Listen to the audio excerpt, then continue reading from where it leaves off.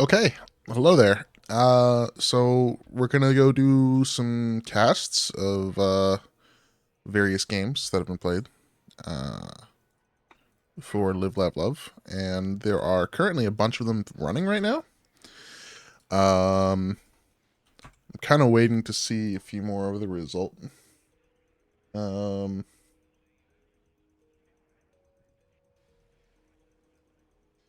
yeah, so a few more are coming in right now, at least in the results page.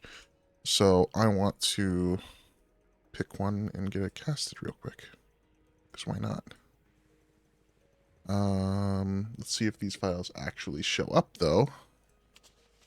When I go in here, they do not show up. That's not nice.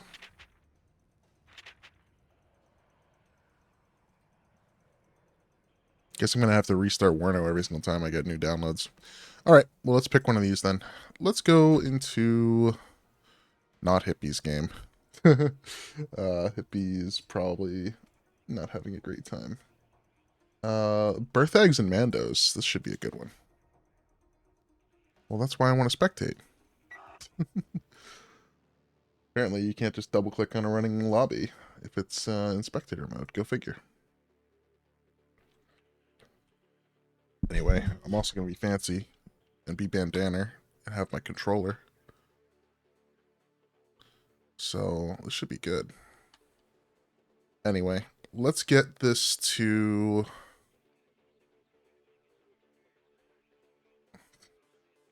see if I have the controls mapped right to slow down and speed up the game. No, I don't think I do. Do. Hmm. Okay, well, close enough.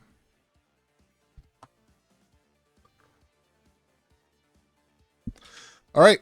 Well, we got Berthags and Mandoz. This is Mount River duel. And as you can see, it's kind of different compared to most of the other ranked maps. This isn't actually even in ranked right now, although I think because it is a dual map, it's supposed to be in ranked at some point.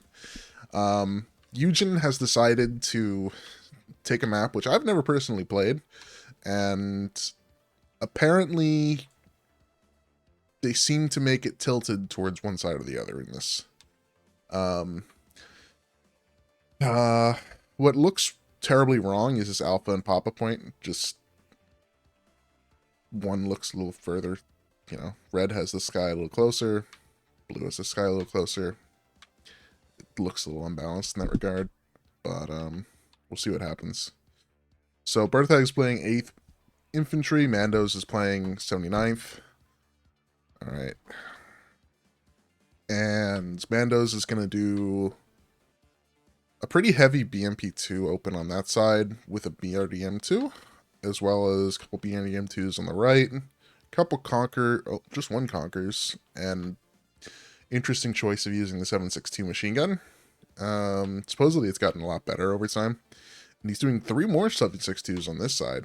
Wow, that's kind of that's an interesting open, although he might not be complete with it yet. And on this side, we got Berthags doing pretty interesting using all these Bradleys, but 2 Bradleys, a pair of 50 cal Jeeps with scouts, and what infantry really? AT4s, and what are these, engineers, dragons, and engineers? Engineers Flash, AT4. This is a nice combination. 1 M1 Abrams, he's doing a 2 CV start, whereas Mandoz is only doing a single CV start. This cannot be what he's completely opened with. Yeah, he has to have an SC-25 rocket. That makes perfect sense. He's doing a heavy recon open so he can abuse the SC-25 rocket, and covering it with a MiG-29. Yep, here it comes. Although Berthags is ready with a Pivads and a Chaparral for it. So this shouldn't be around for long. And it looks like there's going to be a very big problem for Mandoz's open. Now that SC-25 rocket. It didn't die, which is perfect, right? But it is still around. Not still around. It didn't get any value, right? It did absolutely nothing on the map. Meanwhile, in the north, 2 BRDM2s just kind of trading with this dragon. The dragon unit is kind of interesting. Eugen made a bit of a mistake and turned their M47 dragons into instant suppression magnets. So that was really silly of him. Meanwhile, just the BMP2s smacking against everything here. The BMP2s, so long as they can see this, should clean it all up. Depending on whether or not the Bradley actually goes somewhere and does real work. Other than that, I mean, we get the first IZD. He's playing, I thought he was playing 39th. He's actually playing 79th. My bad. So 2 IZDs. This was recently nerfed from 270 points to 275 points. Really, it's not much for a nerf. It just makes it slightly more expensive. Like, there's not a big deal between 270 and 275. You have to save points anyway. This Conquerors is doing pretty good, though. It has a decent line of sight. And yeah, this is a nice building. It has a lot of control. I don't know if this side has a building like that, actually, which is kind of unbalanced. Although it has this building. This building's pretty nice, but that's another middle building. But anyway, Mandoz is going to grab into Berthags' point here. And thanks to the follow, Sinon. I know T-Man's not streaming, so figured I might as well screw around. Yeah, right now it's just kind of a straight up slugfest. Nothing really going on. Gotta watch somebody, right?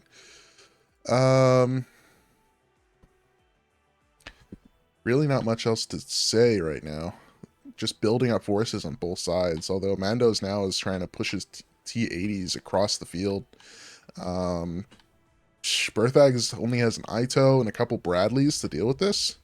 With the 2 M1s, but the M1s versus the BV here is not a great experience. So those BVs kind of have free reign right now.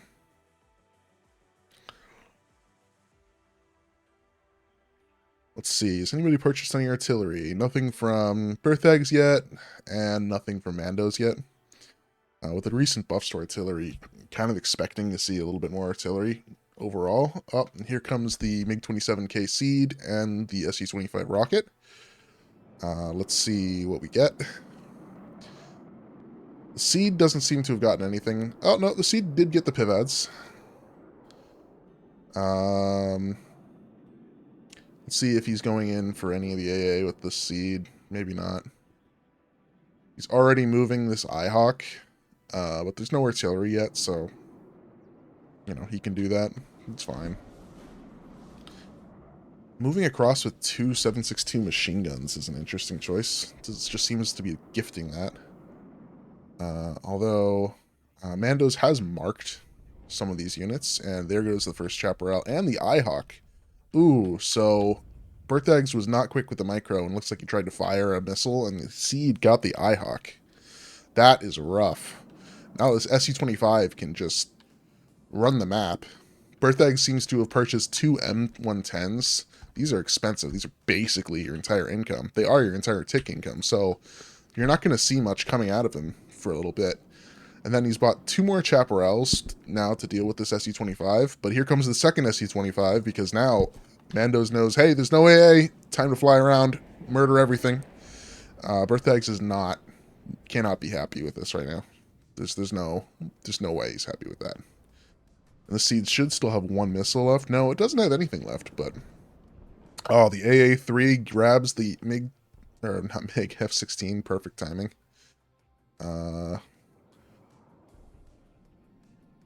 Looks like Berthags has snuck his 50 cal Jeep back on the other side of the map, but this is almost playing like Death Row would. Everybody's down here, no one's bothering with the top points. I mean, they're only 1-pointers, right? So if you can get to the back end here, these 2-pointers are going to be much more important.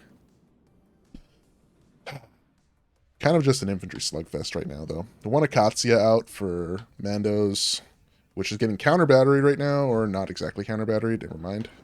These things are actually firing just on these Spetsnaz crew. For some reason, I thought he was going to get countermandery, but I don't even know he fired it yet. He did fire it once, my bad. Let's actually slow down.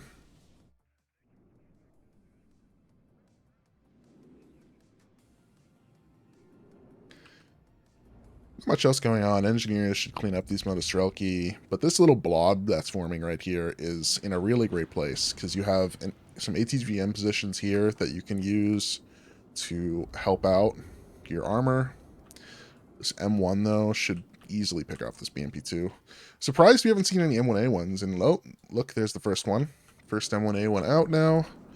The cluster tank. Ooh, just that cluster plane did not actually drop. Not tank. Unfortunately, Chaparral's just doing nothing right now. He should get a hit right here and send it home. And maybe he kills it. Nope, doesn't kill it. So that thing should be back eventually. Berthags is... He should put this guy here, if he can. Get a bit of a vision on what's going on. Although he's going to go right here and just try and cut off the reinforcement road, which is probably not a great idea. The first BMP2 that goes down the road or anything, he's just going to be spotted. So, yeah. Another thing Berthags should probably do. This mutt is doing absolutely nothing. You can bring it back over here and upvet his artillery. That could be really useful. Same thing for Mandoz. This guy really... Oh, no. Mandoz is using it to upvet his cube. That's actually a really nice usage of it. Now the cube's at 50-something%. Yep, 50% accuracy, which is beautiful.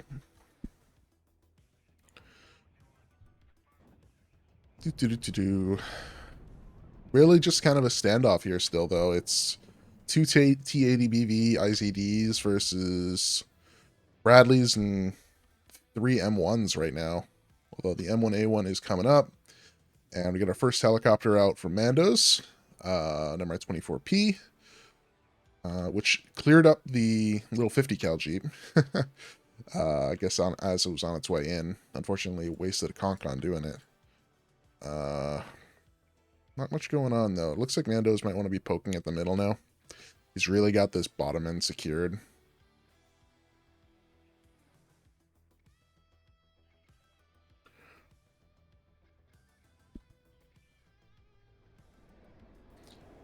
Yeah, and with this lack of AA in the middle from Berthags, Mandoz is going to have a field day just punishing all this infantry in the middle. You're going to probably see one of these chaparrals really quickly relocate. Or an ASF purchase, possibly. Oh, wow. That artillery did so much just there. Just immediately sniping that conquers, like, the first shot. The new accuracy changes have really changed the way artillery plays. Because now people can just shove it all the way in the front line. And this is almost protects the artillery even better than what we used to see, too. Unless you just happen to get a massive breakthrough. Mandoz, flying a little too close to the sun here, decided it was going to fly his Mi-24P directly over everything, and he's probably going to lose it to this Bradley. Yep, there goes the Mi-24P. That was a shameful display, as one might say. Unfortunate that he decided to do that. Really, could have got a little closer than just immediately pulled it back as soon as he started getting fired at.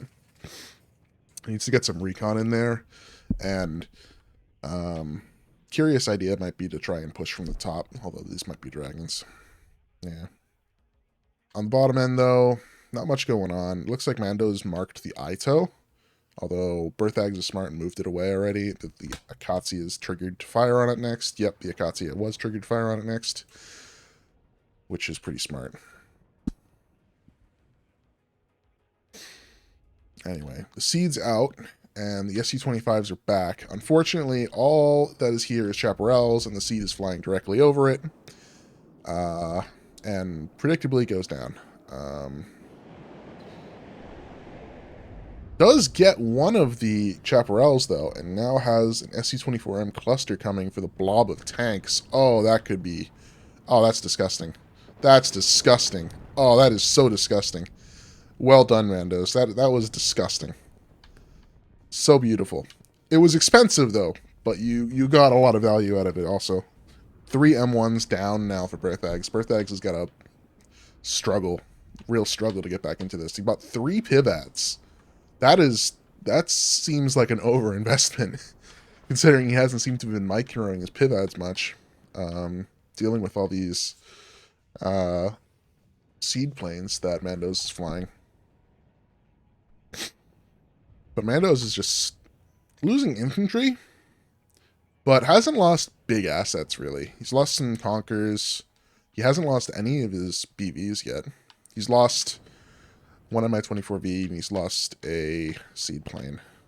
And one cluster plane, I think, at this point. In terms of bigger assets. And a few BMP-2 recons. Those are fairly expensive.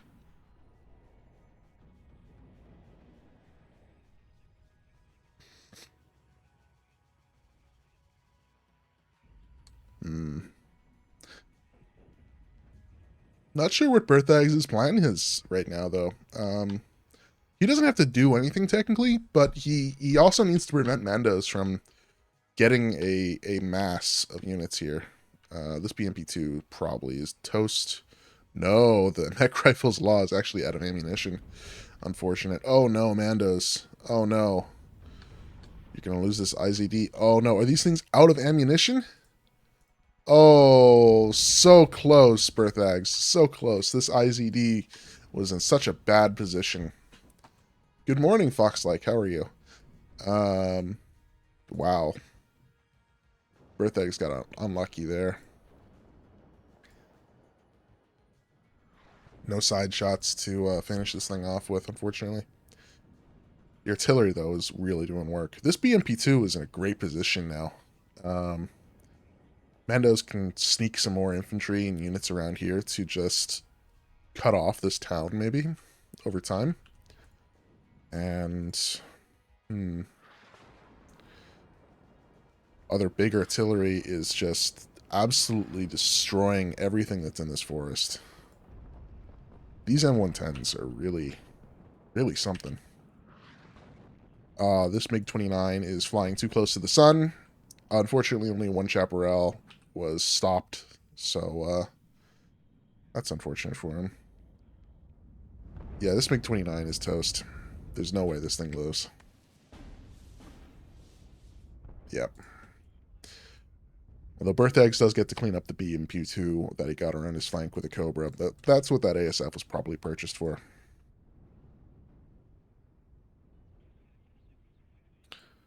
Mandoz again spotting out the chaparrals and just going to go to work with the artillery to smack them down.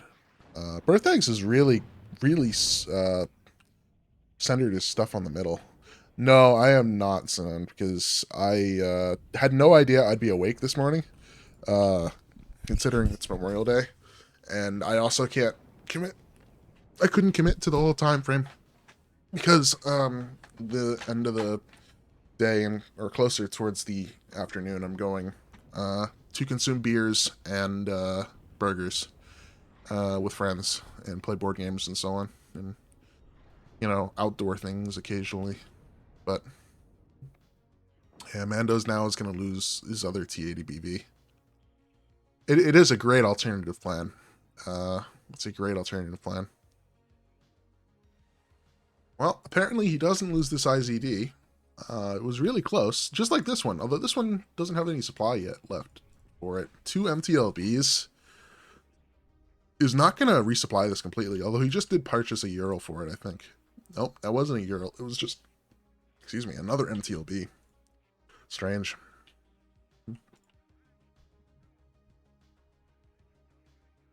Looking at just the material on the map, I think Berthags has a higher amount of mass, but Mandoz, I think, still has more air assets that he can bring onto the field. Those are expensive individually. You're thinking the beach later after work, Foxlake? Yeah, that's a good idea. That is a good idea.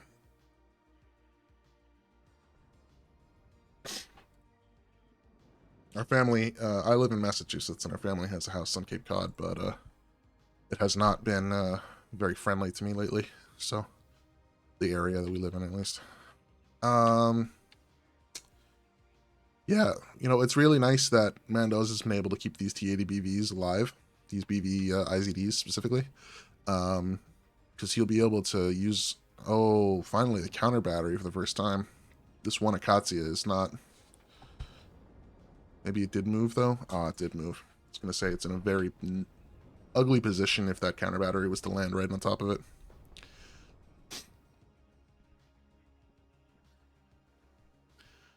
I still like where Mandoz is position-wise, but the fact Berthags just has this middle point is not ideal. Like, Mandoz needs to get... He only needs to have 1 point more than Berthags for the way the rules work for this tournament. It isn't whether or not the game says you've won or the game says you've had a draw. It's whether or not you have more command points than the other person. So all Mandoz needs to win is 157 points.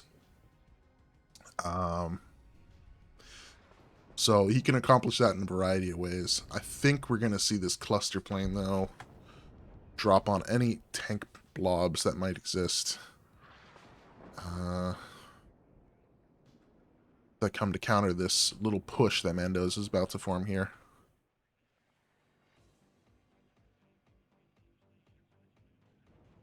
Has he lost an IZD somewhere that I missed? It looks like he did, unless he pulled one back. Here's a BV. Here's an IZD. Could have swore there was another IZD. I think it drove down in here, though, maybe.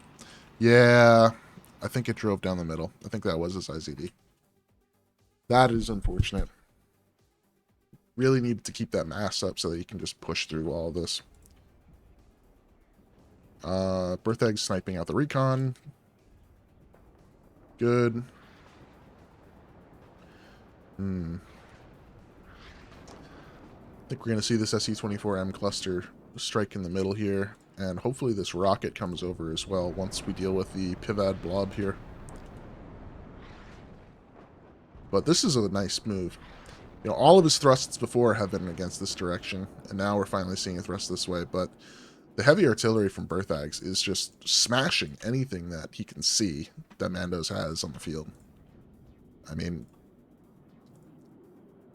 this almost feels a little disgusting, just seeing how much artillery play is going on. But, sitting back and shelling people seems to be more effective right now than, actually pushing. Because he's still pushing into Mech Rifle's Dragon in a building, and he can't see them, right? Well, now he can. But I think we're going to see Berthags target this T80BV or some part of this attack here, maybe the infantry. And that's going to stop this pretty quickly. Berthags still hasn't targeted anything with this artillery. Now this is very nice. This Mi-24V is going to have free reign to fire rockets here, so long as these BMP-2s still exist, able to deal with the Pivads. Although I think he's noticed now. Maybe this Pivads is in a bad spot. Nope, he's going to be firing at the M1 Abrams. The 25 is in a very good spot, though. No, neither of them have FOBs. Berthags has bought 2 M270 MLRSs. Just further showing how many points people think they can afford to spend on artillery now. This is 1,000, 1,200 points. This is 1,200 points, I think, in artillery right now. This is quite a bit of artillery on the field. Mandoz only has 2, though. But yeah, neither Pearson has FOBs, so they're just going to be running heavier logistics tabs. Mandoz losing more logistics, but it looks like Mandoz is going to push Berthags out of this middle point. There's no tanks here left. The BMP-2s are going to clear out this Mi-24P. The SU-25 rocket clearly did its work. And these tanks are just steamrolling now. On the bottom, Berthags looks like he's trying to make a bit of a push. I'm kind of expecting these MLRS to fire again. Nope, he hasn't even started resupplying them yet. So maybe he purchased them just as a one-off buy. Berthags' artillery here also hasn't... Oh, it has fired once. I just haven't mentioned where it fired. On this top side, Mandoz has a T-80BV And there's really only a mech rifles dragon here stopping it. Although it looks like Berthags was trying to be sneaky here. He set up a mech rifles leader as well as 2 rangers, probably thinking he can drop Oscar. And right now he probably could, but he has no air control, so he'd probably need to have at least 1 plane up in the air. And yeah, but here it goes. Here comes the Ride of the Valkyries, or whatever you want to call it, the Flight of the Valkyries. He's going to send these guys around, which should avoid this Igla up here. Hopefully Mandoz can see it. No, Mandoz can't see it. Oh, that's rough. That is really rough.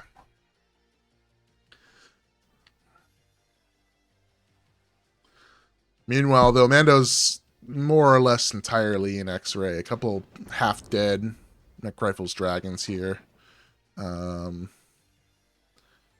Pretty much the only thing stopping him. All he needs to do is move these Res Vedka into this building. He'll spot these, clear it all up. But he's going to move this T80 BVK in, secure the point tick. This is a risky play, I agree. But realistically, you do what you can to get any points you can, right? And I think Berthags is not in a comfortable position right now to not take risks, right? But here in the middle, yeah, all this infantry is going to die. And Mandoz is on a +2 tick now. That's soon going to be... Maybe it's going to be a +4. I can't quite remember how that works. But, yeah, if the Igloos see it, they're screwed. I don't think the Igloos will see it. No, they're going to get into these 2 buildings just fine. I don't see the Igloos seeing this.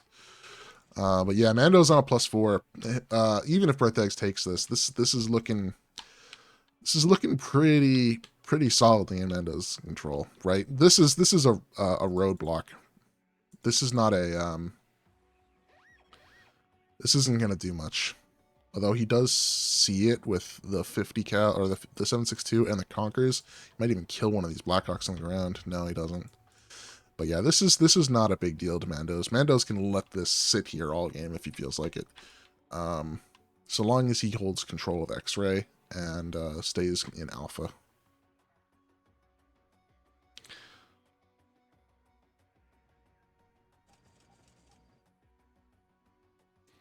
Yeah, one Res Vedka and a BMP2 going up there to see what's actually happening. Maybe a little bit more infantry also. No, he's not doing anything with that. This T80 BV is just going up the middle. Oh no, another T80 BV goes down to the artillery though. Damn, this artillery up close is insane. Fusion might need to adjust the minimum dispersion values just a little bit. So there can be some counterplay to some of this heavier artillery. It's rough. It's rough. Berthags is updating it though with this Abrams CV. You know, he could have been doing that with the Mutt though the entire game. This Mutt has been chilling here doing absolutely nothing. So, rather curious. Blackhawk, one went down to the Osa. Berthags should probably sell this by now. I don't think that anything good is going to happen. Yeah, it's dead. Wow, survived that pass. Maybe he landed it. Is it landed? Nope, it is dead.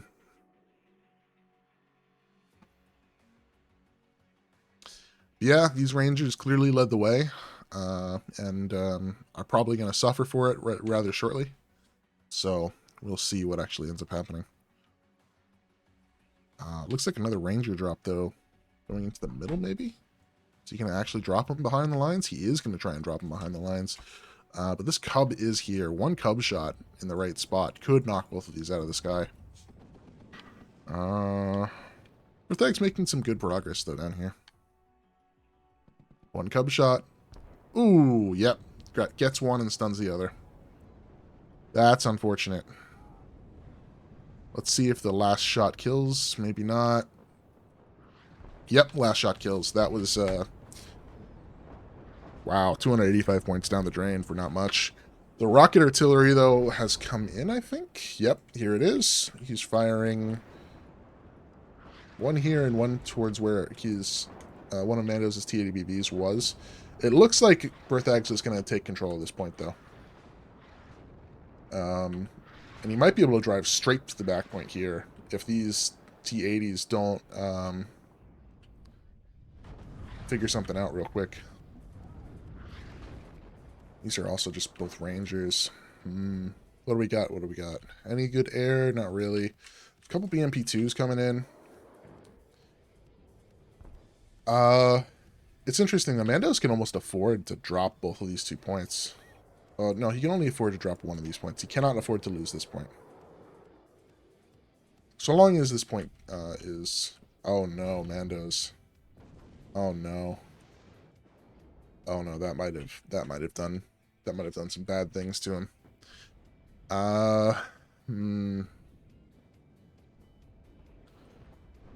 Although he's gonna get in here if he doesn't drive past these Rangers like that. I think Mandoz is being a little too overzealous with this BBK and really needs to move these 2 BMP-2s back down into this area to shore up his defense here, because it's just going to take a little bit of infantry to push down in here to clear out this zone, and Berthags will be back on a tick. Let's see, the SU-25 rocket, though, he needs to come in and clear out with these Rangers while the Resvedka still are around, but it doesn't look like he targeted it properly, so it's really unfortunate. Cluster Bomber, though, coming out for this M1A1, might have a big enough spread that he gets this M1A1C in the back here. No, it doesn't actually. Does get the M1A1, doesn't get punished for it, which is really, really good for him. Because these DBVs can mince the infantry. No dragons here. One dragon. Basically a dead M1 IP. Yep, or dead M1 CP. It is dead now. Nothing much going on. Mandoz does get in the top here, but this was really... Oh my goodness, he snipes the mutt. Oh no, Berthags. Oh, that sucks. And you have to bring an M1 Oh, you have to bring an Abrams back up here. Oh no, Berthags. Oh, that's rough. No, Mandoz. No, this is... No. Don't do it again. Don't do it again, man. Oh my god, Mandoz. Why did you do it again? Oh my god. Berthags did get back in here, though, on the bottom, but there is still a countercap CV from Mandoz. But Jesus, I mean, this is some crazy gameplay. Oh no, Mandoz, this better not get sideshotted. Oh, it didn't. Lucky him. This M1 should be able to take care of this one tank here. Once it gets a little closer, you can manipulate the sight lines. Still on the bottom here, though. These BMP-2s versus... This Cobra is going to have real... Oh, no, it's a little too close. I was going to say it's in a great spot, but then, nope, he gets a little too close to the sun, and now that Cobra is toast. These two BMP-2s, though, man, there's no dragons here anymore. These two BMP-2s can really munch everything. Last two BMP-2s over here really should be able to clean this up. I think Mandoz has this firmly in his grasp. I don't think there's anything that Berthags can really do once, you know, Mandoz, don't do this. Don't do this, Mandoz. Oh my god. You know, Mandoz, so long as he doesn't lose this point, for a very long period of time, it doesn't lose this point for a very long period of time, this T-80 BVK should absolutely go down here and recap this. Be safe, Mandoz. Bring this infantry down. You're not getting fired at from here, so you know there's no fire support back here. And Berthags really has nothing. He has artillery, which is prepped and aiming. Where is he going to fire it? He's going to fire it at the corner field right here. Or corner forest here. I think it's going to fire well before this T-80 BVK shows up, though, so... Should be fine. This Conkers is still here and should have line of sight now on the M1 Abrams. Yep, so that should be okay for him. The Dragons do so much suppression damage in their current state. Yeah, the rocket artillery is landing just before this BBK shows up. Stop the BBK, though, buddy. Stop the BBK. Well, you can move it a little bit. That should be okay. Anyway. He spotted it, though, so these two artillery pieces should come in and really give this BBK a problem. That suicide M1 Abrams command at the top, though, did not get anywhere. 2 RPOs should clean up this, paired with the BV. Assuming Mandoz doesn't just sacrifice another CV into that zone for free. Berthags, you should not be this close. This is, yeah. This game should not be that close. Mandoz is throwing away 2 CVs trying to recap this point. This was a very this is paid off in spades, really. Like 280 points worth of units to go in here. And that was really just holding him on for the rest of the game. But now Mandoz has got the +1 down here. And these T80 BVs are in the back lines just going to town. This IHawk's going to die. Yeah. It is over for Berthags.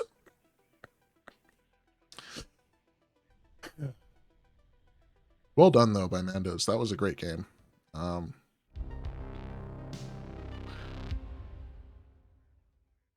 Yeah, very evenly traded, really. Mandoz a little bit ahead, but not by all that much, really.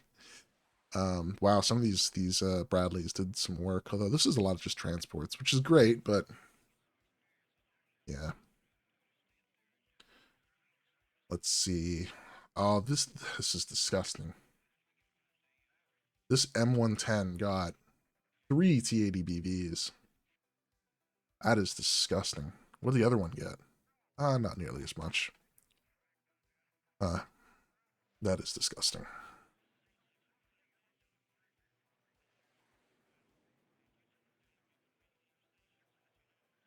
Not much else to report, though. Doesn't seem like there's anything crazy except for Captain Meehan's Rangers here. Or Lieutenant Meehan's, right? Was it Lieutenant Meehan's in Band of Brothers? Was it Captain Meehan's? I can't quite remember. His Rangers, you know, he actually landed this time and got 2 BRDM2Us. Oh my goodness. That was just these 2 units, this Rangers and this Mech Rifles Leader, got so much value to keep Berthags in the game for a while. On Mandoz's side, though, yeah, that is a kill feed for a T80 BV. 2 Abrams, all the infantry in the world. IHawk, yeah. This SU-24M cluster paid for itself in spades. Akatsias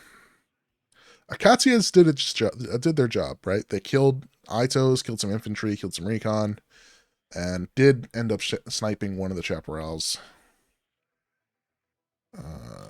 Not much else, really. You can see from the kill feed. It's really a bunch of trades back and forth. There's no really clear definitive point, I think, except maybe late now here where Mandoz is just starting to clean up. Yeah, then the M1s come back in. Yeah, and this is the endgame scenario, really. Lots of dead stuff from all the BVs. And this is really where the point differential came in, right? The last like 2 minutes of the game. Before they clearly were trading fairly evenly. Okay, well, that was round 1 for Mandoz. Let's follow him into the next one. He's already got this game going. He's got 35 minutes left in this one. Maybe let's try Fortitude Fence's game. I have no idea who he's playing against, so let's go spectate Fortitude. Fortitude versus Pookie on Death Row. This is the new Death Row map, too. Let's speed up into the deployment. So Fortitude picked 5th Panzer, Pookie picked 24th. 24th did get a slight buff. I mean, I guess every American div also with base dragon infantry also got a ridiculous buff with the accidental 320 suppression that Dragon 1s now have. But the Strike Eagles got 20 points cheaper. Went from 350 to 330 points. So that's a nice change. Because it's difficult to save up that 350 points early in a game. So having that little change definitely helps.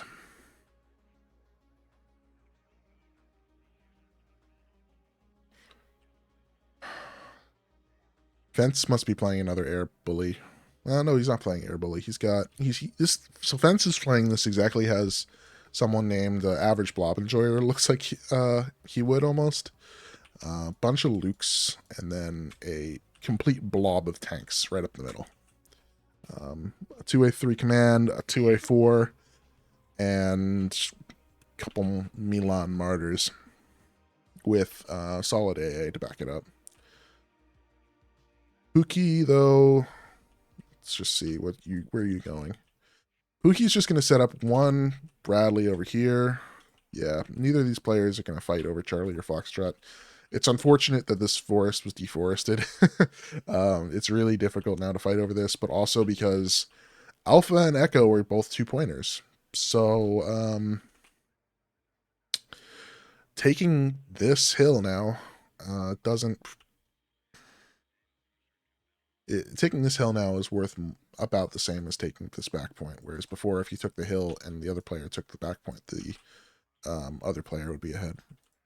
But anyway, Pookie does not start with any tanks, though. Couple National Guard toes, which is an interesting unit to pick. And a bunch of regular M2 Bradleys. No National Guard infantry there. But one National Guard scout in the middle, at least. Okay, let's see how this goes.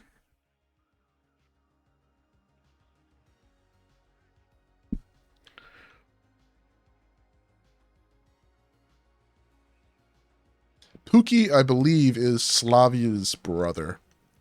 If you ever seen him on the Res Discord, he's not Slavia, which I'm pretty sure is Slavia's brother.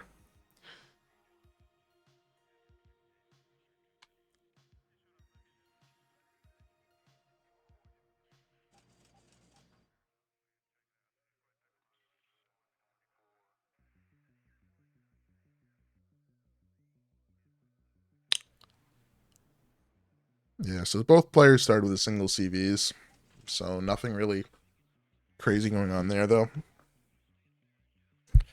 This map is really pretty obviously unbalanced, though, in my opinion. The blue player has access to Alpha and Echo, and in general, everybody kind of thinks this map is unbalanced because of it. Blue player pretty much has a free reign over this part of the hill. And if you can see, that means, hey, look, there's open space right here that these forests all control. And then blue can also just hide a tank or something in these forests back here behind these buildings. And red just has to contest this. He can't just control this like blue controls this point. It would be much better if this point was moved to be like here.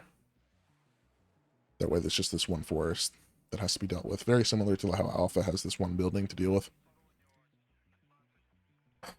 Anyway, first blood. It's gonna go to, well, never mind. It's gonna go to Pookie here. Or not Slavia, being the Bopa. Fortitude has marked the Bradley CFV here, though, but that is true, Schneefoot, the 8 F4Fs, but that's not really unbalanced, in my opinion, because while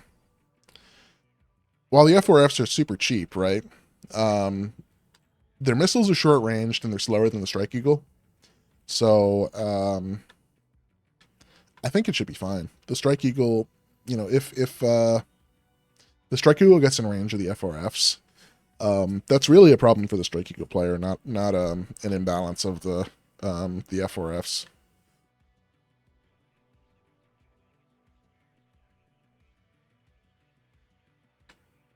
Maybe that's what you were pointing out, but no, the real thing that Fortitude Fence has to contest with the Strike Eagles is the rolling threes, right? What was I going to say? The rolling three missile is really, really, really good. 60% accuracy if you buff it with a command tank next to it. You're probably hitting. So not much else really going on, though. We got the first M1 IP Abrams for Pookie. And the first MLRS, he's just bombing the blob. Nice shot. It's going to get both of these Martyr Infantry, though. And might be worthwhile to purchase another CV now for the other side. Since you've seen that Fortitude hasn't capped it yet. Fortitude's done that just now. And yeah, neither person is starting with a fob. So the artillery play will, you know, it's going to cost them a lot of supply costs. But okay, Slavia now knows exactly where the enemy CV is. This is one of the points where the other CV can hide. It's just a nice little spot right behind the building, and it cannot be shot at from anywhere in the open. Right? This is one of the reasons why this is ridiculously imbalanced. Whereas the red player doesn't have that opportunity right here. They still have that opportunity back here. Where like this Bradley is. But it is really unfortunate how this map has been designed.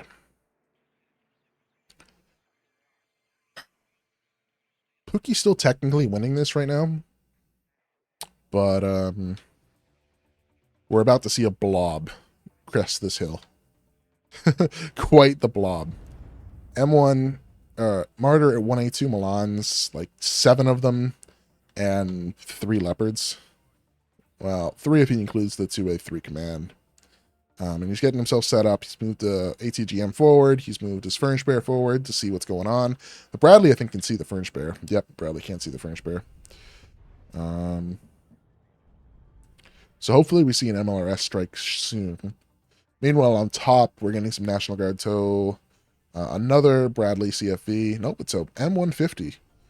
Interesting. He has both the Bradley and the M150 in the deck. That's a really interesting choice. But here comes the blob push. So we should see an MLRS strike behind this really shortly.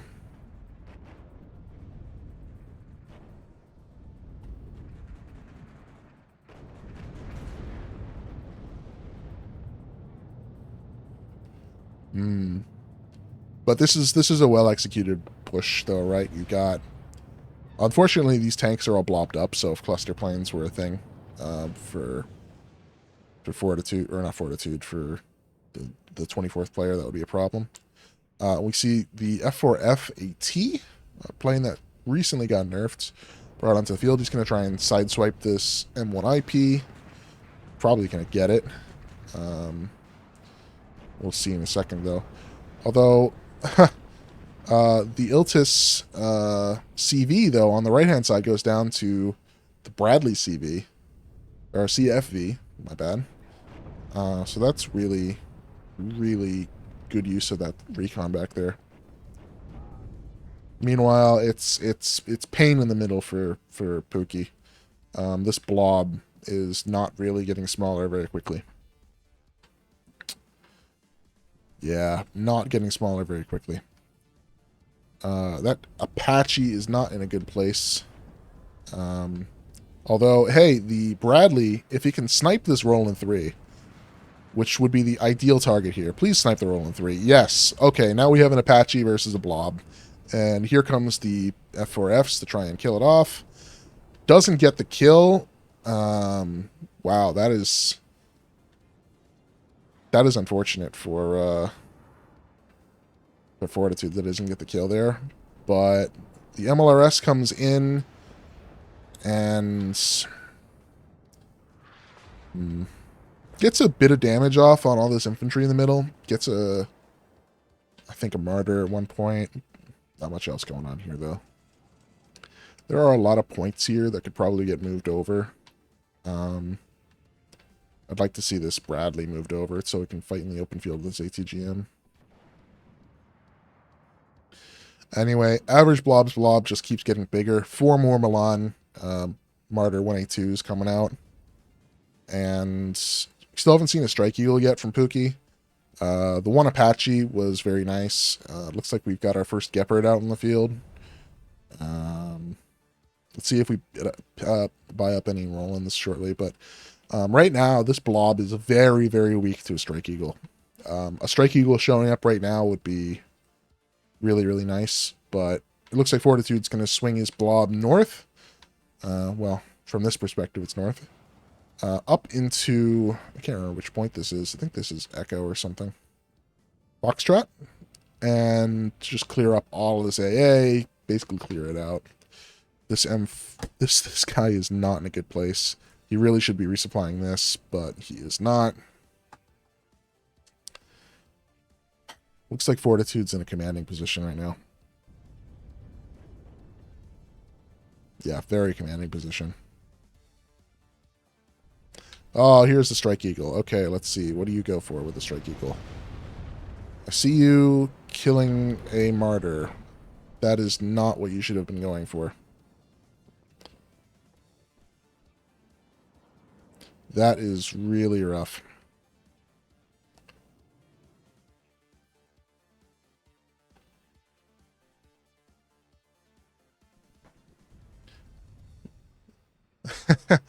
Yeah, Fortitude is basically copying what the last #1 player has done on the ladder, whose name was Average Blob Enjoyer Panza.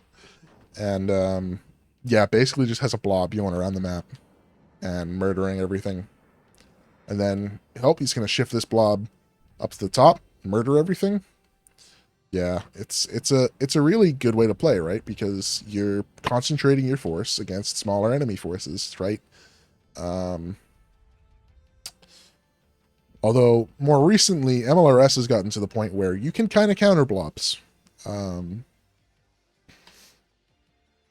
the blob doesn't keep moving. So, we'll see what happens. An MLRS strike, though, right here would be ideal. I think we're going to see that shortly. It's still reloading. It is still reloading. Unfortunately, it's not going to be a full fire, or a full volley. Yeah. This F4F, though, might go down to the Chaparral. No, it does not.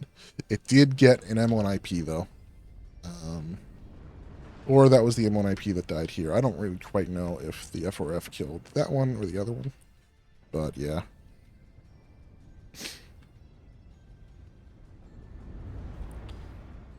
A lot of ATGMs, though, from this top side.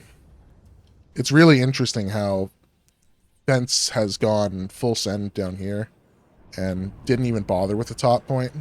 Because he knows he can get back into this little corner if he needs to, whenever he wants to, really. Chaparral does not get the second missile off. That's unfortunate. But Pookie has no infantry coming in here. One dragon team is really all he's got. Not much else going on. No artillery yet from Fortitude. He's just playing it out straight up. But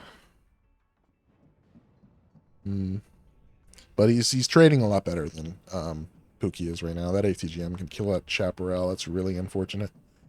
If Pookie had noticed, I think he could have broke the line of sight, just moving a little bit to the side there. But yeah. F4F can clean up the Tokober now that the Chaparral's gone. And it does not look good for Pookie. Pookie is in a bad place. Pookie is in a very bad place. With one National Guardsman who really wants to just have his beers and his burgers on Memorial Day weekend back in Alabama or Georgia. But unfortunately, he is going to see some cluster bomblets. instead. Not a fun day. Not a fun day. Let's see. We got the MLRS firing here. Just against that building. Kind of a bit of... I feel like that's a waste. He should be saving that MLRS to try and kill Fortitude Fence's blobs. Stun it up, ready so that he can put in some tanks to kill it off, etc. That's really unfortunate. Ooh, Fence being smart. He's sneaking this one Bowpaw around the map to try and kill the MLRS. Probably will get it, unless Pookie decides to spawn like a single Pivheads. Meanwhile, the Apache is back up and running. Pookie keeps losing Bradleys, though, for free. And yeah, it's not looking too hot for him. +4 right now for Fortitude. That Apache got stunned up by the Gepard. Sitting right here. And now is probably going to die to the F4F. Yep. Eagle kills the FRF at least, though. But, oh no, the Bowpaw gets the MLRS and the supply there. It's going to go down, but that was very, very good value.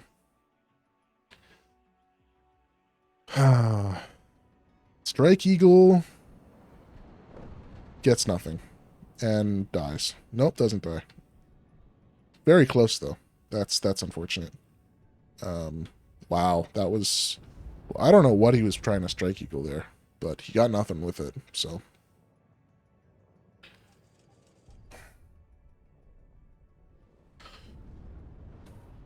He has, Pookie has, however, retaken the center hill. At least in terms of the command zones. He doesn't actually have control over the bottom half yet, but that at least helps. It prevents the continuous +4 tick that Fortitude Fence was having against him. So he's not out of this game yet, but it's not looking too hot for him. Looks like he's bringing in 3 arrow rifles to contest somewhere. Let's see where he's going to send these. Oh, he's going to send them right into the middle. Those flight paths might get him caught out by one of these AA pieces, maybe not. But we shall see in a second.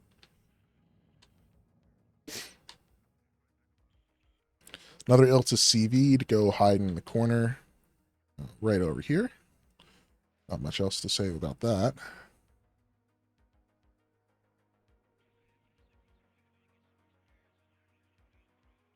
Yeah, Fortitude's got this game right now, though.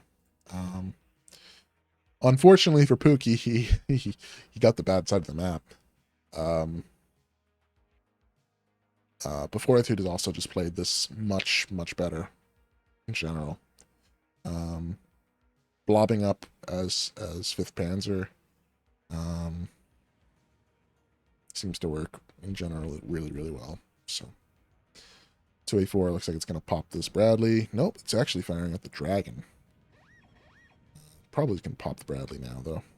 Nope, still must not have vision on it. And the arrow rifles are going to get caught out by the Gepard and probably these Rolands as soon as they crest the hill. Yep. I think that's gonna seal the deal here for Pookie. Unless those Strike Eagles get some serious value shortly. 660 points in Strike Eagles that keep getting defanged by getting like 7 or 8 HP damage, and then they just don't come back in for another 5 minutes. Versus if they don't take any damage at all, they can come back in every 2 minutes. As that's, I believe, the reload time on their LGBs.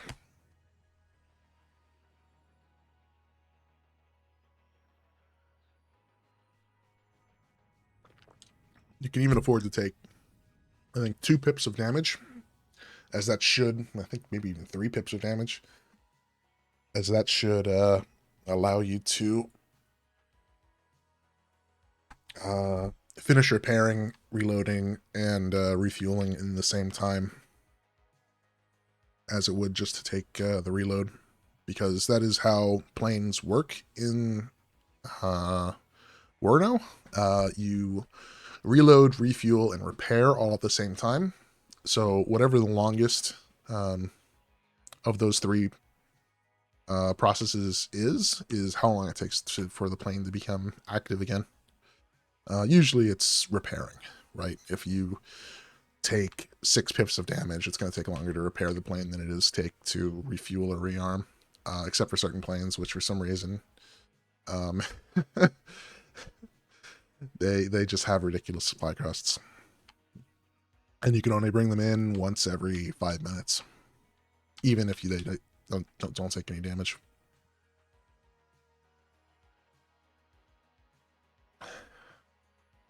Yeah, not much from Fortitude here. Pookie brings out a National Guard 109.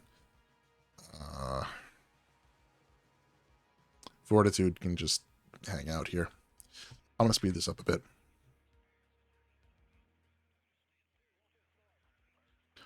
I don't see this going Pookie's way anytime soon. He gets the CV snipe, though. That is the one thing about this map, right? Is that CV spot is so easy to snipe out. It does have the 2A3 leopard in the middle, though, so isn't gonna lose the point Fortitude, but yeah, now you can just air bully.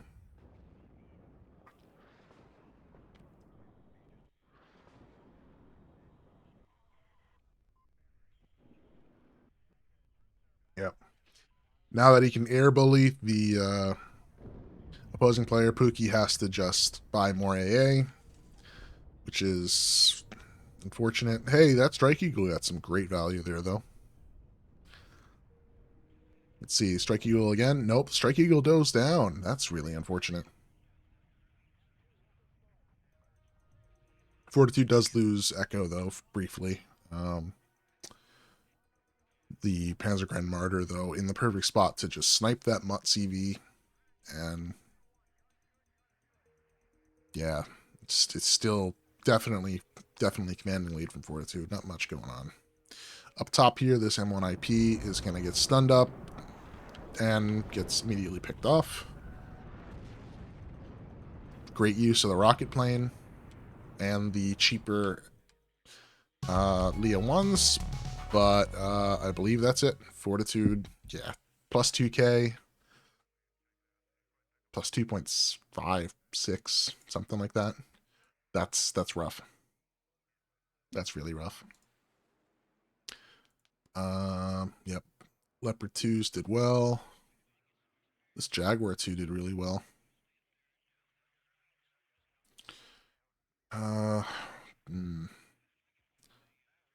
One dead Strike Eagle. Let's see what the Strike Eagles actually killed on the other side, though. I don't think it's going to be all that much. I think this is the second run for Humphrey that mostly did everything. I think the first run was just this one Martyr, 1A2 Milan. But the second run got the Leopard 2A3 and 2A4, which were sitting right on top of each other. Now, this is why you don't really want to... You want to spread your blob out a little bit, because sometimes, well, hey, if a Strike Eagle comes down and just bombs your blob to death, or if you get one of the Su-22 M4 cluster planes coming in, it can just annihilate multiple units. And get incredible value for it. And the other Strike Eagle, I don't even know. It got no value at all, looks like. Just one Strike Eagle actually did anything. Yeah, that's not how you should play this division, I think. But anyway, yeah, it looks like some good value early for not Slavia, and then it just sort of kind of fell apart. Yeah. Okay, let's move on to one of the next games.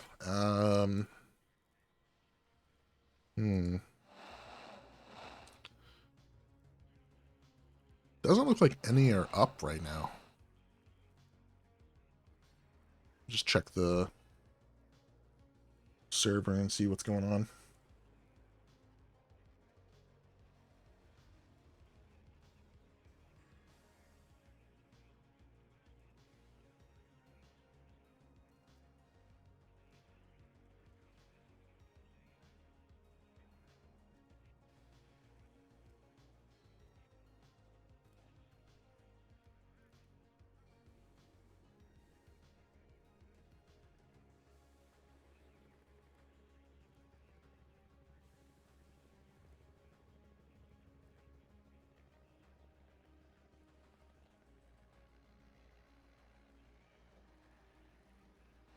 Yeah, no more live games right now, it seems, unfortunately.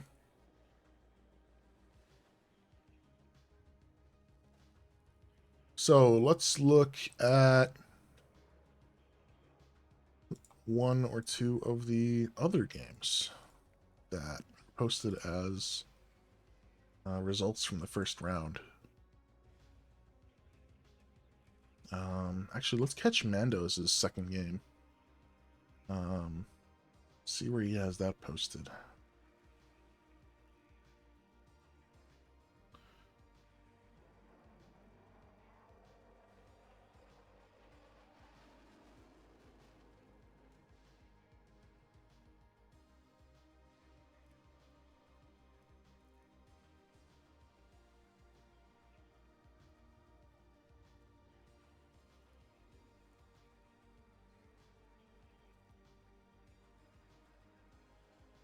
Oh, it was Pro Kami versus Mandoz in his second round game. So here, let's see if we can get this replay file.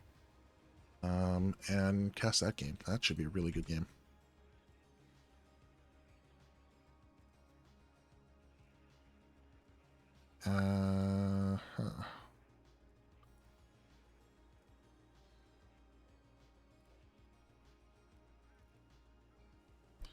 Okay. There's 2.rpl3. Let's see if it even loaded. No. Okay, I need to restart my Warno in order for this to actually load. 1 second then. Yeah, none of them are loading without restarting. One real quick restart.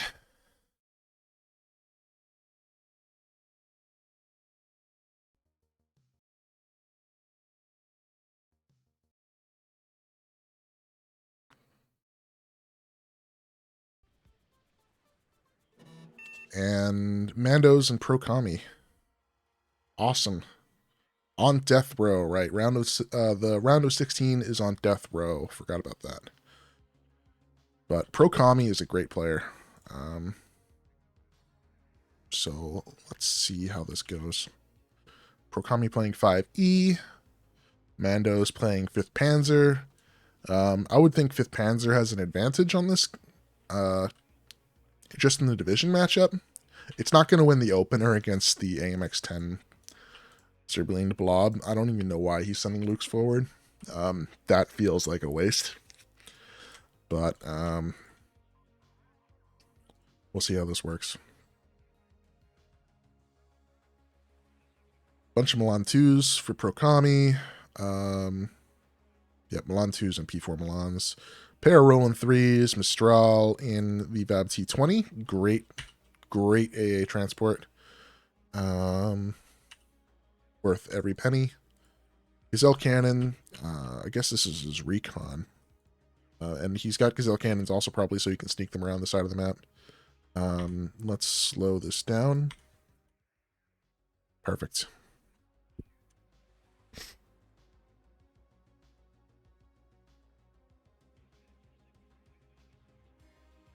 Just raise the volume on the Warno a little bit more.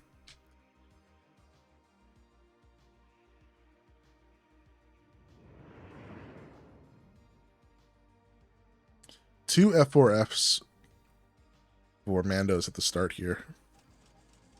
Should kill the Alouette and the Gazelle Cannon for free. I mean, doesn't get the Gazelle Cannon because he lands it pretty quickly. Although one F4F gets tagged by the Roland 3s. Curious to see what Pro Kami's first purchase is. It might be like a AMX B2 and another Milan vehicle. That could be really cool. But let's see what happens here. One Lux goes down immediately to the AMX 10 Serblind. 2 TPZ Fuchs Milans have gone down now to the Serblins. Not great. These AMX 10s have gotten their early game value. And one AMX 10 goes down, though. Must have been this one. Well, I actually did not pay attention to where it was. Got 2 down now. Oh, no. Oh, no. So one of them went down here, probably to this Fuchs Milan. So that's not great. Procami, that's really unfortunate that you've lost both of those. You had a great little early tick advantage here. Looks like this RC is going to go down shortly also to this nice little pack of Leopard 1A1s. And first buys for Procami are a Brennus, a PLS Grand Voltigeur, and a Gazelle Hot 2. First purchases for Mandoz is a blob of Martyrs. Definitely know what we're going to see from him then. We're going to see that blob build up slow and sure, just like kind of we saw with Fortitude Fence, although Mandoz decided not to do a blob open. More of a balanced map open. He does have the good side of the map, though. Another AMX 10 Serblind down. Wow, it's a lot of value that is down, though. Up top here, though, these Milan 2s.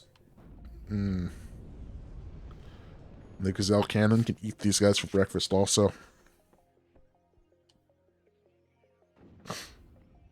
Not much really else going on the map right now, though.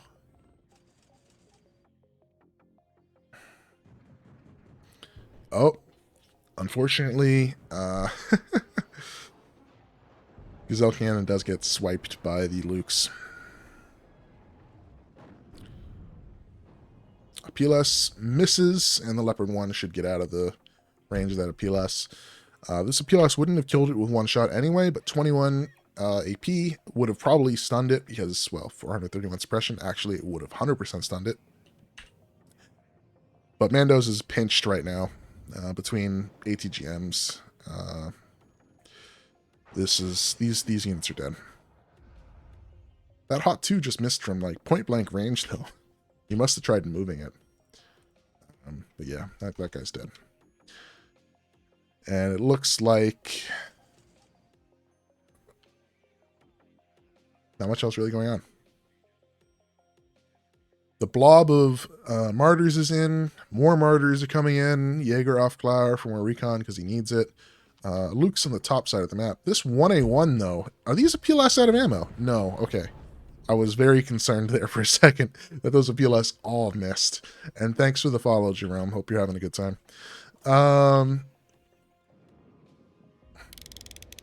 Okay, well, the 1A2 blob here didn't necessarily need to smoke this, but it was a good play anyway. He's going to back up one building. Didn't get any hits, though, unfortunately. Oh, no. Oh, no, Mandoz. Mandoz, we saw this in your first game that you played, right? Don't throw away your CVs like this. Another CV down. I swear he had to know this Voltigeur existed in this forest, but maybe he didn't. Now he for sure knows, though. So he's going to have to purchase another CV shortly. Get this +4 tick down. It's rather curious, though. No one is really playing this bottom side of the map. Everybody seems to want to play this top side of the map, even from the ranked games I've played. And ranked games I've watched, watching T-Man a lot. And Chloride and Protoss a little bit. But this side doesn't seem to get much play. It doesn't seem like people are defending it with much these days either. Used to get pushed quite a bit.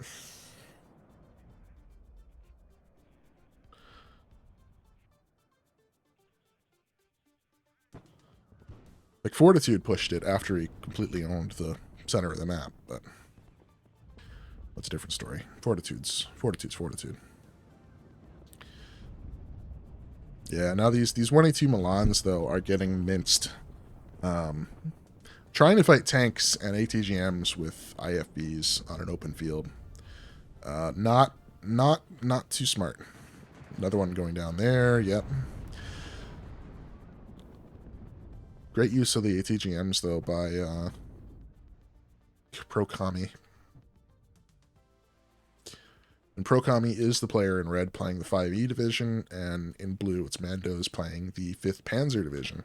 5E being 5 baguettes, also known as French. 5th Panzer being, well, clearly German. West German. Best German.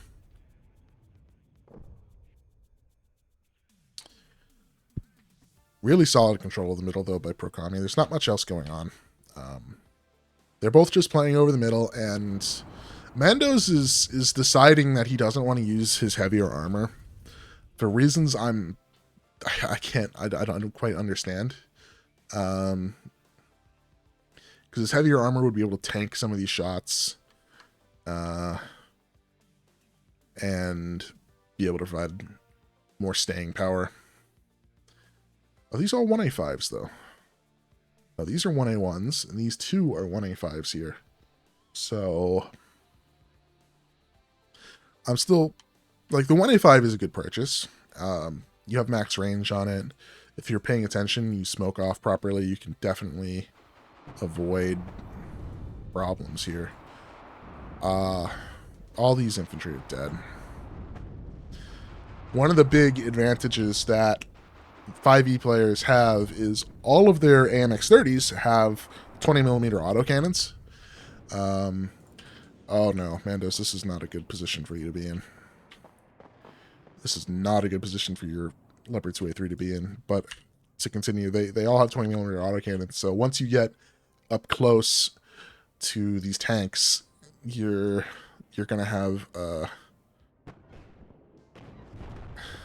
rough experience. Okay, Mandoz, maybe you've got this under control. Back up towards your infantry. Yep, that's right. Although this Serblind might still get a shot at you before it dies. No. Oh god, no. No, Mandoz. No! Ooh. Oh, that was so close. So close. Should have kept backing it up. So close. So close. You could also say that was perfectly timed, 100% skill, but I think that was just pure luck.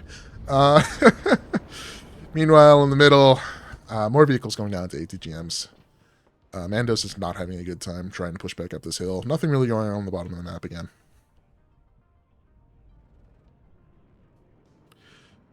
Should clear out these commandos once he gets vision on them again, which will happen right about now. Yep.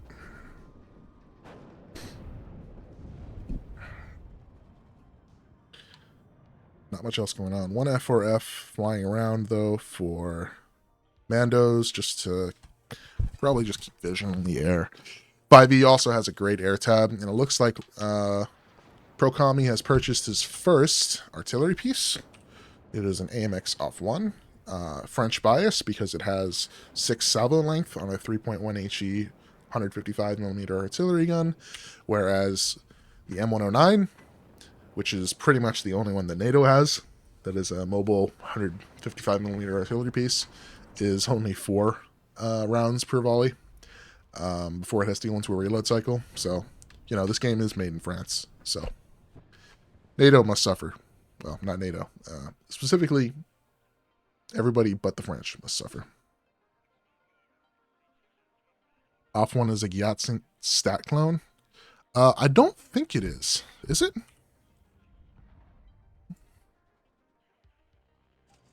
If anything, the Yatsint is a stat clone of the off 1 then, because I think the off 1 came first. Because the Yatsint's in 119 and in, what, 6th Motostrelki?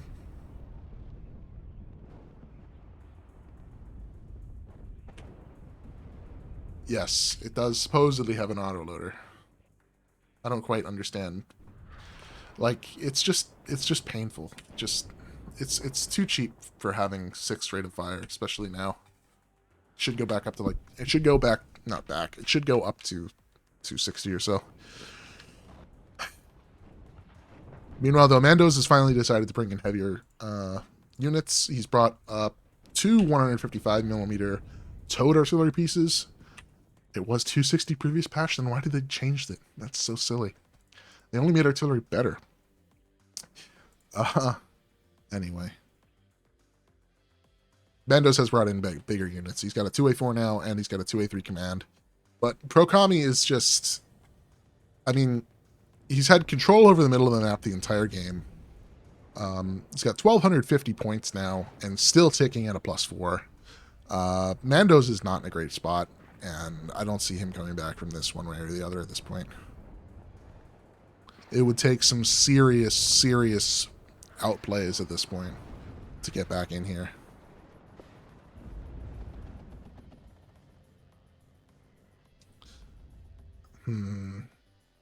We do see 2 more Alouettes with Eclair in them. Are these Alouettes recon Alouettes also?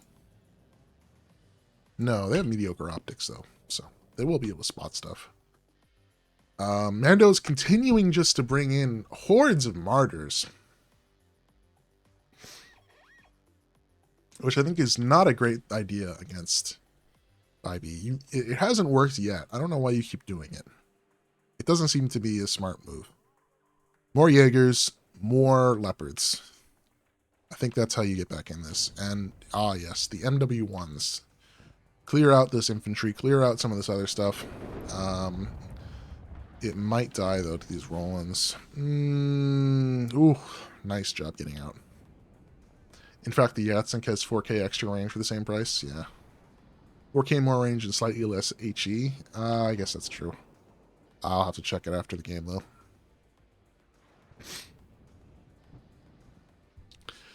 Brennus versus 2A4.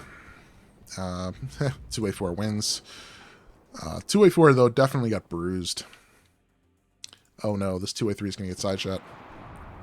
Oh my god. The AMX 30B2 missed. Oh, that would have been absolutely disgusting. I think you might have one-tapped the 2A3 from the side there. The range here being only 1575. That might have been a one-tap on that CV there instead. That was very lucky for Mandoz.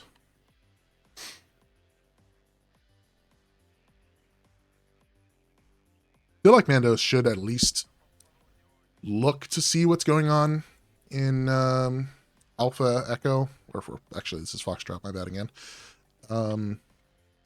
and look to see how he could get into this corner here. I don't know why he hasn't played this yet at all. Really, he has not played this spot since the beginning of the map. It's really annoying. Yeah, for all intents and purposes, it is definitely a stack con. Meanwhile, more artillery. I don't know. Oh, that's a clever move from Pro-Kami. He's using the Eclairs. He's going to send them behind the lines. See if he does the same thing on this side. Yep, he's got another one. He's going to do the same thing on that side. Send them behind the lines and use them as either recon or maybe just for corrected shot.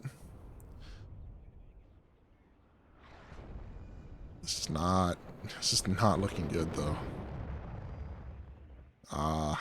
Mistral gets the final kill, though, on the IDS. I don't think those IDSs got much value at all. 5e player has high vet B2s, so he has 12 available if they're all upvetted. Does he, actually? I haven't seen a regular B2 in a while.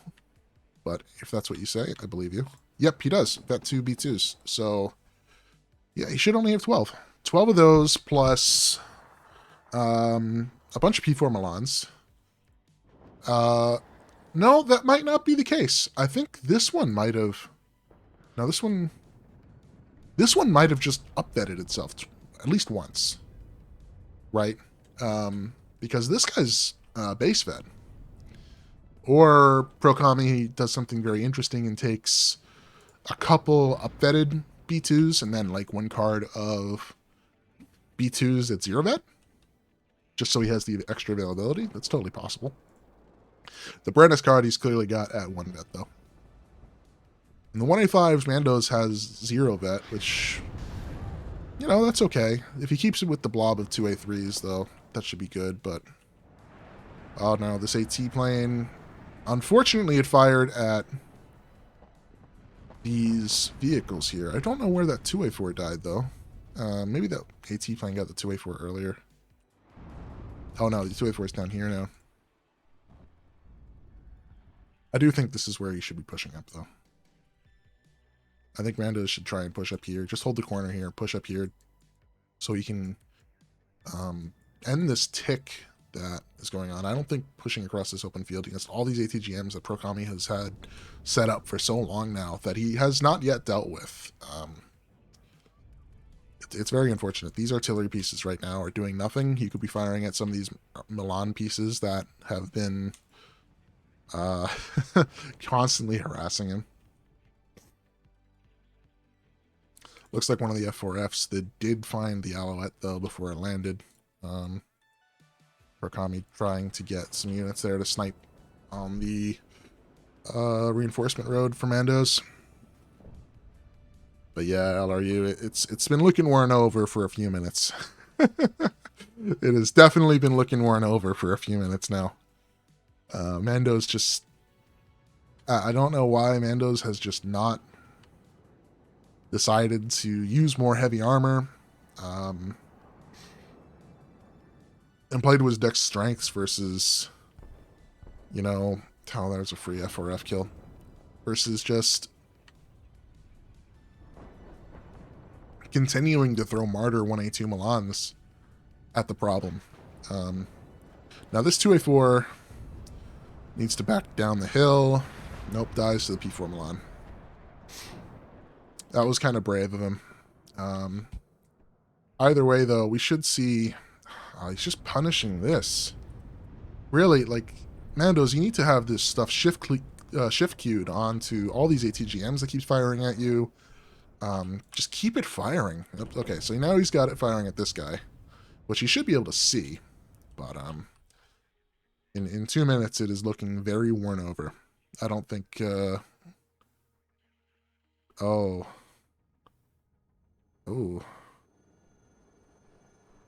Is Alouette gonna land? I think it will.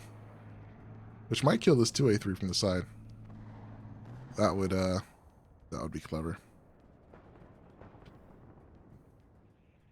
But the Jaguar AT kills the 2A3 on the top point here, and that should be GG. Yep, that should be GG. Snipes the Gepard. Yeah, this is GG.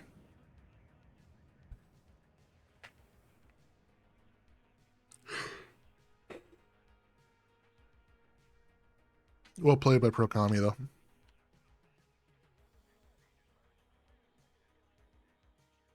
We saw this happening. We saw this coming. We saw this coming. We saw this coming. We saw this coming. Oh no. Oh no. Oh, it's worn over. Yeah. Wasn't even a big point difference. I think most of this point difference came at the end, as it always seems to come, but oh my god, these AMX-10 RCs. Mandoz had no plan for dealing with the AMX-10s at the start. No plan at all. And these Milans just minced all of his fire support. It was a choice to bring a lot of Martyr 1A2 Milans instead of buying some more 2A3s, and bringing in just Jaegers and more recon infantry. The spot for him, I think. Even Prokami has the AMX-10Ps in his deck. We did not see many of those. He must have only used that on the south side of the map. I think that's where we saw the one escort infantry. What did Mandoz get most value with? Yeah, just heavier tanks is what Mandoz got most value with. These MW1 Collins did not get into anything, really. Probably would have been a lot nicer if these were just HE bombers. But you might not have them in the deck, right? Yeah. It's unfortunate, too, because Mandoz had the theoretically better side of the map, right? Easier access to both middle points. And he kind of threw that away by walking into these AMX-10 RCs at the start of the game. You see a 1A5 with 2 Milan 2 kills, really? I must be blind. Oh yeah, this one. 2 Milan 2s and IMX 30B2. That's pretty good value right there.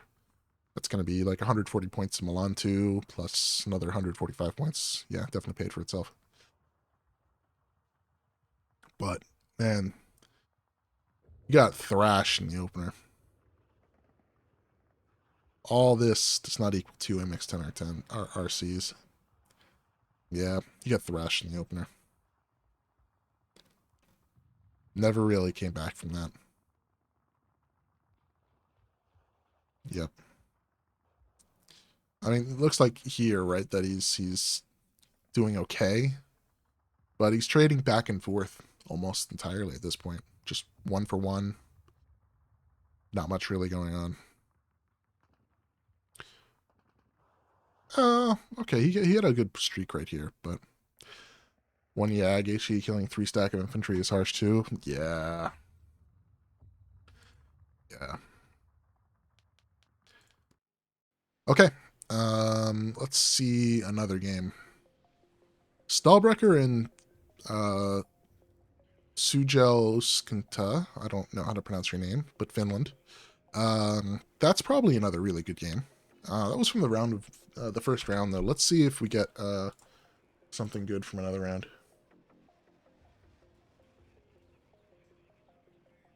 Hippie versus Lathans. Ooh. Ooh.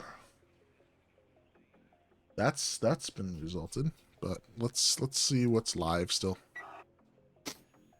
Oh hey, look, it's T-Man's game. But why is he playing a Hesse Duel? Oh, that should be the round of 3. The third round match, isn't it? Yep, round 3 is up. Okay. Let's watch T-Man's third round game.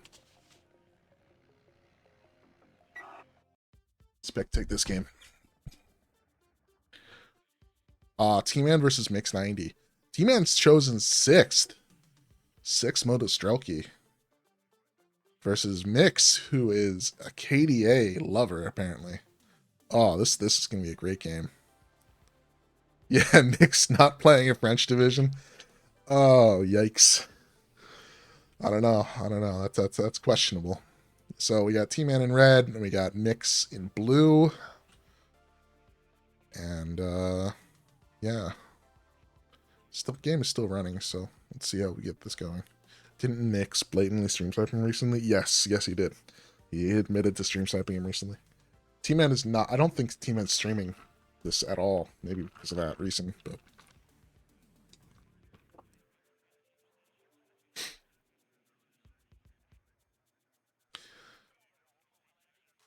He is going to live stream Jaeger's start. Against KDA, that's actually not... That's a good idea against KDA. KDA has terrible anti-helo fire support. Or not fire support. Anti-hero asset. Anti-helo assets. Excuse me. It doesn't have MiG-21s with shotgun ASF rockets, like they fire 2 at a time, ripple fire kind of thing. So he should get some great value out of this open. Getting these metas to positions he wants, which looks like he just wants them right in this part of the town. I have not seen the Hesse Duel map yet, but it kind of looks... It looks almost a little red favored. But yeah. Am I going to start casting more games? No idea. Anyway, we're into it now. Well, those are elite MiG-23 MFs. That is a choice. Because these things... He has them on elites. These things usually have 40% accuracy and 50%. He has 2 cards of MiG-23 MFs in his deck. He must have chosen this specifically because he saw 6th. He must have chosen that because of 6th. So that's some great, whatchamacallit, deck manipulation, knowing what you're playing against, right? Because 6th does not have a true ASF. 6th has the MiG-31, which has its 4 12-kilometer range missiles that only have 40% accuracy to begin with, right? But T-Man does have a pair of Books. So what T-Man lacks in terms of great air superiority fighters, he gains in the best ground-based AA platform in the game. So we will see. We will see. Unfortunately, Nix is just driving on the flanks with these PT-76s. He is taking no mercy with these guys, just getting them everywhere in T-Man's backlines. T-Man can't be happy about that. This Metis is in a nice building here. Nice if there's another one right here, though. Not sure what happened to that other Metis squad, unfortunately. I was not paying too close attention to it. I was way more interested in the fact that these MiG-23s are elite. That is one of the choices of all time. That is one of the choices of all time. Might get this Zickering squad out, though, with this Metis. Nope. Cuts the line of sight just in time.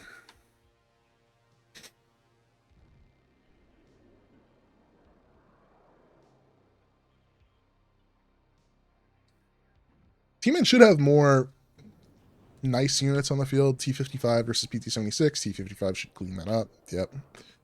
Top side of the map, T-55 is cleaning up these other PT-76s, although I think these PT-76s all got their values worth at this point. Meanwhile, T-Man playing in the middle of the map, just building up a bit of a heavier tank. Not for it, but a group of units here. The top side of the map, getting some Saperi and Malschutzen to deal with the Reservistan that KD is throwing up here. Looks like Mix is not going to use KDA yet, at least, and is sticking to Reservistan. Is this game beginner friendly? I feel like I would get super lost. It's I'll put it this way: there is a set of tutorials that will explain to you the core fundamentals of the game, right? But getting good at multiplayer is gonna take some time. But you should be able to play single player. You should be able to play some of the larger multiplayer games and feel like you're having fun. No problem. It's different from your traditional RTSs like Age of Empires or StarCraft, in that you're calling in units off the field instead of producing them from buildings, right? But it's very nice. It's a very good game. Eugen Systems has been developing this style of game since 2011 when they released Wargame European Escalation, or maybe it was 2010, one of the two. And there's a very dedicated community of people that'll help you learn. Meanwhile, though, the KDA Menace is just pushing forward, so yeah. I don't like where T-Man is right now. Although this is a nice little push here. These two tanks in the open right here next to this Rozvedka. He knows there's nothing here because he has recon, and the recon can see quite a bit. Although I guess the recon couldn't see this. Oh, that line of sight. That's so rude. Would have been a great side shot, though, if that hit. But also, Samichki, you can absolutely... Oh, Books. Nice job, Books. And the attack beacon's out. Is T-Man going to move these Books? Nope. You're going to see a Smirch by soon. That's going to nuke these things. Oh, there it is. T-Man has officially moved the Books. Good job. But, yeah. Mix definitely wants to artillery that spot at some point. Mix is super wide, which I don't think is going to help him at all. I don't see why he's playing with so many points right here. Whereas T-Man's playing this rather nicely and just has a Conquerors and a T-55 here just as road stops, right? Roadblocks that have to get stopped and punched over. Unfortunately, though, T-Man did not have recon on the top of this hill. You could see everything else, but did not have recon on the top of this hill. Pushes the T-80 a little too close, and the Zickerings gets awesome. Oh my god, this Zickerungs is getting so much value. God, this Zickerungs did so well. It's actually up-betted itself. 2 levels. So, yeah. Yeah, Broken Arrow does look really cool. And I'm glad that Broken Arrow is coming out because Eugen really needs to have some competition in this space.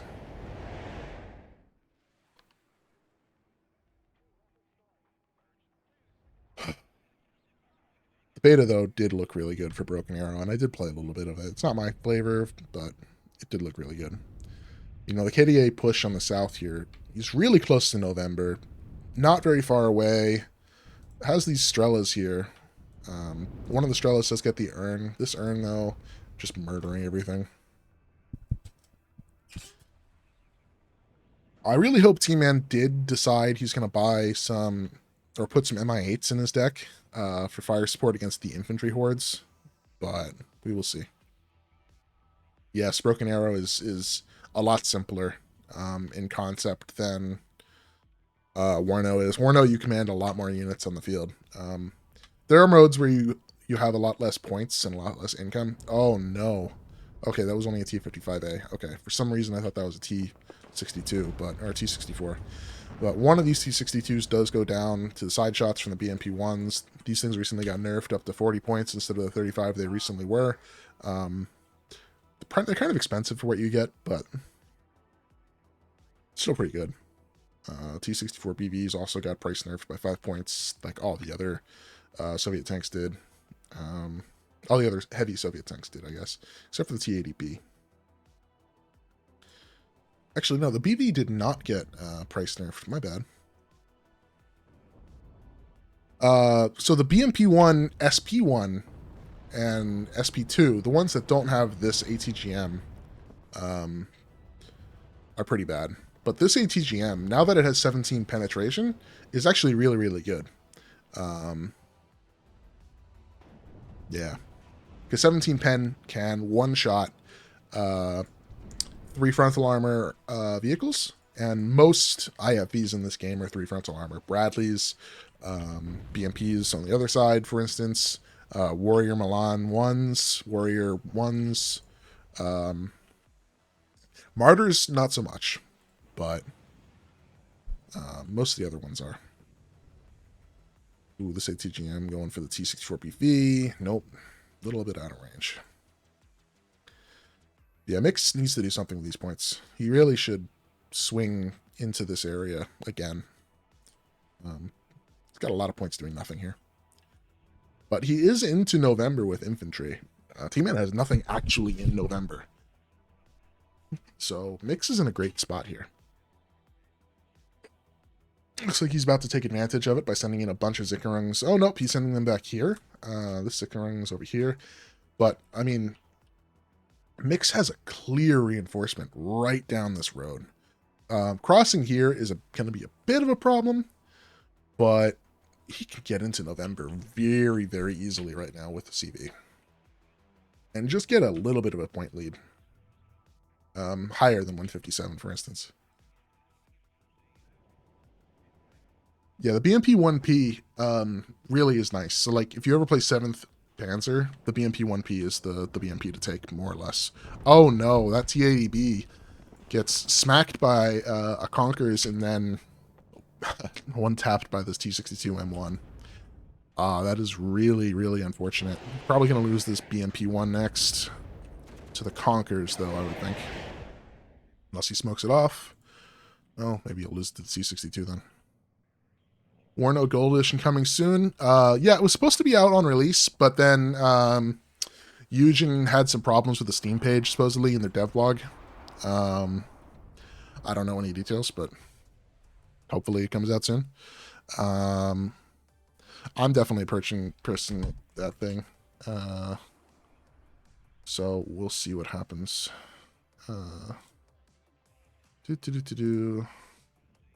Where is that button? The hammer has come out. Yeah, anyway.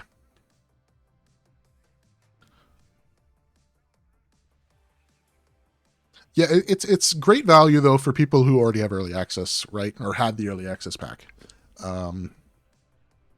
They're probably going to sell it at a discount to everybody, I'd hope, at some point later. But, well, actually, they might not do it at a discount. Yes, Gold Edition is going to come with all the currently announced DLCs. So it's going to come with the North Ag and South Ag campaigns, which is going to add Belgium as a nation, Poland as a nation, Spain. We're going to get some other good ones that I don't remember off the top of my head. I think the Czechs are coming into the South Ag one. It should be really awesome. Yeah, South Ag is a while away.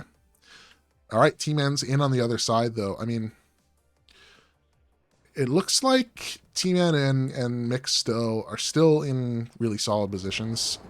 Neither of them have an advantage at this point. I think Mix is doing very well in the city, as he should. He's got a very infantry-focused division. T-Man's doing fairly well in the open, as he should. He's got a heavier tank division. But it's not looking too hot for T-Man still. Mix having control over this part of the map is not good for T-Man. Because him getting back into the zone is not going to be pretty. You had to guess South Ag released around the same time as Broken Arrow. Quite possibly, right? Ooh, the Reservistan Fuhrer. Oh, great job, Reservistan Fuhrer. Getting a hit onto that MI8 rocket. Basically making T-Man not able to use it for now. Meanwhile, T-Man has minimal anti-tank units right here, and the Sapari RPO and Spetsgruppe are just getting eaten alive for it. It is not a well-known fact, but you do damage with satchel charges against vehicles, but you only do 1 damage per charge, so it's not much damage, but you can finish off units with the satchel charges. Meanwhile, on this bottom side, Mix is going to lose that reservist in the transport, but Mix is doing really well on this bottom side. And has regained, or at least killed the CV that was in this top zone. So he is back at a +1 tick. T-Man's going to countercap this bottom zone, but it's going to take T-Man quite a bit of time to get rid of this Reservistan Fuhrer. But yeah, the KDA player is not using any KDA, and also has not used his Zagrod Triad MP unit, which is kind of interesting because on this map, you can get a lot of value out of that just by keeping your infantry's morale higher than the other guy's infantry. Therefore having higher accuracy, etc. Because for those people who don't know, infantry comes with a cohesion, and at high cohesion you operate 100% effectiveness. You go down to normal, you have malices, accuracy reduced by 20, reload by 10, aim time, movement speed, and turret rotation chassis. Obviously that doesn't affect infantry, but that does become a problem, especially as you get further down. Mediocre is not very good, and something that has, for instance, let's see if we find anything in this bad. Nothing really is bad right now. This Machitz now does. Well, it will in a second. This Perry RPO might. But anyway, open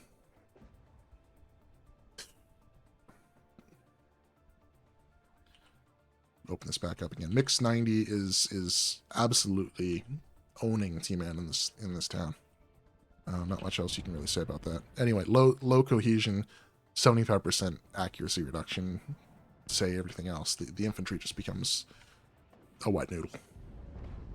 And the MP trait provides a suppression regeneration bonus, but T55 versus BMP Horde, and T55 seems to be losing. Yep, T55 is gone. This is a really pretty game, though. This is a really pretty game. Really pretty game.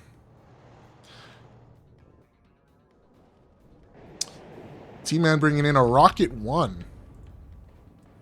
Interesting choice. It's a very interesting choice of planes to have in this deck.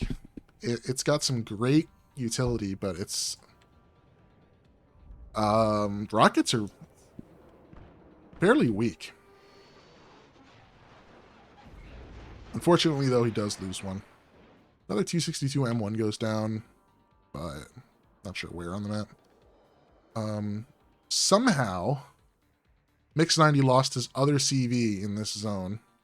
I'm going to guess that Mix 90 had no idea that Revsvedka was in this building and lost it driving next to it. He's lost 2 of them next to this building. Yep, that is very unfortunate.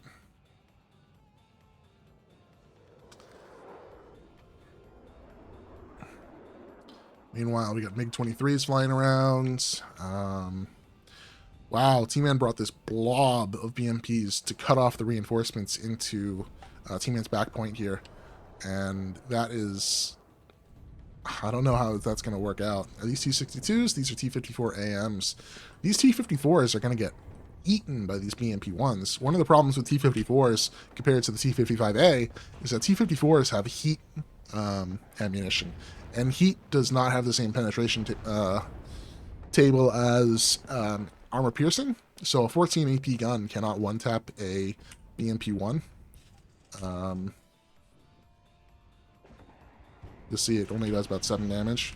Whereas at this range, the T-55A, with its kinetic scaling, would be able to one-tap these BMP-1s. So right now, Mix has a problem with that unit. Although he loses his CV to the rocket strike, though. That's not ideal. He does have a nice tick going, though. Oh, it would be great if this conquers that ammunition, though, because this T-64BB would be in very bad place. But right now, T-Man making a nice march down the middle of the map. Looks like this is where his win condition might come from, is this march down the middle of the map here. With this Metis, Revsvedka, Motostrelki flanking this T-64BV that is just going to be smashing units. All of the Strelas back here, though, are out of ammunition, which is unfortunate. That rocket might have gotten killed, but... rockets did get buffed against buildings, but that rocket vehicle is still just not great. Like, I don't think it's going to kill this Reservistan squad. Yeah, see, like, you'd expect that to kill the Reservistan squad. It didn't kill it. It only got 7 HP damage for 10 of these and... what's that? 18 S5s? I would expect that unit to die. So, yeah, it's kind of unfortunate. Oh, I think Mix 90 has figured out something here. There's no AA for T-Man right now, so all this infantry is going to get minced by this Mi-24P. Meanwhile, T-Man still hasn't fully removed Mix 90 from this bottom part of the map. Although this T-62 is about to die. Die a horrible death. Yeah, it's about to die a horrible death. What? Yep, no, still about to die a horrible death. For some reason, I thought that was going to live. Anyway. Looks like the Mi-24P, though, has run out of ammunition for its rockets, but it did punish the T-64BV. Meanwhile, the Seed's up, and T-Man properly microing his books. It's not known for T-Man to actually micro his radar A, on stream at least. He tends to do a really bad job at it. He's about to lose one, I think, right now. Yep, here goes one. Yep.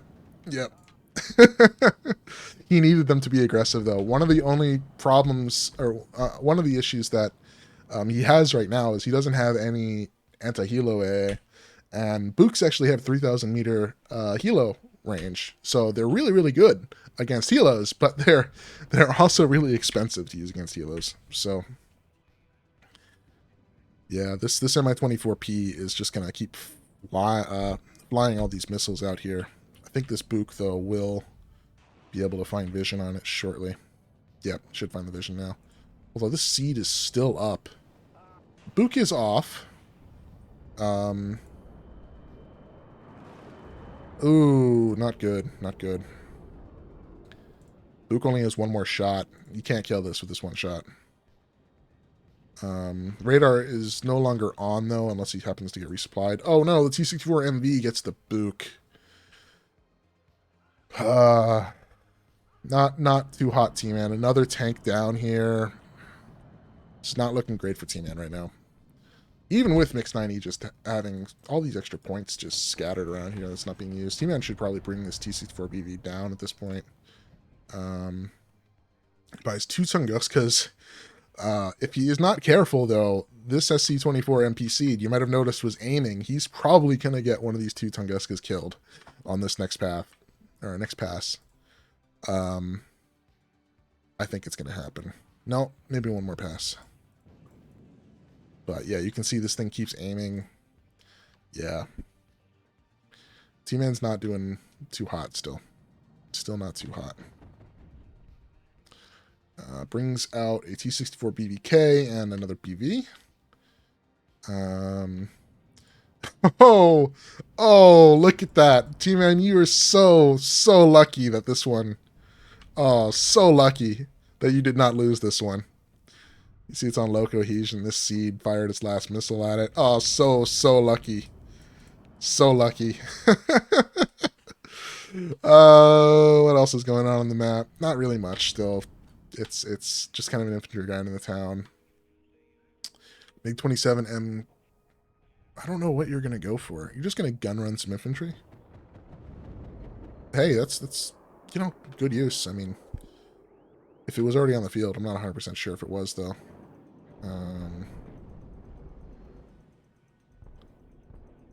Gets a nice hit, though, so that SC-27M is not going to be seen for a little bit, at least. Meanwhile, T-Man can probably use these MiG-21s to do some gun runs, because it is pretty clear that Nix does not have AA at this point. Those MiG-21s went for a long dive. Oh no, more Reservistan about to die for Mix on the bottom of the screen right here. These 2 Motostrelki Schützen have done really well. Mix should know about these by now. Sees the T-62 actually firing at them. He's going to clear up the rest of these units, though. These Reservistan should clear up that Metis, and then, yep, Reservistan finish the job here. Needs to resupply this Conkers. Doesn't have any supply coming, unfortunately. MiG-21 does successfully kill off the T-62 MV that's been sitting here for oh so long. That really should have been brought back to be resupplied. The gun is amazing on the MiG-27, yes.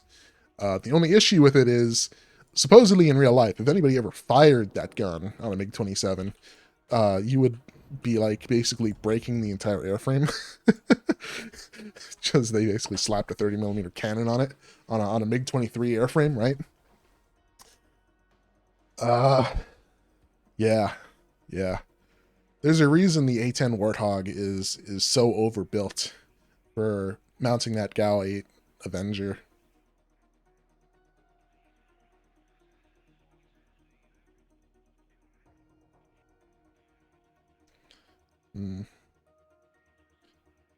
Big standstill, though. Both players just reinforcing, getting their supply back up. T-Man making sure he has AA. He has two more Bucks and 2 Tunguskas. So he has replaced his Books. He's bringing up some more recon. Another T-64. Getting ready for this massive center push that he has to do. He only has 14 minutes. Mix is up 300 points. Mix being smart, though, bringing in another Conkers. Mi-24P is back and resupplied. Not much more else to say in that regard. It would be nice to see single Book, though, from Mix, just to deal with all of the MiG-21s that do exist for T-Man. Or a couple more Strellas, something along those lines, just to punish and not allow T-Man to use these guys for free, because they do have a relatively quick reload. 40 on these rockets, and Because he only uses about 16 to 18, maybe 20 of the S5 rockets on each run, this is only going to be a little over half. So maybe 80 to 90 seconds on these things actually coming back into the game. Meanwhile, T-Man is making his move a little bit here. Moving some recon, and looks like he has his T-64 blob, and this is where his push is going to be. He does have some ATGMs in front of him, and this is pretty open. We're going to get a bomb onto the tank, which does get countered by Tunguska shots. The rocket plane does get tagged once by the Strela, but this is definitely the choice here. The seed is up. Did he turn off his... He did. Perfect. That seed probably is going to get tagged by something eventually. Mix is buying a lot more ATGMs, though. MiG-27M AT is here now. Looks like we're going to get one missile out. And that's it. But this MiG-27 is going to die. I'm almost positive this MiG-27 is going to die. Yep, there it is. Unfortunately, $2 and 2 Tunguskas is a lot of AA for 20% ECM to deal with. Well, he knows that T-Man's pushing up top, and what does he do? He starts to move his infantry that are in the middle. Good on him. There's not much going on down here. Once this T-55A dies, which it should to this T-62M2 or MV, there's not much down here either, really. There's a couple superior RPO, and Mix could easily push this out. And he's now just using his MiG-21s. This might be a mistake, though. He should be going for this Spetsgruppe. No, he's going for the tank. That's rough. I don't know if he saw the Spetsgruppe A or not. But it looks like he's killed one of the BVs. Nope, he hasn't. The other BV's passed. This T-64 BV might get killed there. No, it did not. But a really tight little push up here for T-Man and Mix dealing with it. Although Mix does have the correct responses, right? He has an ATGM on the flank here that T-Man has not been able to get rid of. Oh, the T-64 BVK goes down. Oh, that's rough. That MiG should get out, I think, though, up top. The MiG-21 BIS HE, maybe not. Nope, it got sniped at the last second. But yeah, Mix has a good push going on down here.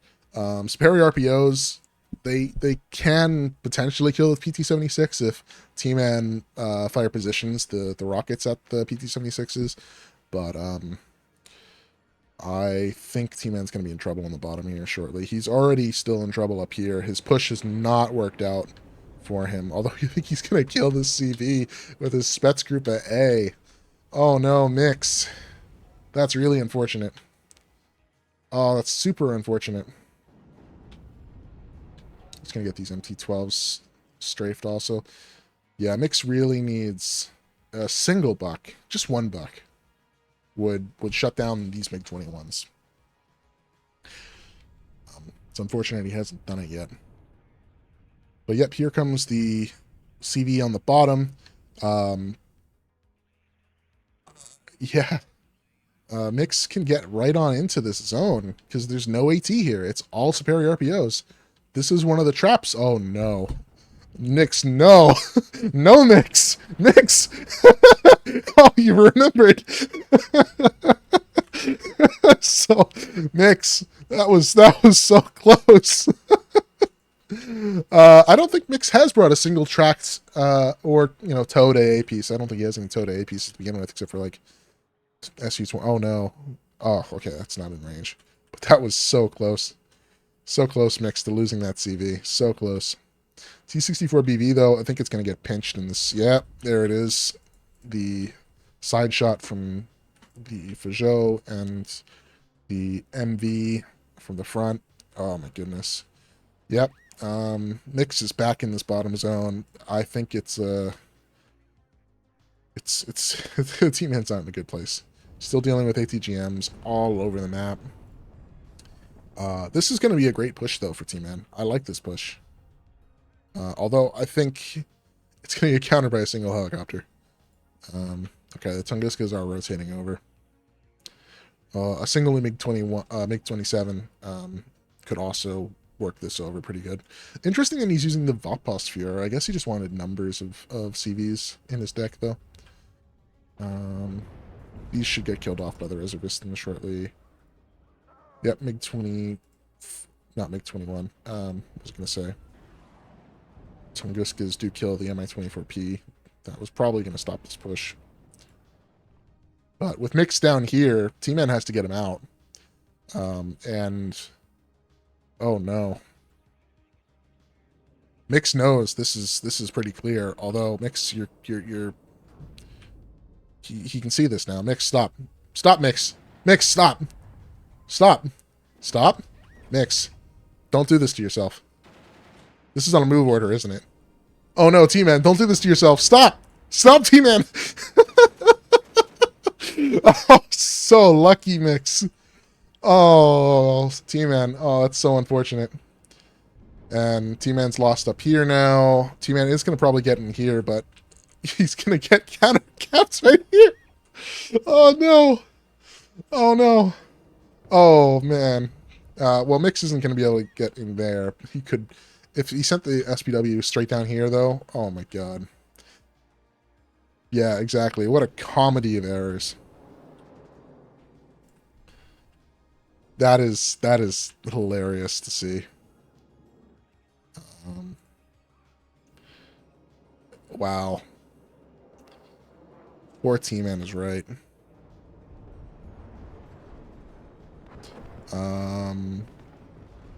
Just gonna mow in here and lose T-62M. It's a little rough. All he needs is the one bomber. He doesn't... I don't think he knows that the Vaposphere is here. He might actually. No, he definitely knows now. But yeah, that's going to end that. And the SPW-40P2 gets away to fight another day. I know he's super competitive, even though he likes to put on facade that he isn't sometimes. Well, you can tell he's super competitive because he always gets frustrated, right? If he wasn't super competitive, he wouldn't get frustrated. That's my opinion on it, at least. But in the moment, when he's streaming, he's having a lot of fun. So this is him in super competitive mode. Did those bucks die? I don't know where those bucks went, but they are dead. They probably get ATGM'd at some point. Or maybe he forgot to turn them off again and got seated.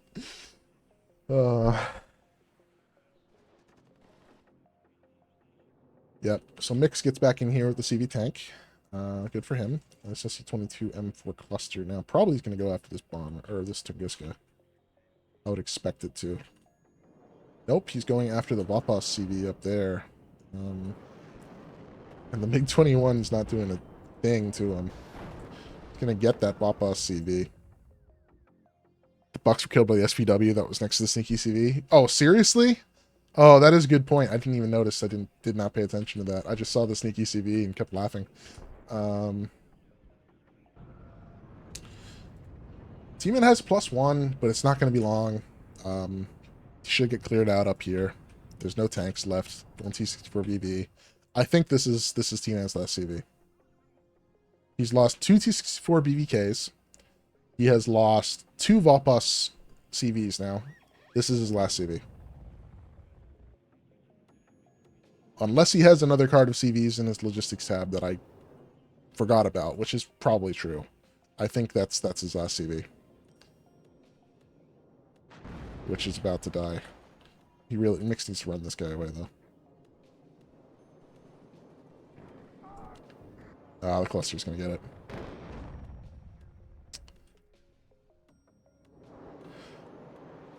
T-Man is just cursed.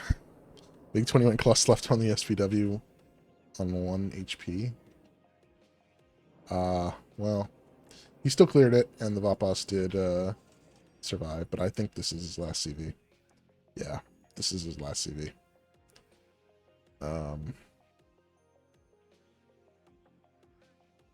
This dogfight is great. like the cluster should catch up to this, I think, eventually. That's better agility. And it's slower. I don't know. This is a funny dogfight though. Yeah, this is T-Man's last CV. He has to run it into Echo. This is worn over for T-Man.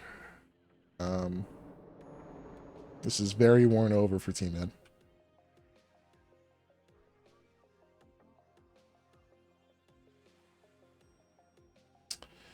Yep. Yep, very worn over. He's going to cluster this T62 MK, though. But it is very worn over.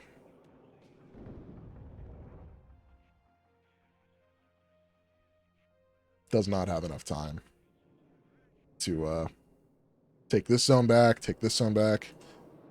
Oh, very smart, very smart. You're gonna unload the Conquerors, put the dude in the truck, and hopefully not lose the CV. I think Mix is out of CVs also. Would have expected him to purchase another one by now, but this is yeah. If that that cluster did not go down,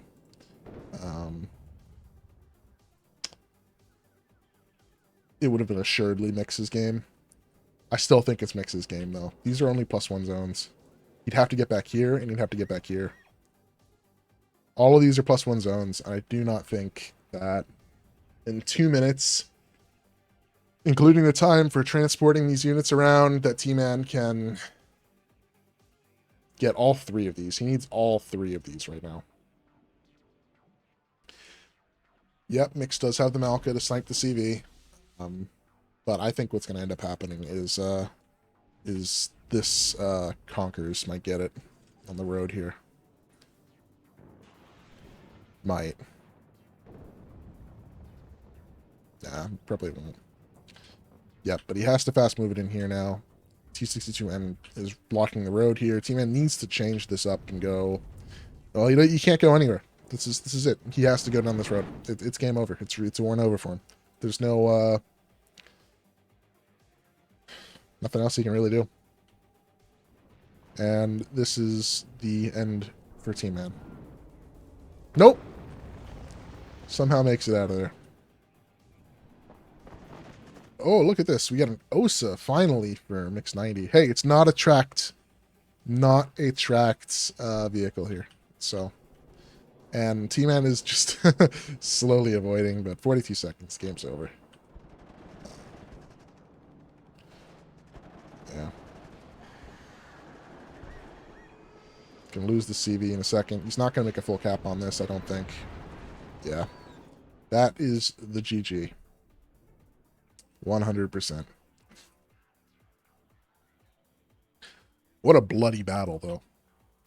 Absolute bloody battle. I think T-Man picked an interesting division to play this map. I know he's been loving 6th recently in his stream. So, but I don't think, I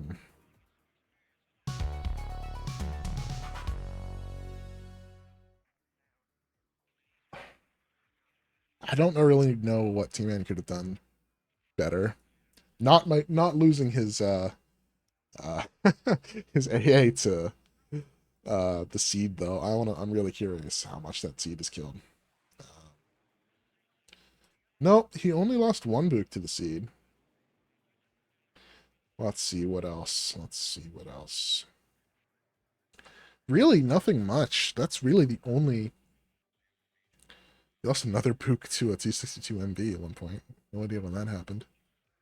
Oh, I remember when that happened. Right after the first one died. But that's rough. That's rough. That's really rough.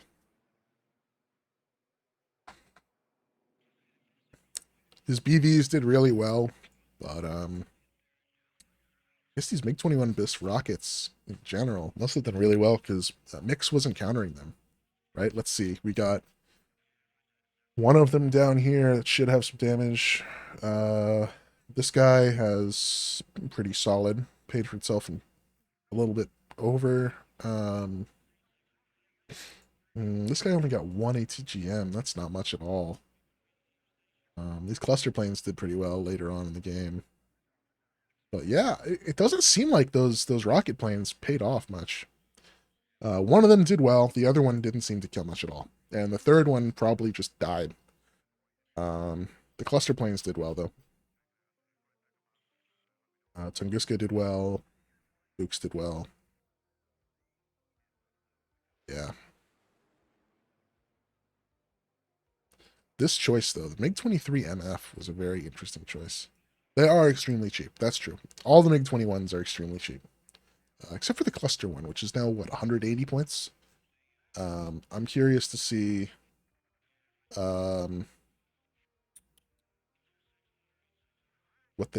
if they ever died. Did they actually die? I don't think they did.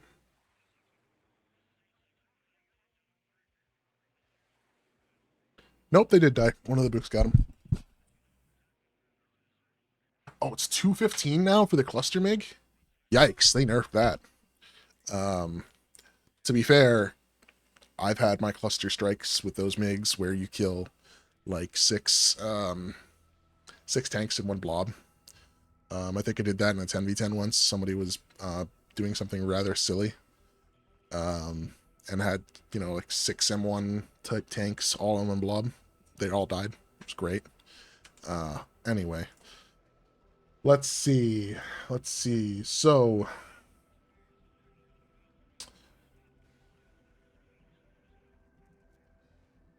Okay. So T-Man and Mix played. I don't know. Let's see what next we got.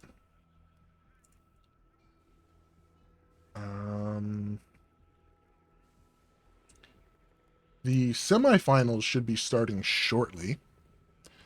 So let's chill out for a few minutes, and then let's try and catch the semifinal games. I think that's what's going to happen, because they should be starting shortly. Maybe we can breeze through a game real quick. Do I have any other good ones loaded? We watched this game. Well, we know the result of this game. We don't know the result of this game. It's also relatively quick. Let's load up this game real quick. Then after this one, we can look at the semifinals. We'll run through this at 2 speed. At least let's get to the full game. Quality based versus Res Nos. I really need to put a panel here to hide these numbers. Let me do that in a second. Just set that up right now, actually. I will copy our lav and paste it in front of it.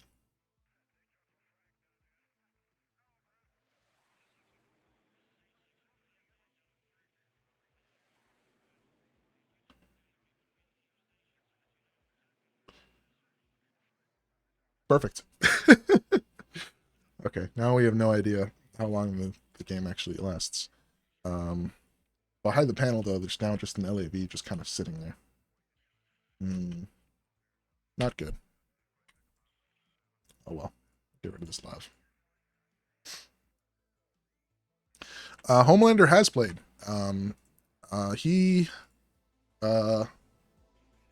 don't want to spoil any of the games, but I know they made it out of the round of 32. Let's put it that way.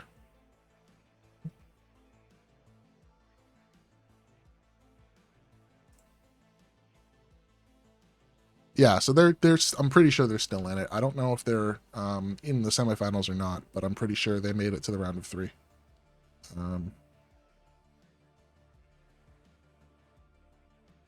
Not the round of 3, the 3rd round.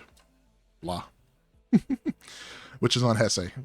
So to give everybody who doesn't know a heads up, the first round was played on this map, which is Mount River Duel. It's not in the ranked pool. so most people don't have a great experience with it. It used to be in the ranked pool long time ago, from what I understand. It wasn't the dual version at the time, though. So the people who've been playing for a long time probably know a little bit about it. But Eugen made a dual version of this map quite recently for the 1.0 release. And here we go. So Res Nos is in the red. It's playing 35th, and quality based in the blue. It's playing 39th. Neither player doing a real big attack helicopter open, but Res Nos is using the Descent Niki in the Mi-8T. I don't quite know why he did that. He isn't using them. They got there at the exact same time as other infantry, but it looks like quality based is having his way right now on this middle point with this T-80B open. Oh, he did an Su-25 rocket open. Ooh. The ZU-23, though, does get the job done there. One Akula comes out really quickly, though. It looks like we have a couple Beryuses for quality base. That's an interesting choice. I guess he wants the Spag versus...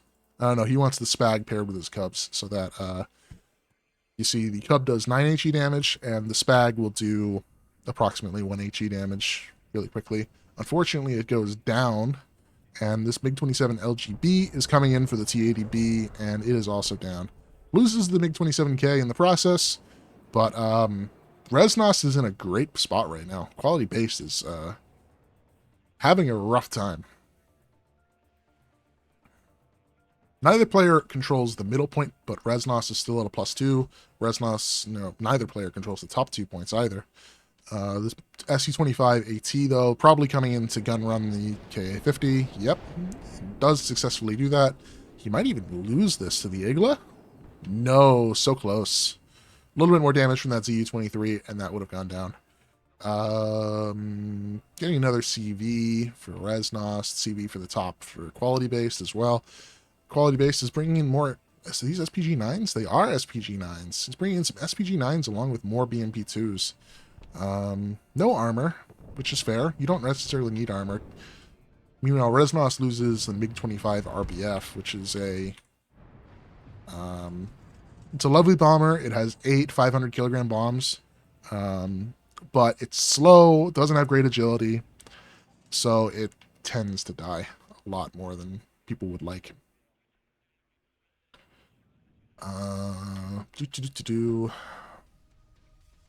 Quality based BMP2 getting almost killed off that by that. Conquer's there. I think it's in range of one of these RPG-7s though, which is not great.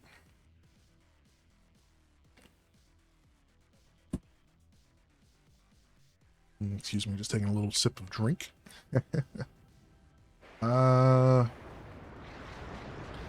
Okay, we're getting the Baby Grad firing here. Doesn't really seem to have done much damage, but the Spetsnaz here are going to clean up the Saperi and BMP, along with the rockets from this Mi-8T Rocket 2. Interesting that most players have started to use these now that they have gone down in price significantly over time. These things are now down to 110 points. The other one, which is the Mi-8MT Rocket 1, which just has half the loadout, is 100 points. They seem to be doing really well. Now that, sorry, not missile, rocket accuracy got a little bit higher buff. So, and the aim time is improved on rockets, etc. for helicopters. Quality base, though, you're not looking too hot here. Losing lots of units for no real gain. More BMP2s. Looks like these are probably these are Motostrelki BTR-60 PVs. Some Descent Niki coming up. Strela and an AT gun. The AT guns are great. They have good stealth. Can't really be spotted unless you have recon there or your infantry's pretty close. But they're great fire support against infantry, other IFVs. They're really, really great units. But Res Nos is just grinding this out really easily. I mean, quality based can send this Su-22M4 or Su-24, I should say, not 2. Blah. gets a few good kills actually with it, and survives this to bomb another day. The grad though, oh, I like this push in the top. All of this infantry is going to push up top here. It's going to get rid of this Metis, and then he's more or less got a free reign to the back spot here. Another Metis to go, but it should die easily. Oh no, he's going into the middle with it. Curious. Okay. Another MiG-25 dead to the Su-27.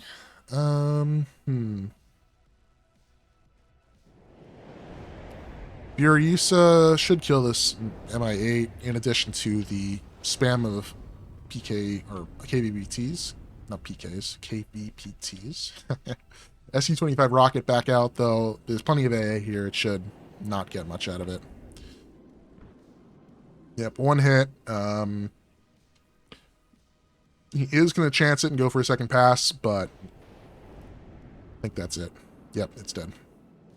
And this entire push, unfortunately, goes down to more Metis and more vehicles, BMD2s, and a Kula. Another Su-24 comes in to do some bombing, and that's really it. Quick game. Res Nos just got everywhere he needed to with this forward deploy. It shows my stats up here for some reason. And that's really about it. Quality Base is a good player, though. 7-0'd so far, so I'm surprised that that went so heavily in favor of Res Nos. I guess forward deploy is still good on that map. Anyway, I need to take a few minutes and go AFK, but then we will catch the third round, assuming the games actually get started with spectator mode. Not the third round, the semifinals. I don't actually quite remember if the semifinals start immediately or if they're going to happen at a later hour. Nope, they are going to start at 12 p.m. my time, which is right about now. So those games should be getting set up. So we will just hang out for a few minutes and hopefully get those games going once they get posted up here.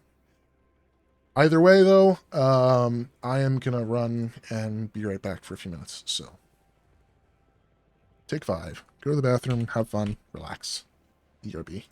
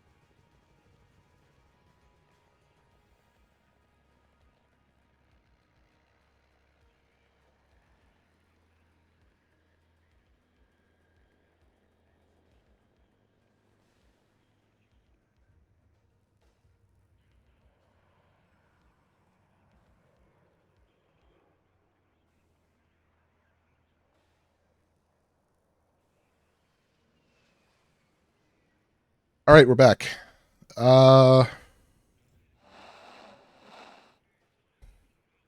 Okay. Well, Lathans versus Mix 90. Let's get into this. It's on 2 Lakes Duel. So let's get spectating. This is the semifinals.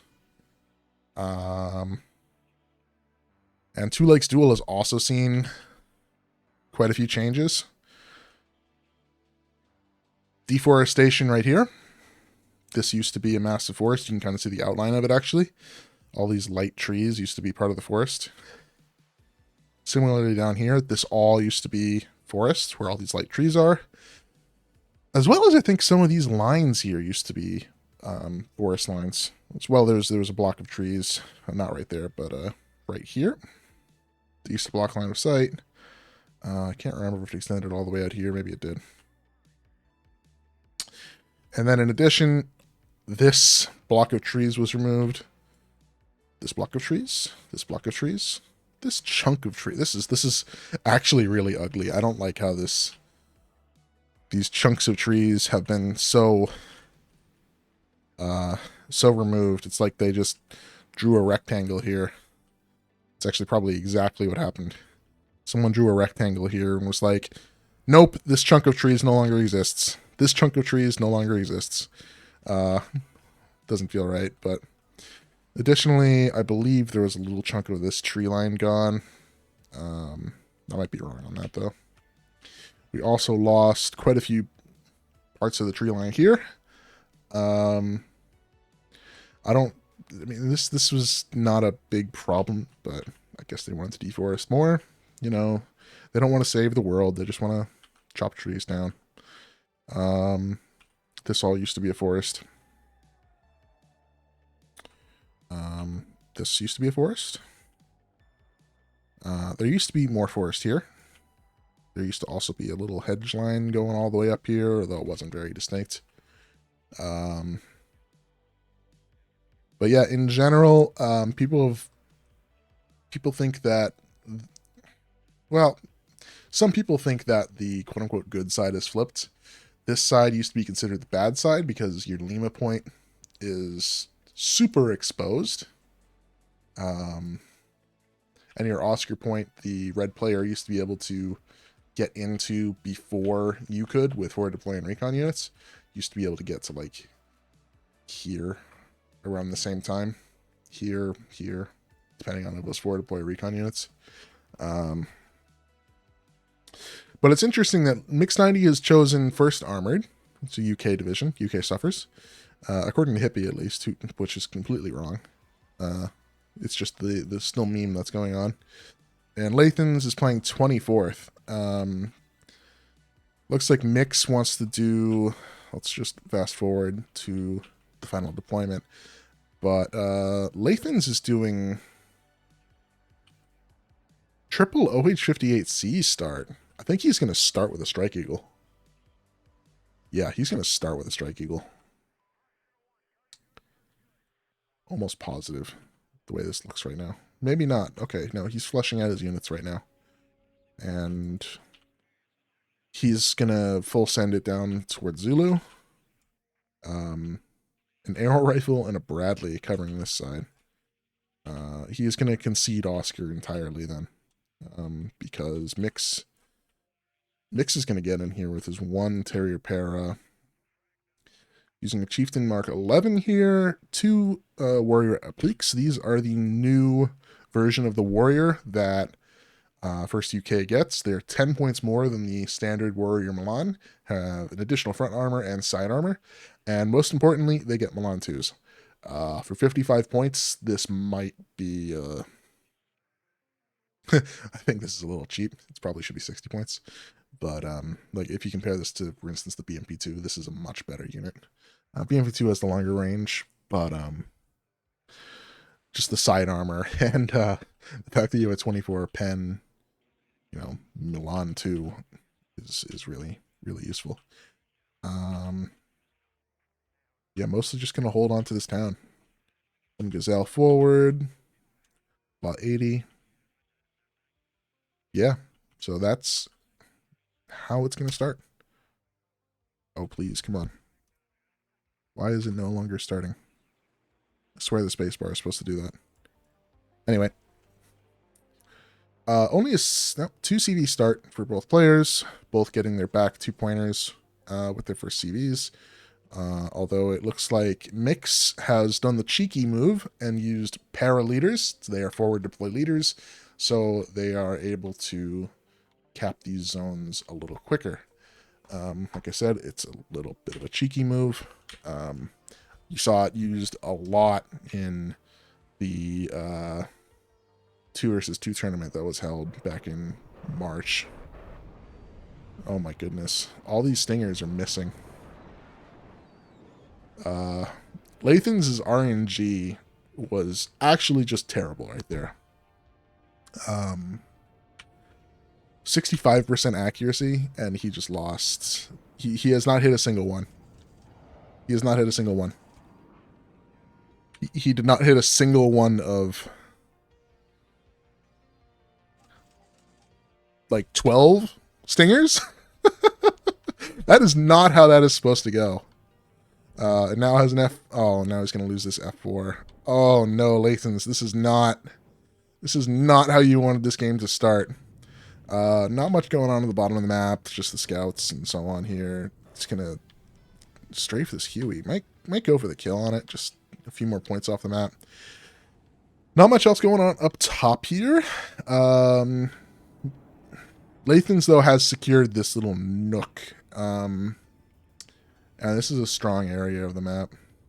Yep, kills that Huey. Not much else going on.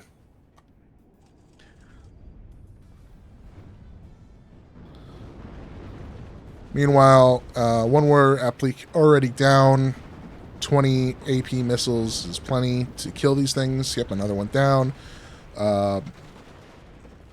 Unfortunately, it looks like Mix is in a bad place right now. A lot of fire support here. There's a CV ready to come in here. That Chieftain Mark 11 needs to kill some of these Bradleys, but I have a... Ooh, GR1HE comes for the M1IP. Let's see if we finish it off with the Chieftain. Nope, the Chieftain does not have a vision or does not see it for the final shot there, which is exceptionally unfortunate. But the Chieftain is getting battered by these ITOs that the M2 Bradleys have, which have 20 AP and are fairly accurate. Considering Lathans does have an MP here, so the majority of these units are not suffering the reservist debuff National Guard units have. You can see that here. They have a reservist trait. The trait itself doesn't show the stats, but it's like 10%, minus 10% accuracy. Multiplicative, not additive. And it's a really nasty thing to have to deal with. Military police are also excellent in town fights. Although it is curious to note that these M16A1s actually have lower accuracy than the M16A2s on base vet. It is curious to note that. So the M16A1s, despite looking like really similar units to like a fire team law, without the National Guard, they're actually worse units in significant ways, despite the 5 points being cheaper. Anyway, Mix 90 has marked the M1IP CV back there, potentially for a bombing run of sorts soon. And looks like Lathans is just going to sit back here. I think he's going to lose his position in this town shortly. It would be really, really nice if a Milan 2 was brought up. Yep, the GR1HE2. I think he's going to go bomb it. He might even kill the Chaparral with the splash. Press F. Does not kill the Chaparral. Gets the CV. Kills a OH-58C that was hovering down there. It pays for itself, but that's really all they can say. I don't think that was worth the drop. Maybe purchasing an artillery piece and just immediately shelling would have been better. Not much going on the top of the map. But Mix can afford to just chill here. Meanwhile, Lathans has purchased his first M109A2. It's a 155mm artillery piece. It's the base of the Paladin that Americans use and other nations use. It's an older version of the Paladin, basically. Those people who do not know. A lot of chaparrals. Here comes the plains, though. Jaguar gonna go kill off some of these infantry on the right-hand side. Fire Team Dragon that's pushing forward. Yeah, that was kind of a whiff. Tornado F3 might come and try and kill this OH-58C. Probably worthwhile to do. Meanwhile, still just grinding infantry into the town here. Not much else to say. Moving up his artillery and buying another CV tank. You really, really want to see some Lathans out of Mix 90. He chose the regular 109s. The National Guard trait is really annoying on the 109s. They're cheaper, but the regular ones are... they fire a lot faster. And unless you get rid of the National Guard reservist trait on the regular ones or upvet them, they just don't have the same amount of DPS output. We're losing a lot of Bradleys now to this Chieftain Mark 11.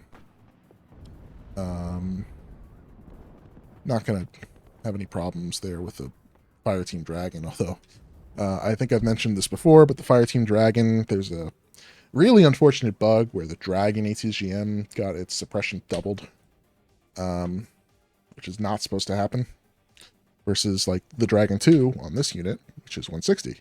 Not supposed to happen. So currently if a dragon hits something, it instantly stuns it. It's a little disgusting. But, you know, I bet the strike team mentioned it or had no idea. Take your pick. So we'll see what happens here. Meanwhile, just engineers. Challenger should, I think, at Vet 2 beat the Vet 1 Abrams CP. They're currently trading evenly. Maybe I'm wrong on that. I think this thing has 3 HP. No, it has 4. This one also has 4.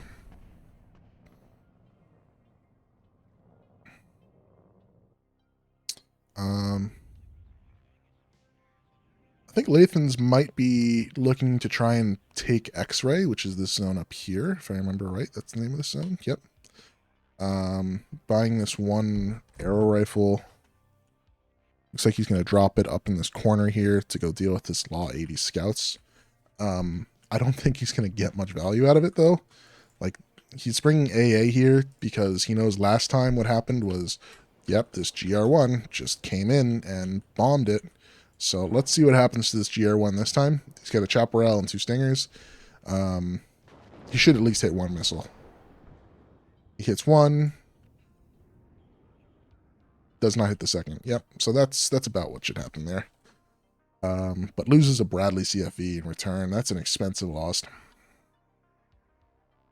Meanwhile, still only 1 artillery piece for Lathans. Mix 90 has finally brought out an M109 of his own. I believe this is actually a better version of the M109 too. No, it looks like it's a stack clone. Yeah, the British one is a stack clone. The West German one is not a stack clone. It costs 5 points more and has longer range, so it, in theory, is more accurate based on the change that Eugen made to dispersion with artillery in the latest patch.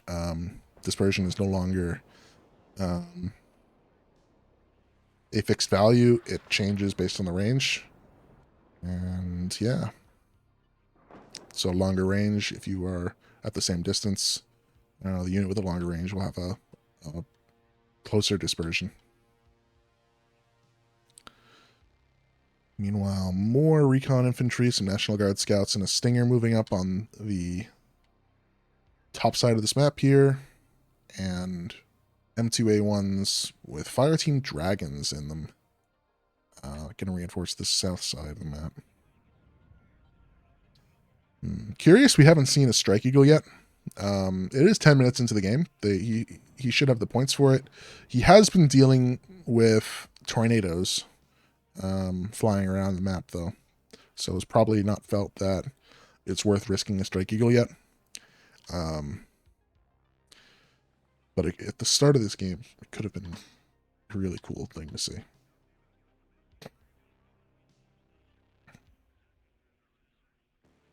Something different. Opening with Strike Eagles. Now, Lathans is just going to try and grind this out. Get value out of everything. Yep, he pings one of the 109s. Not to counter battery it now, but hopefully to counter battery later. But I think Mix 90 is going to be a good person, and Micro is 109s. Yep, his 109, I think, is already moving. Yep, he's already fast moving it down the road. A trick that people can use is keeping your artillery on roads and then fast moving after you use them. Even if you're getting counter batteried, you can start fast moving away and you probably will live. So one problem with that though is don't use it on the reinforcement roads, because if you can't get counter batteried on a reinforcement road, and you have reinforcements driving down there, you might lose some reinforcements. Meanwhile, we're getting up in what looks like an ITO. Yep, an ITO and another National Guard Fire Team Dragon, and another ITO and a Stinger on the other side of the map. But yeah, Mix 90 is in a nice position right now. He doesn't have to push, although he is about to push on the south side of the map, it seems. But Lathans is building up.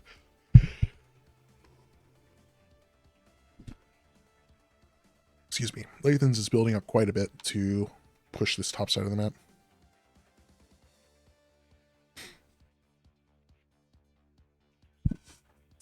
The horde of UK infantry pushing across this open field now on the south side of the map.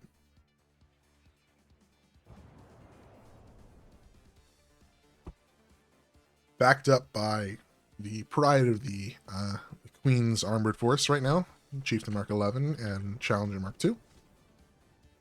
And some Warrior Appliques. But Lathans, this building here, I don't know what I just did. I think I took a screenshot. Lathans knows about this new building.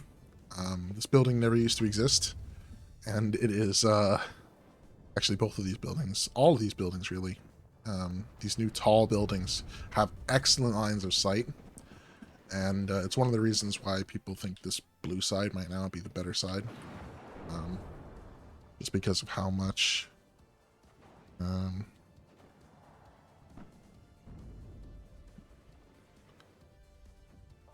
vision that actually provides, like on vehicles when you're pushing. You see how Mix has basically lost his entire push. He lost all of that infantry trying to push this when he had no need to do that. Really, he had no need to lose that stuff. But he pushed anyway, and he did get counter batteried once, it looks like, by Lathans. But now Lathans has more Fire Team Dragons, some ITO infantry, infantry, jeeps ready to go. Mix is bombing the CV tank, although he might lose that Jaguar. Yeah, there's a lot of AA now on the map for Lathans. A couple Chaparrals, a couple Stingers, spread out nicely. So these dive bombers now are going to have a not so easy time. It'd be nice if Mix had been marking some of these Chaparrals, though, to artillery, which I don't think he has been doing. Unless he has been queuing up orders with these things. Nope, doesn't look like he has. Yep, on the top side of the map now, Lathans is making his move to secure the forest right here, so that he will, in the future, be able to push up into X-Ray. Not much else really to say. That Tornado F3 just got super lucky flying over both of those Chaparrals like that.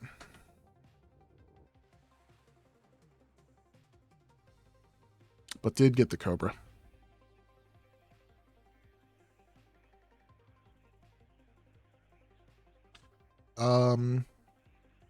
It is kind of curious though. So these Stingers are getting upvetted significantly quicker than before. If you look at this, this thing is a Vet 2 Stinger right now. I don't know if it's killed or at least done damage to 2 planes. But the change to vetting up infantry seems to be paying off really well right now for Lathans. If you didn't know, the change is that it takes 20% less XP now to go between each level. And that's pretty awesome. It was very, very difficult to go up from like Vet 1 to Vet 2, for instance, before that change.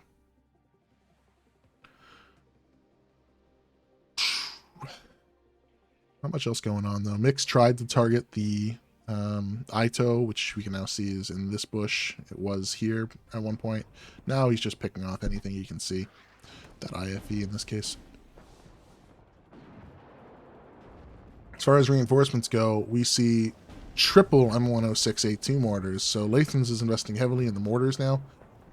Obviously, Mix is heavier into the heavier tube artillery right now and is reinforcing this town with more infantry and reconnaissance.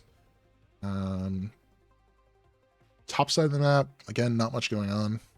But Lathans is looking like he's going to try and make a push shortly on this bottom side of the map. Bringing all these mortars is usually a good sign that something's going to happen down there. Although he doesn't have the greatest unit composition to make a push right now, he's probably going to wait for another IP Abrams and a little bit more beefier infantry. What Mixed has down here right now is very, very solid with the number of tanks. I think he has 4 heavier tanks right now, 2 Charlie 2s, Charlie Mark 2s, not Challenger 2s, and 2 Chieftain Mark 11s. With some good AA covering also. These tracked rapiers in the city should have some good coverage for any planes that want to come in, although Strike Eagles will probably pick those off pretty easily if he ever chooses to use them. Meanwhile, Lathan's just getting ready to counter battery everything. Not much else going on. Top side of the map looks like might be where he is planning on pushing, actually. Has the M1 IP, has a Bradley Recon, a regular Bradley, etc. But Mix looks like he's already ready to deal with that.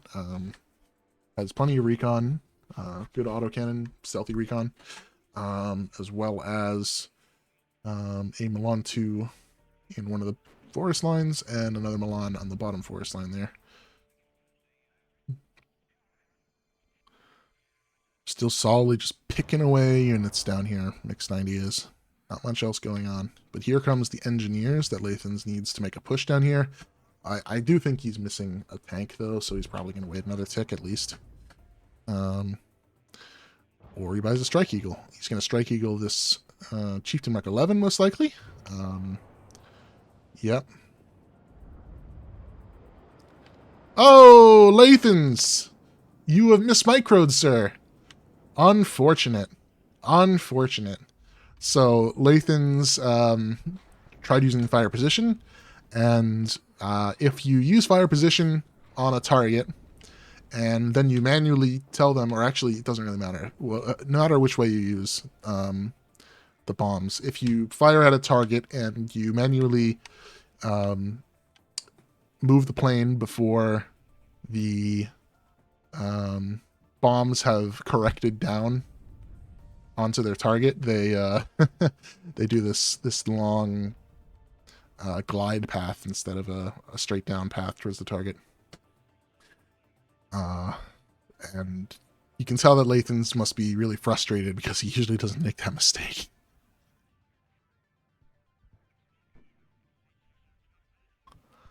But here comes the smoke wall. Gonna use that to try and block off any sort of push happening. Not block up any sort of push, any sort of fire support for these engineers that he is blobbing up here shortly to move in with. But not getting any value with that Strike Eagle is unfortunate because this Chieftain Mark 11 is in a great position to kill some of these engineers on their way down this road. Unfortunately, Mix does not know they're coming, so it's in a bad position right now. I don't think these engineers are going to make it into the town. No, he's stopping early. Curious. I wonder what his choice was then. The M1 IP here is just getting shot at by a Milan. There's another Milan 2 here covering this open field. It is really interesting how this field is now so open. Opening up the side town here, that this Bradley's probably going to die. No, the Milan is firing at the IP Abrams instead. One helicopter, a Hellarm or something would be great up there. Meanwhile, more smoke. It looks like maybe... I mean, he wants to get into this town. He has to, right? He has 19 minutes to get into this town or to get into X-Ray.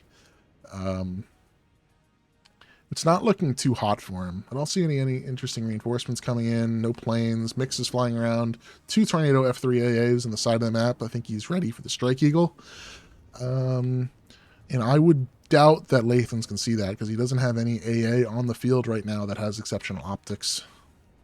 Or good air optics. The Chaparrals have decent air optics, but you need radar AA to get the highest level of optics. In the middle here, though, oh no, this routed M1 IP and Bradley CFV getting sniped at by the artillery. Quite unfortunate. Losing that Bradley does not help. Now this warrior can pick off the recon that he has in the open here. The Tornado GR1HE gets sniped at by 2 Chaparrals, loses 1. Just tuning in, Taro Division versus 1st Armored. No, it's 24th National Guards Mechanized Infantry. It's really just 24th Mechanized Infantry, but versus 1st UK Armored. 24th shtick is it has National Guards Infantry. Taro Division. Hey, there's no Taro in Georgia. I don't know what kind of vegetable that is, but yeah. Looks like a hop, honestly. Anyway, the Strike Eagle's in, although I think he's going to lose this Strike Eagle. I think he flew a little too close to the sun here, and I think that's a dead Strike Eagle. Yep, that is a dead Strike Eagle. I don't know what he got in value for it. He got a Chieftain Mark 11, actually, in value for it, but Lathans is not looking too hot right now. Challenger Mark 3s up top here are going to punish any pushes that Lathans really makes here. Although he's got the Bradley Swarm right here. These are all National Guards with National Guard fire teams. No MPs, though, so I think he's going to have a rough time. And these are 2 rifles in front of him. Oh, no. Boom. Yep. That's rough. Lathans, it's looking kind of worn over for you. And yes, the National Guard spam is great. The one problem with it, right, is... Well, I shouldn't say there's a problem with it. The reason you do the National Guard spam is mostly for the cheap National Guards Abrams, right? These base M2 Bradleys versus the M2A1 Bradley, which is no longer on the field. But Mix 90 is now just holding on to his lead, defending... Successfully pushed off Lathans a couple times now, pushing into this town. And it's not looking great for Lathans. He hasn't lost any of his artillery. These 3 109s and these 2 109s still on the map for both sides. I think that must mean that Mix has a 4th one. He has not purchased it yet, but he could definitely afford to now. He doesn't need terribly much more on the front. All this artillery is going to murder this MP, though. Nope, he has moved it. Curious. Wonder why he did that. Mortar's still just providing a bunch of smoke for Lathans to walk his MP infantry forward with. But I would imagine Mix has targeted all 3 of these artillery pieces. Oh, he's just going to go for the CV tank, which... That's a choice, too.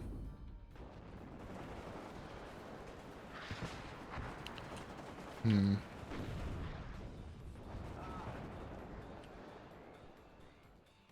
think the infantry is going to get into this town right now, although Mix does have a Oh, those are all javelins coming up behind. Would be a good time, perhaps, to purchase his horde of gazelle rockets.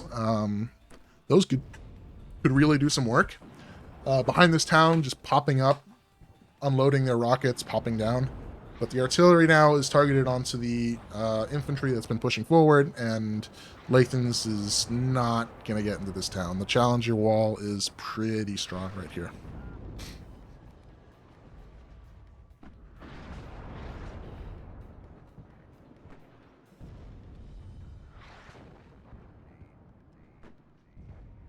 Not much else going on. Top of the map, nothing really. Lathan's bringing in more arrow rifles, lots of these Ito trucks. I'm just going to put over here. They're not going to make it there. Not with the way the game's going. But yeah, Mix 90 has a lot of value here that Lathans does not have because he's had to push the entire game.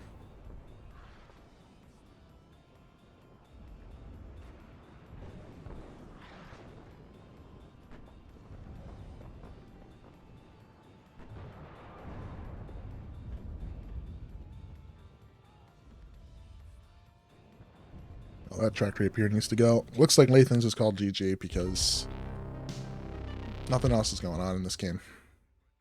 Yeah, Mix is up almost 2 points. But hey, Lathans has lost. This is my stats. Lathans has lost. It's one of the favorites to win because he always is a favorite to win. But really great game from Mix 90. He's had a really, really good run. Yeah. Wow. Great game. Let's see what kind of value he got out of the Strike Eagle, though. I don't think he got anything. I thought he had a Chieftain Mark 11. No, he brought in at least one Strike Eagle and didn't kill a thing with it.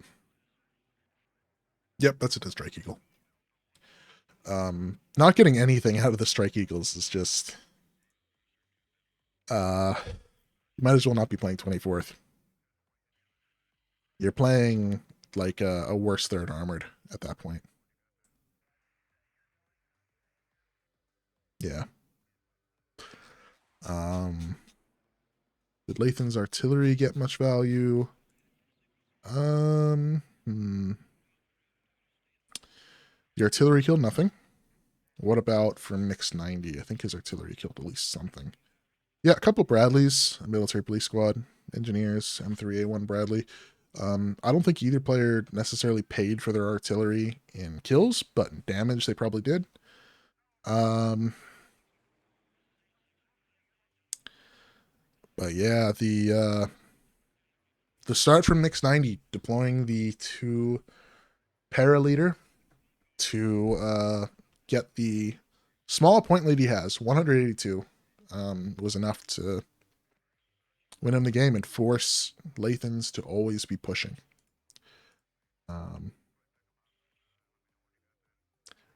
Yeah, good game. Okay, there should be one other game currently being played.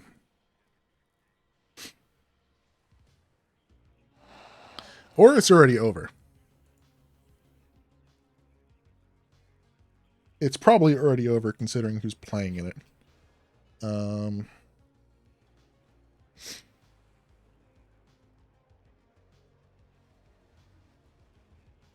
No, I guess they just didn't start at spectator mode on.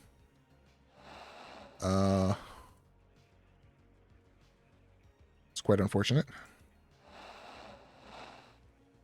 In that case, let's go download one of the replays from round 3, Procomiac versus Tiberius-Rancor.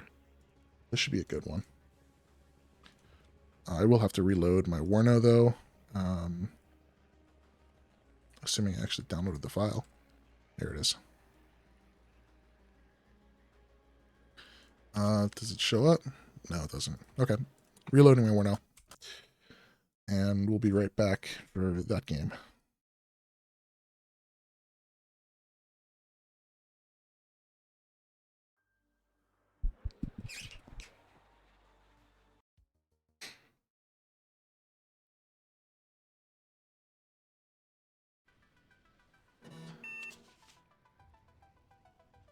Right.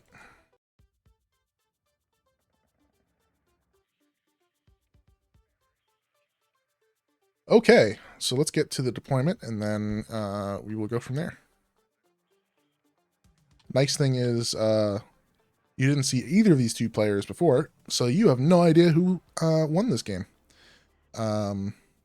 Unless you have been following along in the challenge bracket or in the associated channels on Discord. But this is going to be a good game. Pro Combat has been playing 5e a lot, it seems like. We saw him beat Mandoz with 5e, the other game, a couple hours ago in the round of 2, I believe, where they were playing on Death Row. This is the round of 3 game between Pro Combat and Tiberius-Rancor. Tiberius is playing the 39th Motostrelki division, which is it's kind of fallen out of favor in recent times, but it looks like he's going to do an SU-25 start based on how much mass he has on the field right now. He might not be, though. Yeah, maybe not. No longer looks like he is. He's going to spam the rest of the map. He's not going to just run down the middle with all these units. I don't think he has enough points for an SU-25 now. He might, though. He does have an MI2, so usually that indicates an SU-25 start. Probably to counter all these things, but Pro Commie probably has an ASF to start the game with. These AMX-10 RCs, though, are so good in open fields. I expect Pro Commie is going to absolutely dominate the area here between all these hedgerows with these AMX-10s. And he still has good enough infantry to play in the city, but let's see where everybody goes. Pro Commie is going to try and get really forward with these AMX-10s. Really forward. Meanwhile, Tiberius is just going to play around Lima with a few guarding units around Alpha. A couple SPG-9s, which are, you did not know, recoilless rifles. They can fire at infantry and vehicles fairly effectively. Just low accuracy. And the T-80 BBK is also going into Lima. Tiberius has started with 2 CVs. Pro Commie has only started with 1. Neither starting with any planes. So, very interesting. So far, only a UAZ killed. I don't know if anything's died up here. Wasn't quite paying attention to that at the time. Gazelle Hot 2, though. Beautiful unit to bring out right now. He's going to kill this BRDM. Nope. Yep. Gets the BRDM2. Conquers. Big Chloride. How are the weights? Doing pretty good, honestly. I go back Monday, but today is for beer. That Roland should kill that. But, yeah. Oh, yes. I forgot about that. It's Pro Commie and Tiberius-Rancor. I think when I started the game, it just went away. But, yeah, it looks like one of the AMX-10 RCs did go down to one of these ATGMs up top. This AMX-10 RC getting killed by the T-80 PVK, quite unfortunate. But I think Pro Commie got what he wanted out of this. He got into X-Ray with his recon unit, and he still has AMX-10 poking around up here, just cleaning up some of these ATGM vehicles. Chloride today's been a very much beer for me too, sitting on a curb watching Tony phone and concert goings thinking I'm a junkie. Okay. But yeah.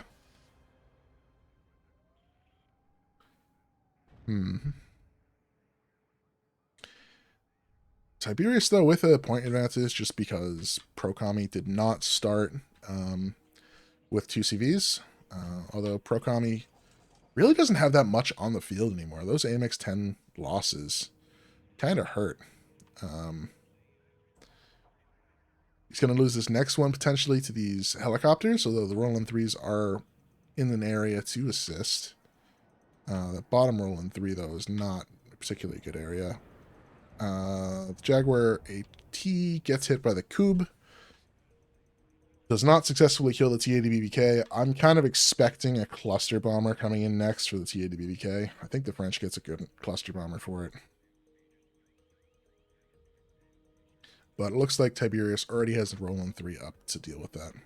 But he's flying it right into the middle of the Roland 3s. Not Roland 3, a MiG-23 MLD. Yeah, he's going to potentially lose this to the second shot from this Roland 3. Ooh, just in time. Sniped by the Jaguar AT. Okay, so he didn't send the cluster plane after it. He sent after the Jaguar AT instead. But yeah. Oh, I thought the French also got a Jaguar cluster, similar to the British. Is the French cluster just the Mirage? Because, yeah, that's unfortunate.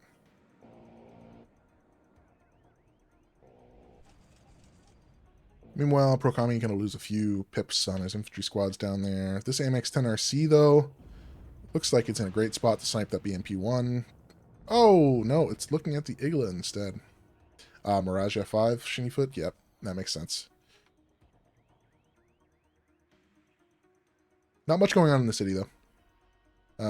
Tiberius is just pushing forward straight in the middle. And Procami getting some Gazelle cannons to deal with this. That Roland 3 is not going to be able to kill that MLD because it got another one of the helicopters that are on the map. And looks like this one's also going to go down to a Roland 3. Tiberius, this is really rough, I gotta say. Quite a few units down to those Roland 3s just then. And no AA on the field to speak of, except for the Cube. So I think these Gazelle cannons are going to have a field day in the middle. 11E gets the Jaguar cluster. Ah, thank you for reminding me. I don't play enough 5E. I played them like probably 10 times in total.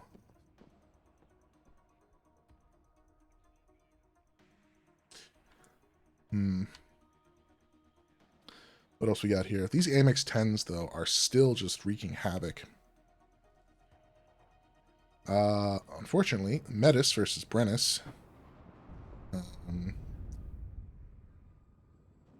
Brennus is in range to use its autocannon, and these Gazelle cannons are also just going to open up in a second. So I don't think this Brennus is going to die, but damn, it has taken some serious damage. Meanwhile, P4PC gets the top point, so Procami will be on a tick shortly once he has fully capped that zone. We have a Strela 10M from Tiberius, because he is clearly recognized he is not in a good position right now when it comes to AA. Unfortunately, the Jaguar AT gets one-tapped by a Vet Zero Cube. That 30%, I think it's 30% on the ATs. I'll have to check that once I see the next one. ECM not paying off at all. Considering that was almost like max range for that Cube, too.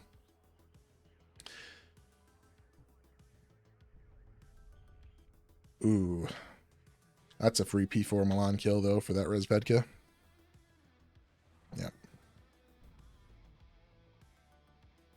Kami could use some infantry recon up top, or any recon in general up there, but he's running away from it now. He knows that there's something up there.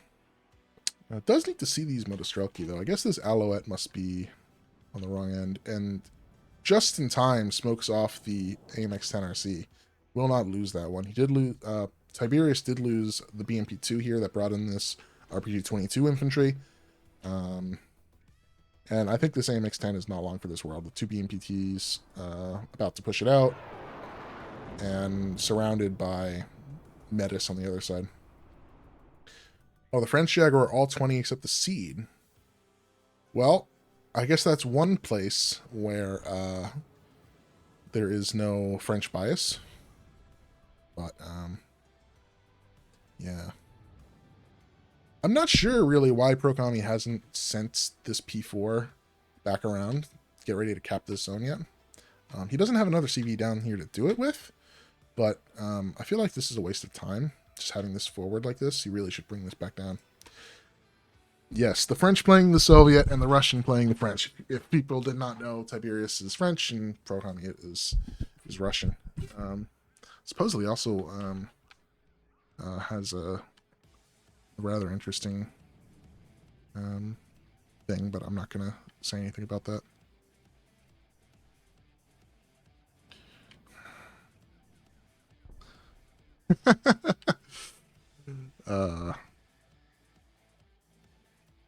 This cub is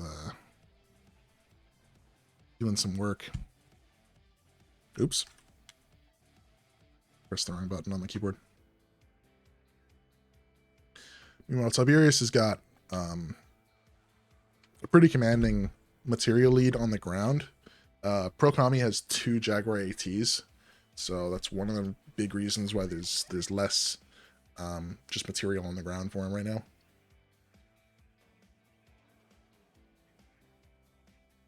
But he really needs to cap that back center point before Tiberius gets much of a lead. I think now he's realized he has to do that. Yeah, this has been a waste of time, though. This just chilling here. Should have routed it back to by his Gazelle cannons sooner. That way he could take advantage of that as soon as his infantry cleared the way. On this side of the map, though, Tiberius is going to move his SPG-9 in to fire on these Voltigeurs. I guess he has to move one more building forward. Yep. And I think Kami is going to be able to clear these units out with the MX-10 fire support. Meanwhile, we hear it playing. It's another MLD. This is the good version of it, I believe. Yep, with the long-range missiles. Not the cheap version that only has R60s, which are short-range missiles. I would hate to learn that Pro-Kami just kind of gave up his win, potentially, in that move by not having his CV in the correct location. If he loses by 70 points, that's going to be a deciding moment. Just the choice not to do that.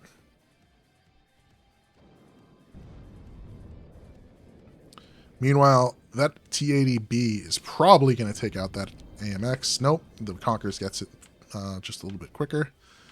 And Pro-Kami is just losing infantry. Tiberius is doing a great job at meticulously clearing out these infantry squads. That was the last of the AMX-10s on the map, at least. I believe there should be one more AMX-10 RC Surblind and 2 more AMX-10 RCs. The prize right now is $200. First place gets 100, and then so on. I think I go to Macherino. I don't think this is the right tournament. No, this is the right tournament. Now it's $255.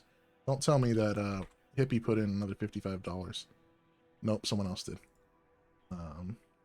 But that is the tournament, and the prize is listed there. $255. I put $100 into the pool because I felt like it. And then Hippie is the person who organized it, put $50 in. A couple other people put a few bucks in. So it's really just a nice little tournament. The last one, at least the 2v2 tournament that was hosted a couple months ago, ended up having like $1,169. Very nice. In total. So we're getting up there. Someone donated $500 to that tournament. I don't know who that was, but it was a pretty penny. So anyway, Pro-Kami's got a bunch of these AMX-10 AMX-30 B2 Brennises ready to push down the middle. He's going to kill this T-80B if Tiberius is not careful. Unfortunately, he is made of a critical fast-moving error with one of his Roland 3s down this road, losing it to a BMP-3 or maybe potentially the Menace. I'm not 100% sure. But it was definitely to an ATGM at least. Tiberius still has a nice wide front down here, just able to protect himself from any cheeky shenanigans that Pro-Kami might try. Meanwhile, Pro-Kami doesn't kill this T-80B. Looks like he lost one Brennis, which is really unfortunate. And I agree, it is a great map for SPG-9s and Metis teams and similar. This Brennis might get another shot off, though, on the T-80B. Nope, right now it only has vision on the Motostrelki. The pro Kami, down 82 points. It is on him now to push one of these 3 zones in the center that Tiberius has, or do something crazy and sneak the back zone. I mean, it's possible. The map is so wide that a sneak is very, very possible. But Tiberius has that very well covered off right now. B2, if he stays in here and gets one more hit off on that T80B, which he won't, but he snipes the Cub. Ooh, that's unfortunate for Tiberius. Yeah, that's quite unfortunate. Still has his Sterla 10M and a Cube up on the field, but I bet he wishes that Cub was a little bit further back now. Meanwhile, Tiberius probing ahead just with this one Motostrelki, runs into the Escort PC. For 25 points, this is a great unit. It's got 8-man and security trait. It's mostly a meat shield squad, right?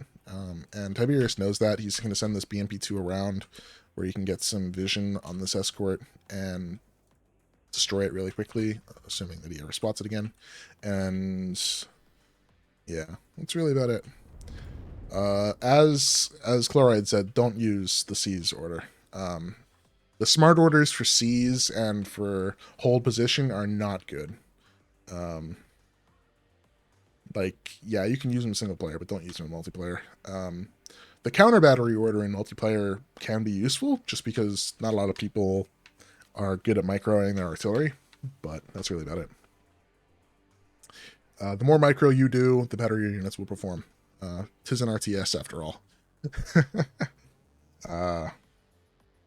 Although this game does not require nearly the levels of micro that StarCraft or Age of Empires 2 might. So you got that going for you. This one Gazelle cannon, though, with this Escort PC is probably going to kill off this Motostrelki. It looks like Tiberius, though, is going to make an attempt on November, which I believe is this point down here. Yep. Just kind of setting it up with more recon and ATGMs. And a nice little chunk of infantry is coming out here. 2 Saperi and a 3rd one on the way as well. Meanwhile, we're back in the middle here. These Brennus are back up, and looks like one engaged this T80B. But Tiberius has another T80BV around, which the difference between the BV and the T80B, for those who don't know, the T80BV comes with Contact 1 ERA, which in-game gets modeled as an additional side armor and an additional HP, versus the T80B, which does not have that additional armor or max damage.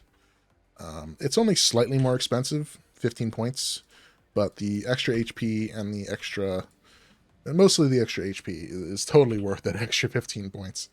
The extra side armor also, because you cannot get side shot by 20 AP heat ATGM missiles or 20 AP in general, which a lot of tanks have also. So needs to be 21 or higher. Actually, should say it needs to be even more. Whoa. I'm sorry, my controller just keeps hitting on the keyboard. Wish I had moved that out of the way now.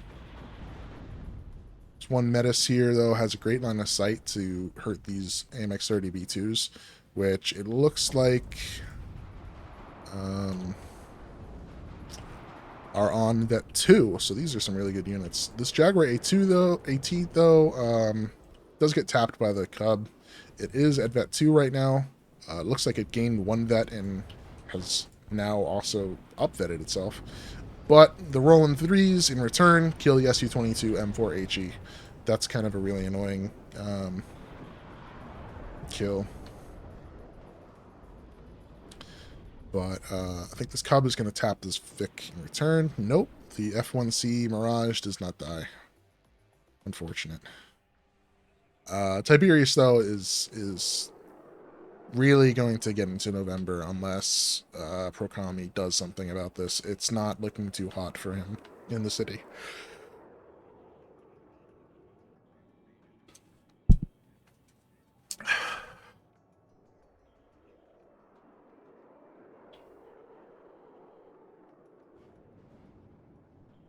Meanwhile, Prokami knows that, you know, the AA situation in the middle is not as hot as it used to be. There's only this cube left in the middle, which is going to run out of missiles fairly quickly. And these Hot 2 Gazelles and Gazelle cannons can do their worst to all this armor here in the middle.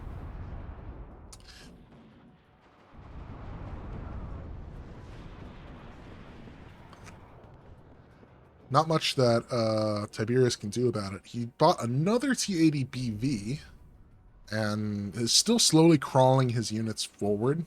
Prokami has decided to send in a Sapper's Flam and Grenadier Voltigeur to hold on to November at least, so he shouldn't lose November. There's a lot of points right here that could probably get shifted into November by Tiberius. He does have a pretty good chance of getting in there.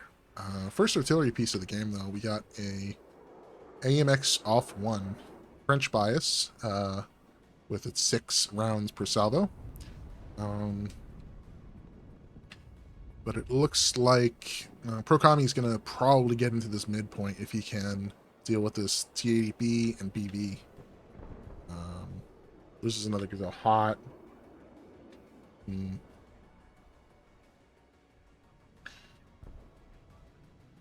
These the Brennus? No, these are just base vet B2s. Which... unfortunately, he needs to smoke that off and save those real quick. Looks like this MLD might go down to the second shot from the Roland 3. It does. So those Jaguar AT planes from Prokami in blue should have a little bit more free reign, at least against enemy aircraft. This AMX-30B2 is going to get a shot right into the front of that BV, though, and if Prokami is aware, he's going to be able to take care of this really, really well with this Gazelle Hot. Nope, Gazelle Hot misses.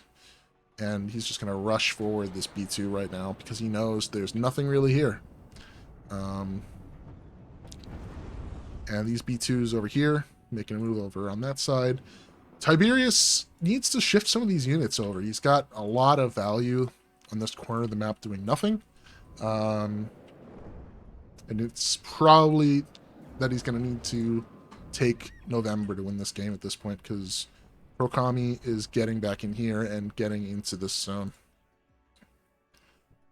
pretty effectively. Looks like these B2s are going to do a good job flanking and potentially killing this. Oh, that BMP might make a mistake. I think it made a mistake. Goodbye, BMP. And this T-80B is going to probably die to this T-80B as well. Oh, no. Or these AMX-30B2s. Nope. He might just be fine. Gazelle Hot gets the kill, I think. This Gazelle Hot is out, though. He needs to pull it back now. Well, Tiberius is going to get in here, I think, with this with the BTR-60, but I don't think he's going to get a full cap. He is trying to work his way into this building, I think, but now he's going to go around to the backside. Yeah, he knows that there's something in the front. Gazelle Hot might catch it out, though, if he doesn't move up too far. BMP-2, though, is going to eat it up before the Gazelle Hot can kill it. Unfortunate. Ooh, unfortunate. Oh my god, the Gazelle Hot lives, and these Grenadier Voltigeur are going to hop into one of these buildings and eventually find this BTR-60. And I do believe he's not going to get the full cap on it. Assuming Prokami moves. Oh, come on, Prokami. Come on. Meanwhile, in the middle, Gazelle Hot 2 still up, but now no ammo. Misses its shot on the T-80BV. But Tiberius, in his desperation, is about to drive straight into a Grenadier Voltigeur Apilas. And that's bad. Yep. One hit, and now the B2 should come back and finish the job. The PLS has 21 penetration and has a rate of fire of 20. It's basically a law on steroids. Oh, you gonna get one more shot off with this? I think you will. No. With this B2, when the smoke clears, the smoke has cleared. Oh, it does not get the kill. That would have sealed the deal, I think, for Prokami. But I think, I don't think Tiberius is long for this world anyway at this point. Prokami has done a great push in the middle. Tiberius just finally has loaded up these Saperi into these BTR-60s. Has so much down here. This is like 300-ish points worth of units. This is another 200-ish points worth of units that could be doing something instead of just sitting on the side of the map. However, Tiberius has this BTR-60 PBK just driving around the back. It looks like he's going to do some shenanigans to try and clear everything up.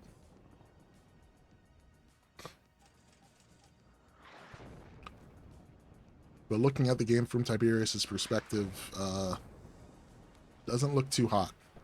Doesn't look too hot. His T80BV is not too great. Yep, gone. You think the sluggishness with unit usage is because even the top players with their map knowledge and experience is limited? To a degree, but I think Tiberius plays a lot of 2v2, and I'm pretty sure he's played a lot on this map because he played it for the DEF CON 2 tournament as well. So he should know this map pretty well. I don't think, of all the people, I don't think Tiberius has any problems with this one.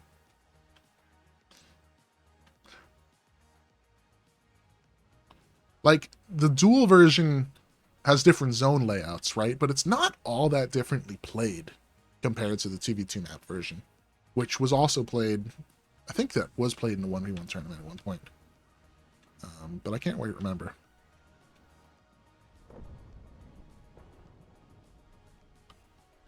Yep, those Saperi, though, are almost into November again.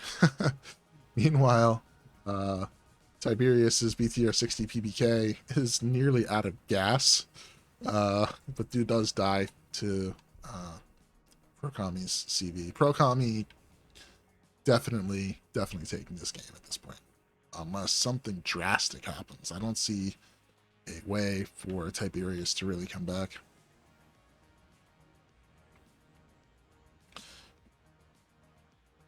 Prokami just kind of flexing his air power right now. Not much really going on. These sappers will die to the commandos. Be nice if the commandos were actually in a building, but sappers will die to the commandos.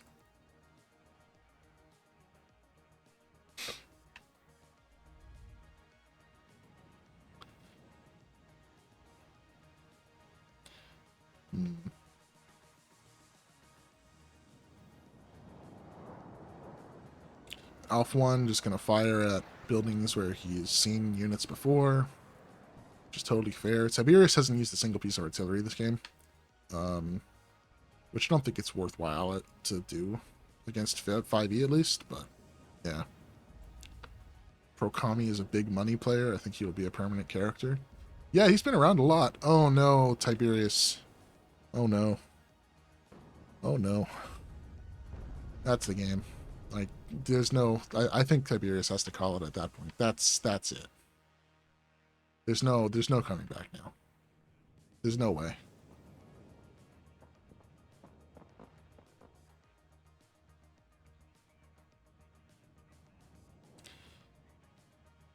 As the game's competitive scenes keeps developing, yeah, he should be around. I mean, I've played against him a couple times. He's always good.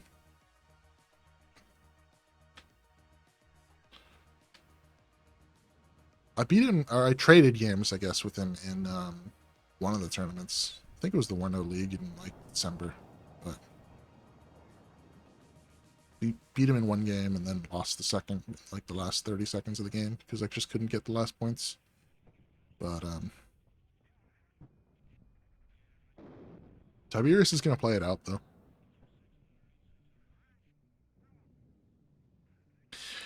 And as I say that, he calls GG. Well, Yeah, Pro Kami just kind of dominated that game.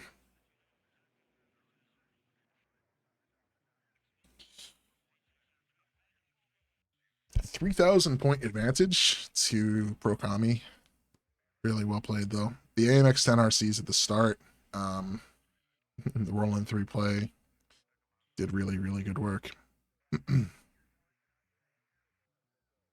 these Brennis did a lot for him in the middle.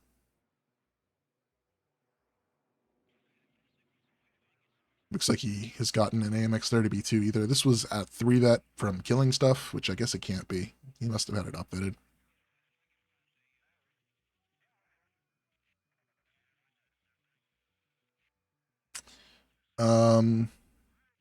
Prokami is a longtime T-Man viewer, I believe. I have no idea. I know he doesn't use Prokami as his name, but oh, you think that that user is uh Prokami? Yeah. Well, could be, could be. I don't think he streams though, so.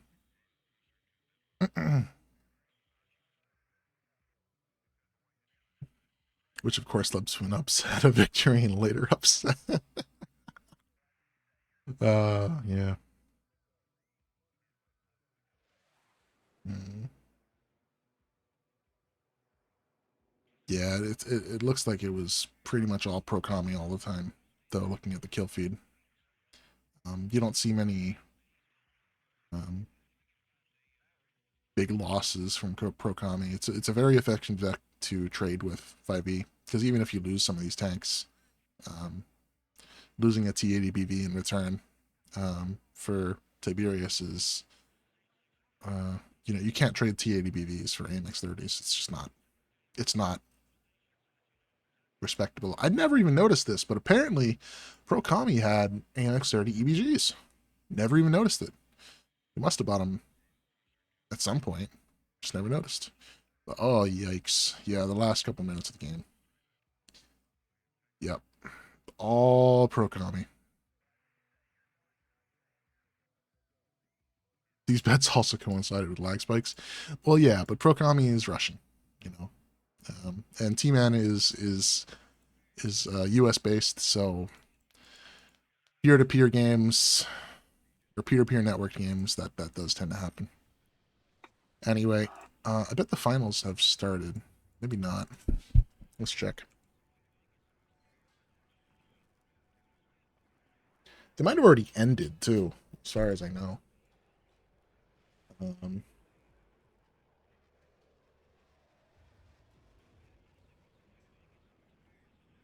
But the other game is not available to stream, it looks like.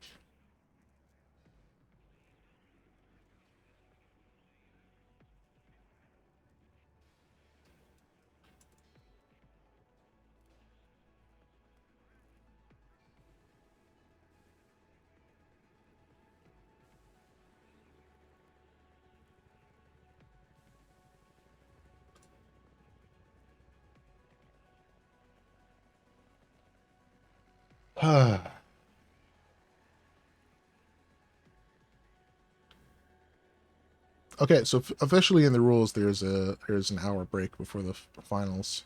The third place game should be going on right now, though. And I should be able to see the other semifinal game, which, yeah, I don't know why I don't have that game. Let's see if it's in the results and I'm just being blind.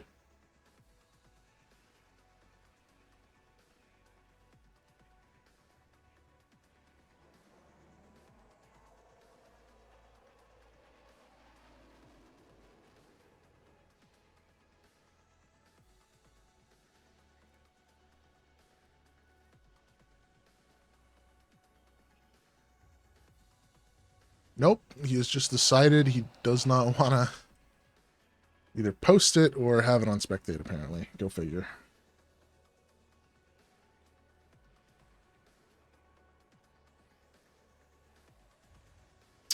Huh.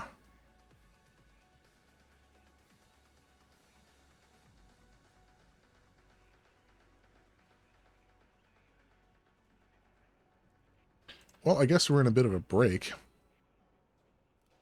Who's maybe first time ever interacted in the chat was betting every point he gathered from himself. That's not the first time he's ever interacted with the stream. I'm pretty sure Chloride. I'm almost positive that's not the first time he interacted with the stream.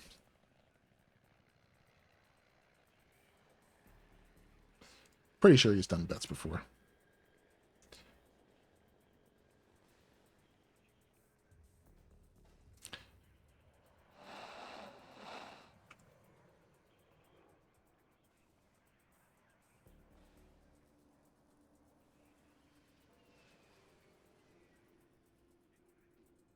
Okay, this was the semifinal game.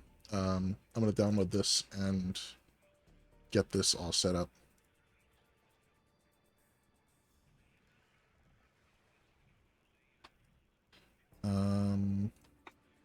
Just leave Warno, copy it over into the replay folder, and load it up. This is the other semifinal game. This semifinal game is between our good friend Prokami, who we just saw in his third round game, and Fortitude Fence, who is another lovely human being. And they got we'll see just what happens here. Prokami gets 8th infantry, and Fortitude plays 2nd infantry. This is kind of cool. Well, too late, Tali. I'm not doing that live. I already started this one. Fortitude Fence is the patron saint of expensive aggro. I mean, like, the fact that the third place game hadn't started 30 minutes after it was supposed to start. Tali, press F to pay respects.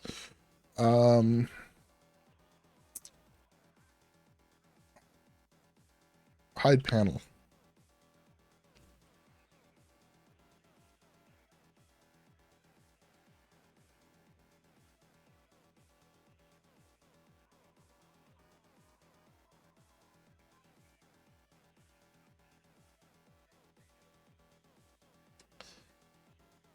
Yes, Fortitude Fence is the patron saint of expensive aggro openers. I think Prokami, though, he also does some expensive openers sometimes with A10s and stuff. I think he's probably going to do an A10 open here. Kind of expected, at least. Anyway. Just blaze through this real quick. Looks like it's a good long game.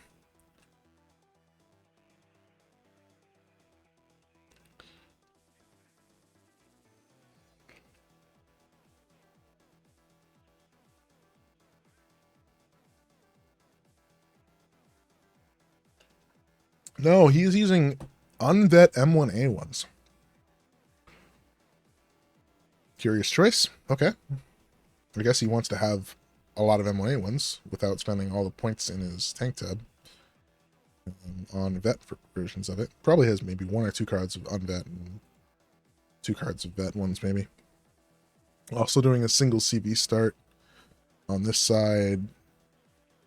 Fortitude's also doing a single CV start with a challenger. So neither player is going to get an early tick advantage, it looks like.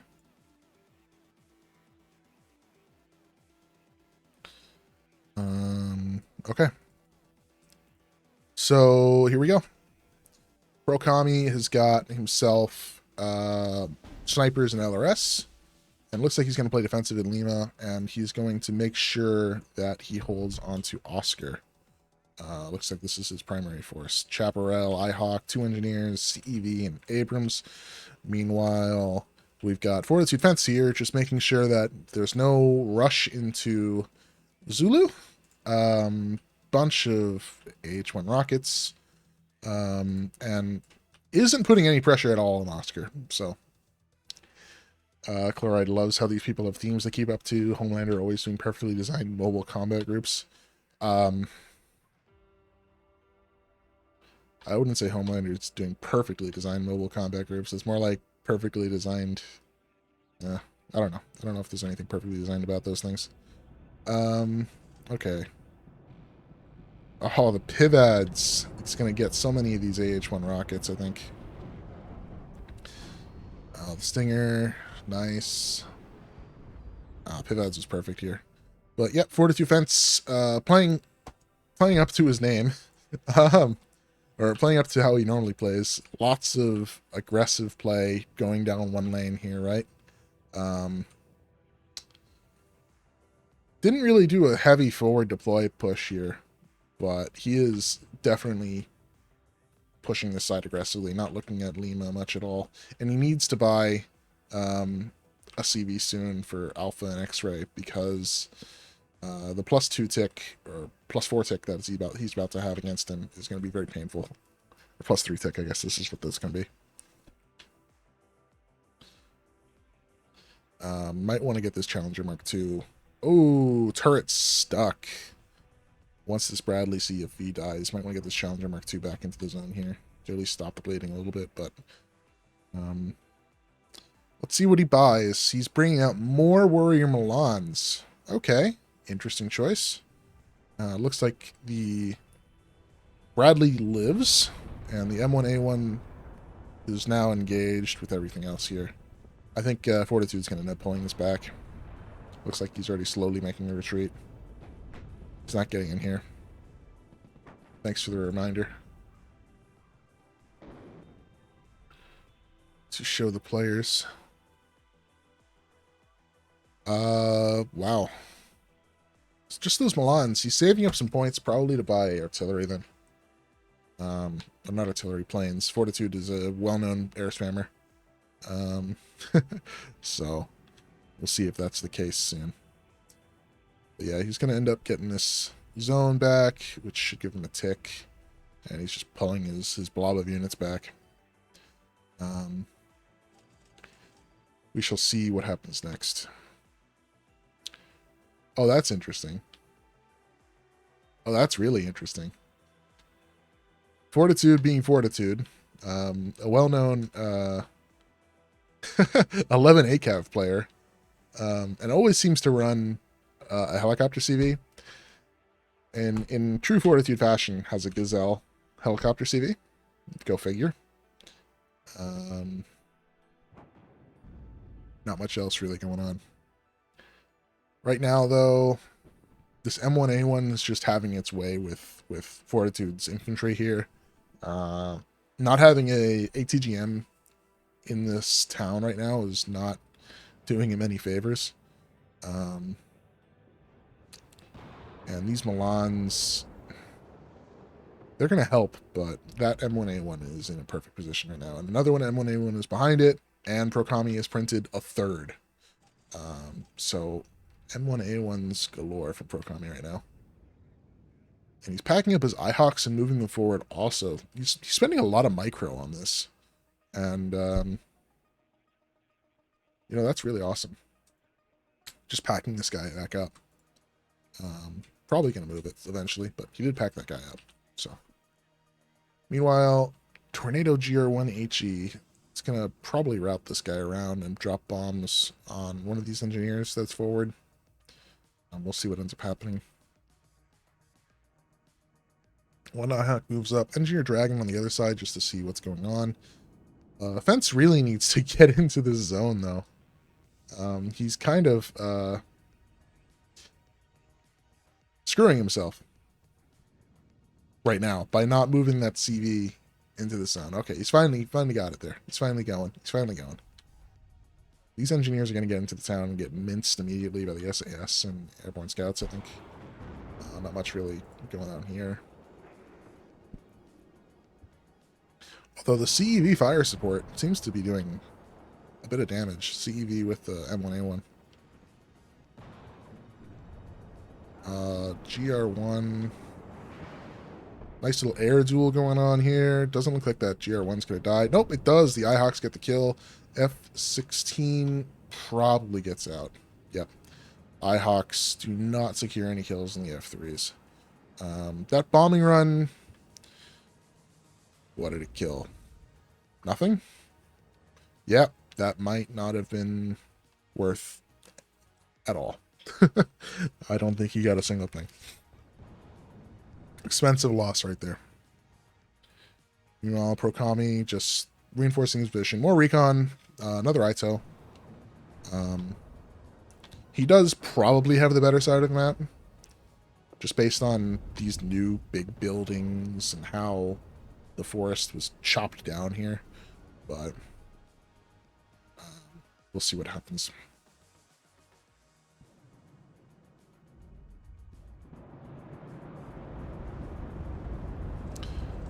These Gazelle rockets are doing a great job, though, just stunning everything up. And, you know, with these Abrams being at vet 0, that's going to be problematic over time for Prokami.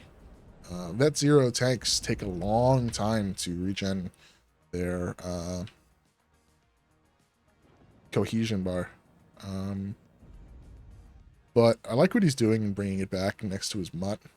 So he's going to have them back to good cohesion at the same rate as a Vet 1 normally would, by bringing them back to the CV. So that's also true. I mean, he's printing another M1A1 right now, which is pretty awesome.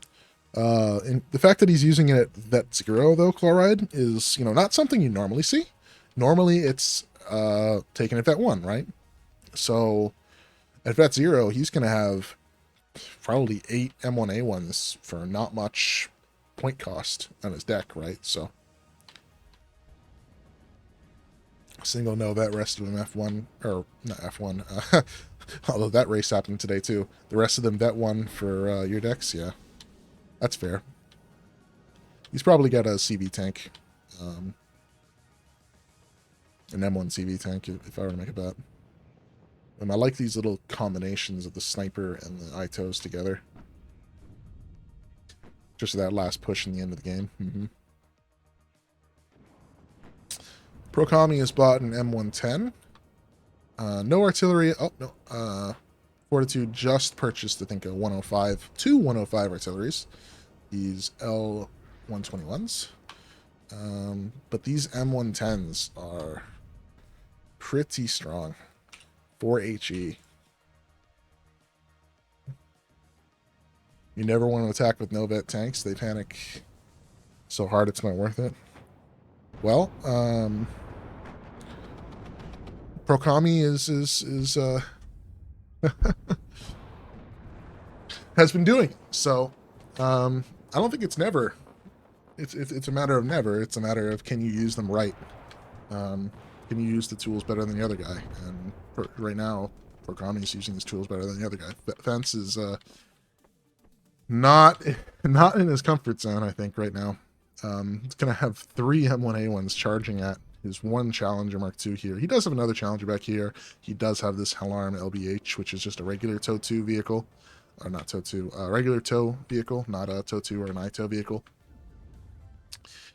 But yeah, not too good. Looks like, though, the artillery is going to pound that ITO for Fortitude. One thing Fortitude did not do, though, is hold on to his transports for his artillery, so they should be relatively easy to counter battery.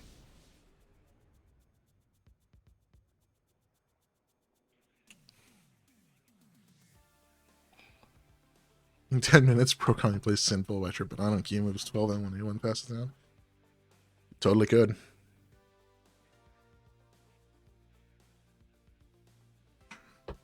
No way second UK pushes through this? Yeah, I don't disagree. I don't think second UK can push through this down here. I think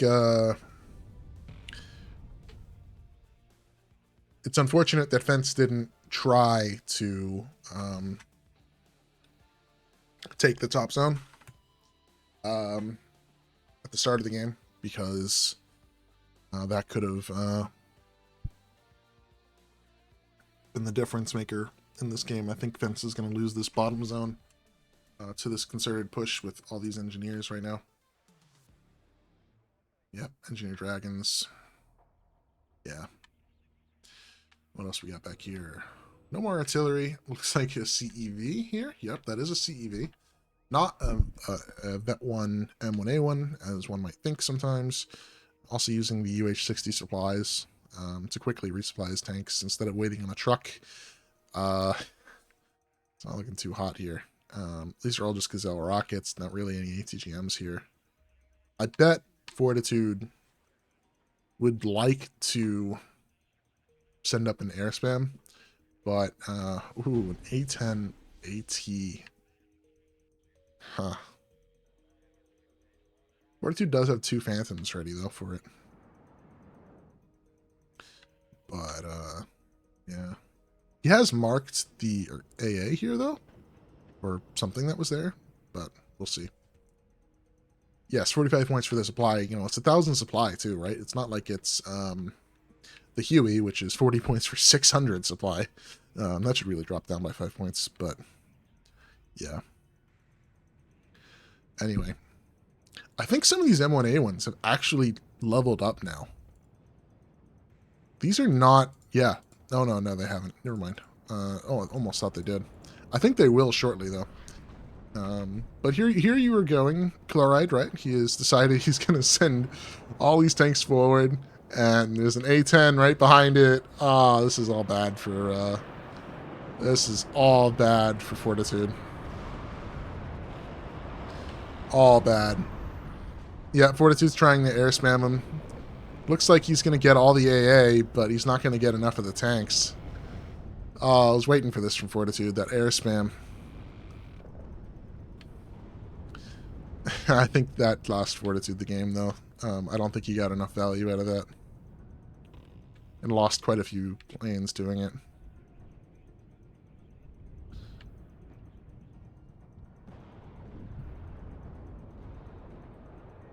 Yep. I mean, Tommy just needs to get a CV in here, and the game's over.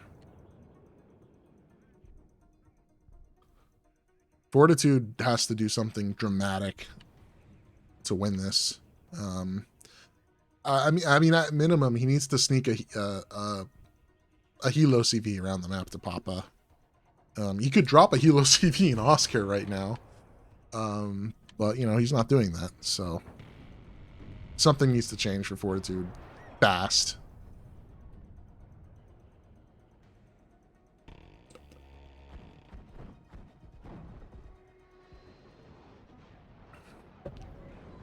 M1A1 blobs just Q moving around.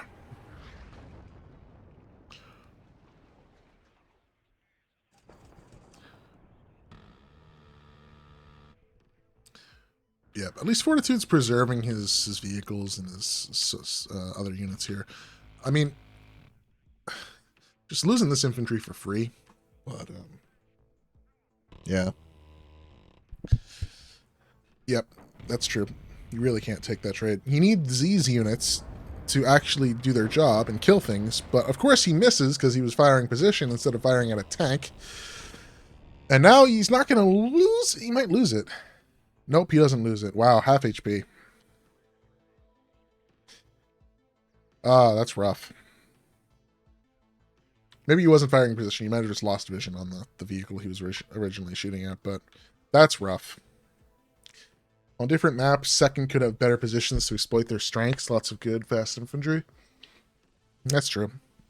But yeah, I don't think this is I think he's gonna continue playing this, but I'm just gonna go this on 4 speed so that we can catch the 3rd place game and then catch the finals. Because I don't see Fortitude coming back from this.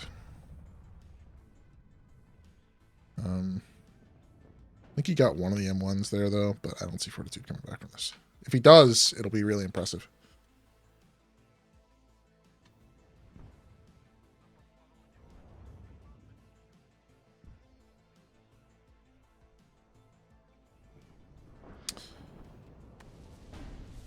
I think he got another M1 there, though, just now.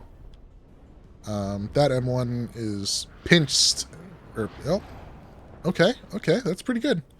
So I think that's 2 M1A1s that died pretty quickly for Procami. There's just not much left in the field for Fortitude. And here it comes. Here comes Fortitude Fence's favorite move. In this case, it's blowpipes. He's using blowpipes with Gazelle LBH1s as his meat shield. And Kami sees it. Yeah. Means Kami should just rush Alpha right now. And he'd get it for free.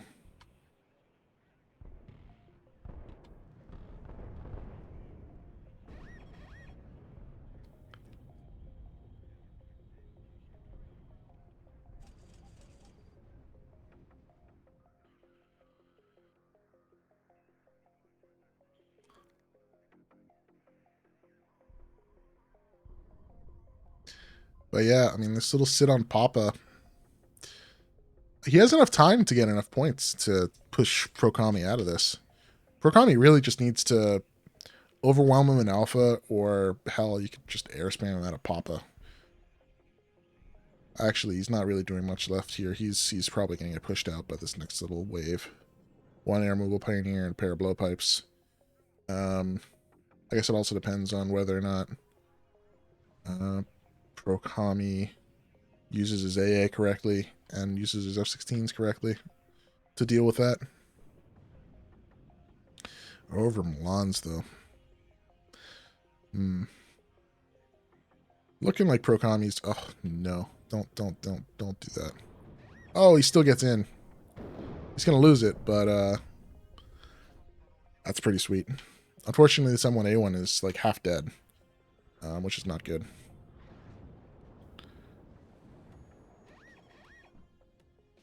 Yep, Prokami's back in on the top. Fortitude's going to take Oscar, though. He knows there's nothing much here. Definitely looks like Fortitude's going to try and take Oscar. But losing Alpha here is rough. Oh my god, this Pivads. Oh, the Pivads doesn't have vision on the Gazelle. Oh, that's so unfortunate. Should move the Pivads up, though, to kill the Hell Arm, and then that Gazelle when it takes off. Assuming he takes it off. Melantu is probably going to kill that Pivads in the meantime, though. On the top-end side of the map, it looks like there was another blob of planes that happened here. I'm actually going to slow the game down a little bit now. And... wow. Fortitude's making a bit of a pushback in this zone. Pretty solid. Still has his SAS, and those are going to get into this zone, and that's going to be really difficult for Prokami to push out. Although with only 9 minutes left, Fence needs to then immediately get back into Papa. Oh no. So SAS against the A10, those SAS should mince him. Oh my god, no! No! Oh my god, the A10, it still gets out! Oh my god. That A10 run, murdering that CV, that's unfortunate for Fortitude. But it looks like he's still going to try and use his helicopters to push up into Papa. He's got a blowpipe wall, which is going to eat up a lot of the fire from that Pivads. Kiowa Warrior. It's still looking worn over for Fence. It's definitely still looking worn over from Fence. If Fence had been playing like this the entire game, Fence went back to his roots. I don't know why Fence did not go back to his roots early on and just abuse helicopters like he usually does. And blowpipes. Man is on a blowpipe mission.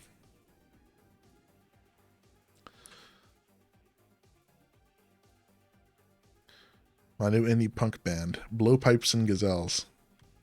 You know, that would actually be pretty good.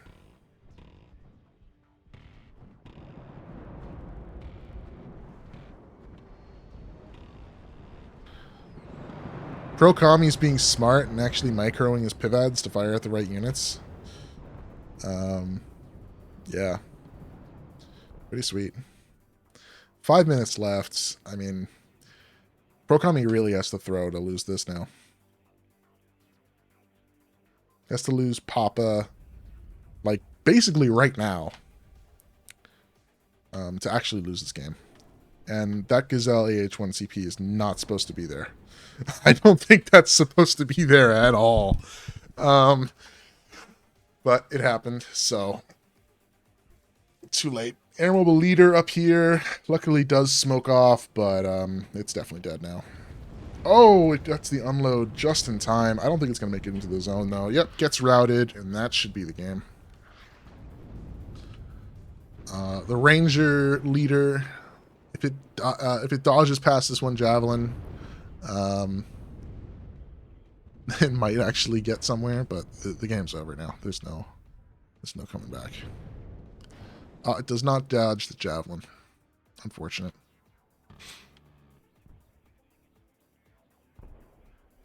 Another plane down. He's sending another Blackhawk in. The Javelin misses the first shot. Phantom gets a hit, though. That's clever. That's cheeky. Not clever. That's just cheeky. Okay, so... Okay, here comes the next leader. Will it make it in? He's got the Phantom F3 up. Does he have, like, another plane that has a cannon? Oh, no. Prokami's going to land in X-ray. Yeah, I think Kami's got X-ray now. Yeah. Oh, no. Maybe he doesn't. Maybe he doesn't. This Phantom F3 might actually get the kill. No, I don't think it will. Yeah, that's... Yeah. Yeah. Rough. Very rough for Fortitude. Very rough.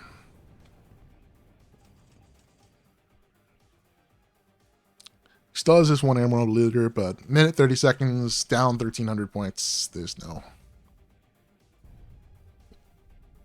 It is worn over. He plays the full game out and then calls it here. Yep, okay. Prokami, I guess, must have made it into the finals then. That's my stuff. Wow, great game from Prokami again. Wow, great game. These base bet M1A ones just murdering things.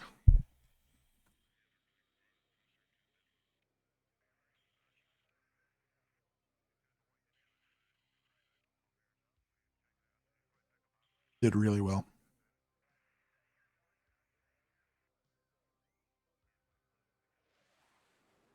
It's exactly as you would expect the top US tier mechanized frontline division would do against a mobile austerity UK backline formation.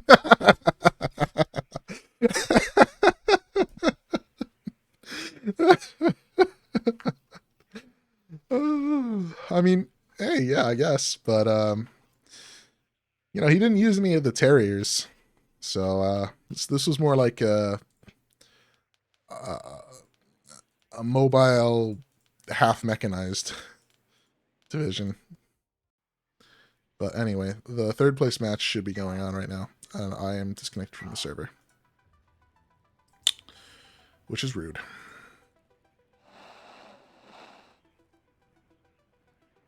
Who are you playing right now, Fortitude?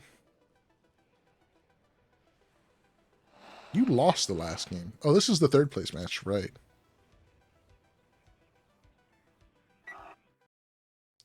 Okay, let's jump into the third place match then. Fortitude versus Lathans, Battle of the Berlins. Oh, this is pretty cool. Okay. So Lathans is in red, Fortitude's in blue. Lathans starts with a fob, or a Feld Depot. Everybody from Wargame calls it fobs. Just because that's what it used to be called, forward operating base, right? Now it's called a field depot. Same difference.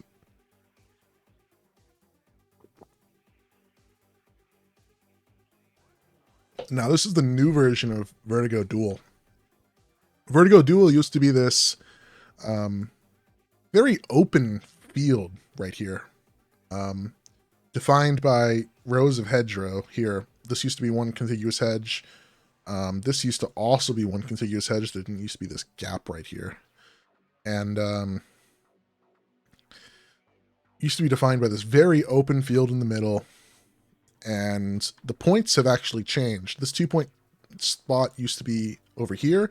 This 2-point spot used to be over here. Functionally, that didn't actually... I don't know why that was done. They should have just put the 2-point spot here and the 2-point spot there anyway, or made all these spots 1-pointers. Whatever. It made like Delta a 2-pointer or something. Or put another 1-pointer in the middle, but I don't quite understand it. But a lot of deforestation. Anyway, Lathans is going to use BRM1s and walk off flowers for his start with some Grenzers. Okay, that looks like his entire recon tab.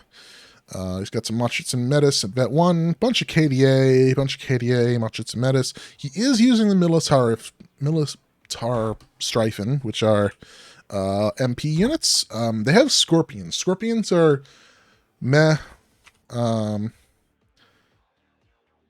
but they're still pretty good now that they've gotten buffed, along with the Shilka, which is an interesting choice, Cub, and T55AK. But having the fob is going to mean a lot for this game, I think. He's going to try and play this for the super long game. Both players, though, not playing the top at all. They're just going to collapse down here, and... Wow. Excuse me on that. I don't know why I forgot to lower the speed. But meanwhile, we have a massive air engagement. MiG-21 BIS versus Harrier GR3AAs, and just trades pretty well there, actually. Oh, yeah, I know that's why they're playing it, Chloride, but, like, I still don't understand why no one played this to begin with. Neither player just, like, sent one infantry into it, you know what I mean? But, yeah. Just set up the Milan in the background, Fab in the background, but... Oh, neither player had the middle either. That's true. Lathans just sets up in this building. Oh, that's an advantage for this side. That is 100% an advantage for this side. Yeah, getting into that building.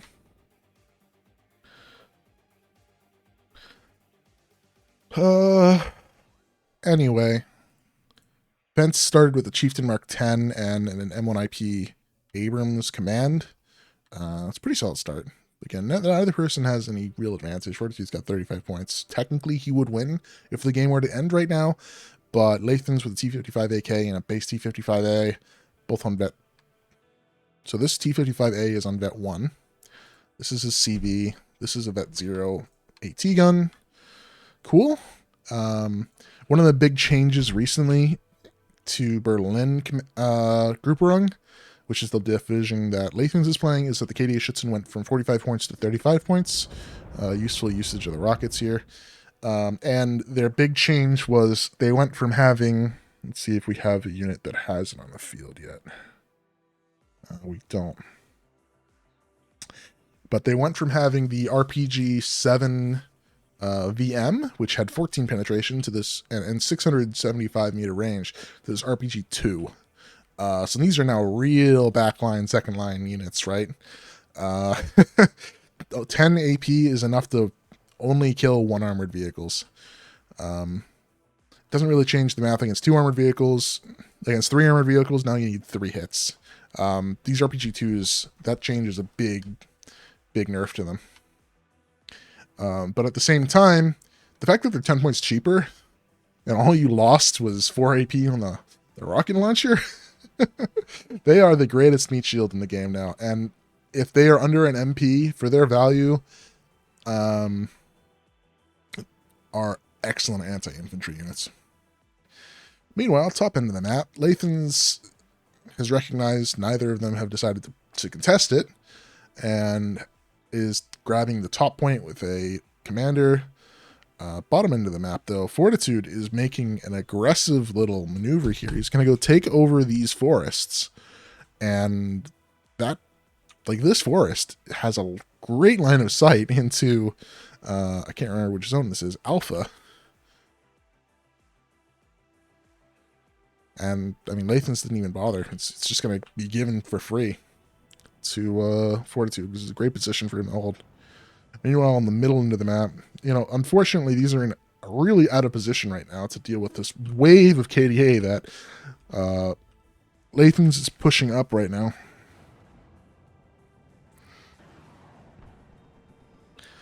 Well, we should see in a second, Chloride, whether or not he can defend against Lathans' air. Lathans' air, I don't think it's that great, realistically. The Stingers should be able to deal with MiG-21s. The KDA, though, just getting in there for free. This one Conquers is probably going to stop the entire show for Fortitude from this push down here. I think we see Harriers. Okay, so Fortitude has decided to use the Harriers early. Bring them out to deal with any MiGs that come up. One of the MiG-21 Bisses is out. Interesting that either this is one of the ones that Lathans started with, or Lathans is taking his MiG-21 Bisses at Vet 2. Also, we have an RM-70 from Lathans. I don't know if it's fired yet, but I don't think it has. Nope. It is firing now. Targeting a very glorious cluster. Thank God, though. Fortitude is moving it, and there was a nerf at least to the reload time of the RM-70 for some reason. I thought the aim time was also reduced, but they should get out of their way of that RM-70 shot mostly. Okay, now these MiG-21s are all at Vet 0, or Vet 1, effectively for air. He doesn't finish off the last GR3. Interesting. Fortitude down here, though, is doing some serious work. He is already into this zone with some infantry. RCL specifically are really, really solid. And he's using UH-1 supply to... UH-1 supply? What? I had no idea that this was also in Berlin Gruppe, or Berliner Command. But he's also using that supply to resupply all of his rockets down here. I'm doing a great job. Bringing in some infantry to start fighting over Delta. Because again, Lathans now has a +1 and has a little bit of advantage, but he's about to lose that +1 with the way Fortitude has been pushing so hard on the southern side.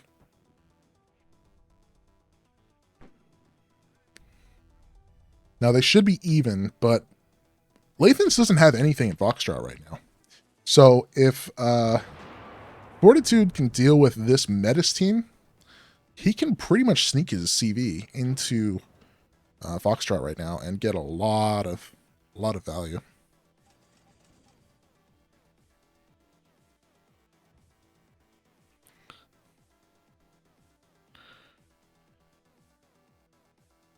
And for AA, he does have a pair of Pivads, and is this a Mistral? I bet it is. No, it's a Stinger. If that was a Mistral, that would be especially deadly. Meanwhile, in the middle, this Hellarm probably not going to die to the Strela 2Ms. These are non-Vet Strela 2Ms, so they only have 35% accuracy.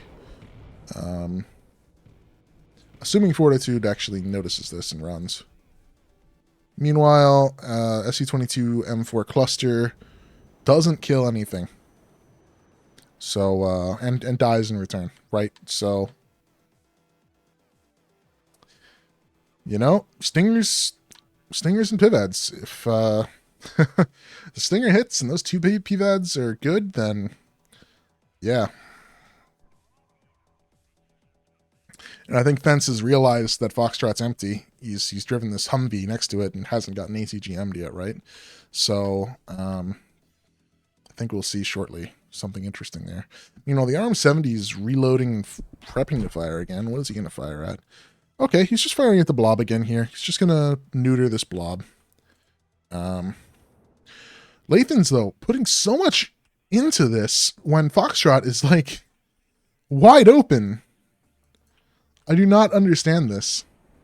Why Lathans is pouring so many more points up here compared to on the bottom here. Now he buys one Conquers, which is going to stick up here, of all places. When Fortitude's just going to swing his tanks and all of his reinforcements down these roads and get in here for free. It's going to bring some Engineers Dragons in here. Wow, Lathans is going to have a tough time getting Fortitude out of this spot. Heck, I wouldn't be surprised if Fortitude started to sneak this Humvee around. How many fast attack assets does Berliner get? SPW 70 in mass, T-34, T-55, rocket helis, napalm bomber. I mean, KDA are pretty quick. Anything's fast when you drive it down a road on fast move.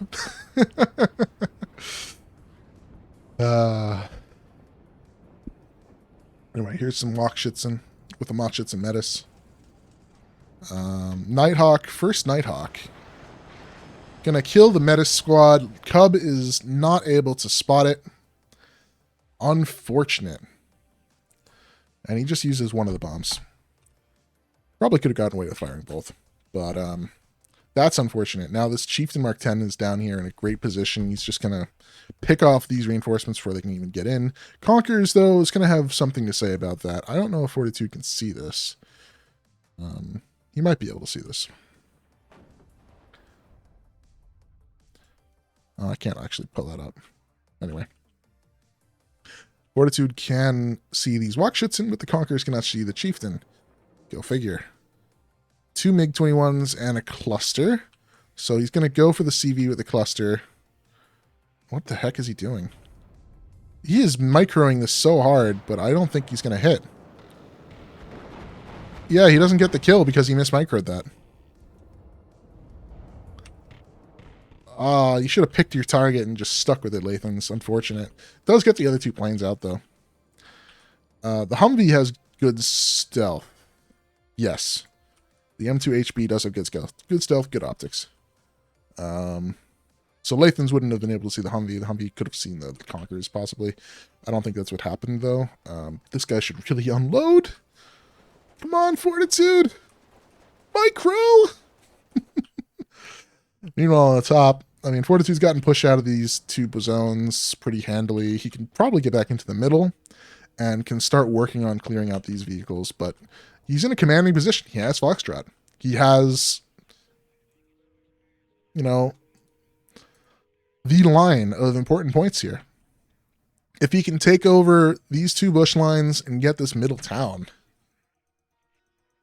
I don't think Lathans is ever getting back into this game. Unless he can arm 70 his way back into this game, maybe. Which currently has 2 shots going. One for where the Engineers Dragon were. And Lathans doesn't know this, so he's going to end up wasting his fire. This one is going to kill a Humvee. A Wachschitzen's going to die in the transport. Nope, somehow got lucky there. That Stinger might still go down, but yeah, just a Humvee. And now he's going to have to wait on these things because he doesn't have them CV'd. Meanwhile, the Nighthawk does get tagged. Doesn't kill anything. Doesn't get the drop. So I think Fence now knows he needs to deal with this position. Hopefully he picks some good units to do that. Loses 1...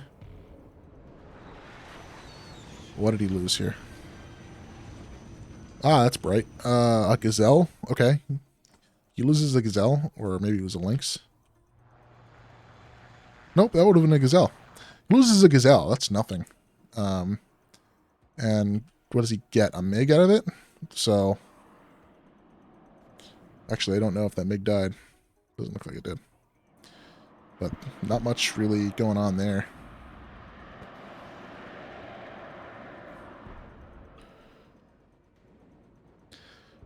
Well, there's a single Humvee right here. I mean, there's a pair of Milans right here. I don't think you're going to get down these roads.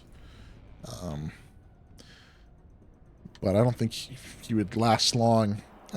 Remember how you were saying about airspace, right? This is Lathans' airspace. This would be Fortitude's airspace.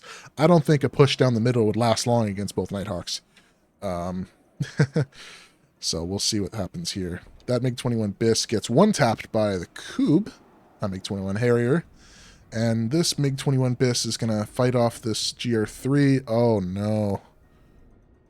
That's going to get gunned down, I think, assuming the GR3 can actually turn. Yep, gets gunned down. Now this would be really cool if he could palm the field depot, but I don't think he knows it exists. He should notice shortly, though. If this hell arm crosses this hill, I think he will notice. Meanwhile, though, still just a bunch of Walkschützen, 2 Walkschützen RPOs, 1 Walkschützen, and 1 basically dead Walkschützen trying to push back in here against Chieftain, M1IP, bunch of Pivads. So he should get his infantry back in here. I don't know what Fence is planning. He's planning his 2 Mistrals now. Yeah. Pushing random angles just to that probably don't have much in him, just to make it more difficult for him. That's true. Meanwhile, Fence is deciding it's time to get rid of that stubborn little cube that is in the middle. I don't think that T55 AK is long for this world. With that T30 or AMX30B right there as well. Yeah, not long for this world. That Cub and the Supply Truck are also not long for this world. So, good job there at Fortitude. Now we're bringing in a T55 AK. That gets the side shot. Oh my god, that hell arm nearly did some serious work. But now we get a side shot from a Milan 1 on that transport onto the T55. So that's great. It's great by Fortitude to get that little hit, even if it's not a kill. RM70s, though, are going to punish the infantry that Fortitude is pushing up here. Both of these are now on reload cycles, though. I don't think that's what he wanted to do. I don't think he wanted to double barrage this. 1 would have probably been enough. But he will clear out these buildings, or these hedge lines, I should say, not buildings. But this infantry cannot move in the open with all this fire support back here. He's going to have to figure out something to do with that. With Fortitude having the better tanks, without Lathans is able to push through all this. Yeah, he's going to have to use a combination of air RM70s. He has 4 of them. He has 4 RM70s and a FOB, right? So that he can play the long game, just slowly pushing up recon and RM70ing his way forward, right? Westmoreland isn't designed to have the better tanks, and right now it absolutely has them. No, it's not supposed to. It's not designed to have the best tanks, right? Like Chieftain Mark 10s are slow, but they're totally serviceable medium tanks, right? M1 IPs are great medium tanks. It's basically a heavy tank, really. But Lathans, Fortitude's now going to push into the center point a little bit. Not point, but the center zone of the map. But yeah. You don't have to take the M1 IP with 0 vet. But still good at 0 vet. There's no problem with it at 0 vet. Remember, so long as it's not getting shot at, it's still a totally serviceable tank at 0 vet.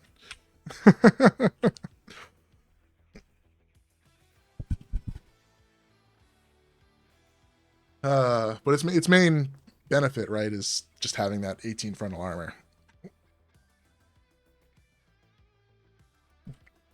It is a tough cookie to crack. For 240 points, this is a tough cookie to crack.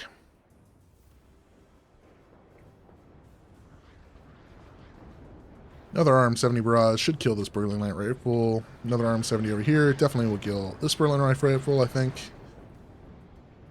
But I think that's really Lathans' win condition. Just it's gonna have to RM70 his way back in the game.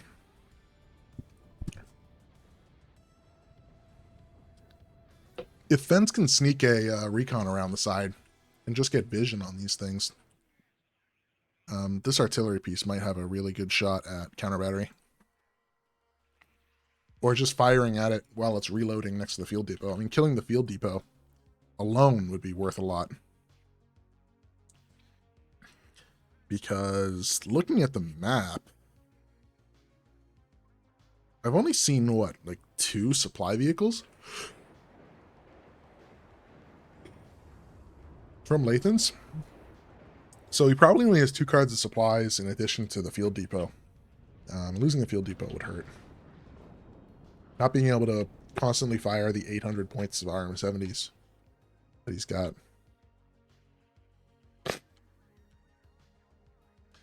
But yeah, that's all Lathans is going to do now, is sit back, RM70 his way back into this game.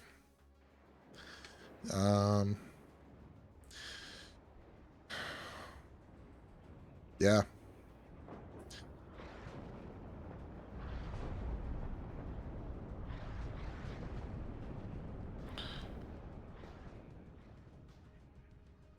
Yep, looks like Fence has a little combat box here of units ready to attempt to snipe some of these RM70s. Lathans is already pretty ready for this with the Shilka, but the Gazelle might spot the Shilka first. So we'll see what happens here. Nice blob of T-55s here, though, from Lathans. Wonder what his plan is with this. Maybe he's going to try and go through the gap here. Possibly.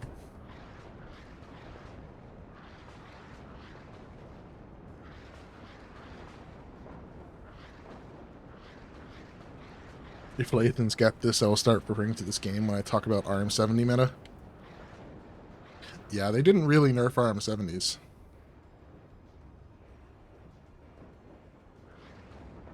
Like, they nerfed it like, what, 12 seconds on the reload? They didn't nerf them. Like, these things are also armored for the same cost as a grad, but they have twice the supply cost. Or twice the number of rounds in a grad, but the cost the same as a grad. RM70s are a little strong.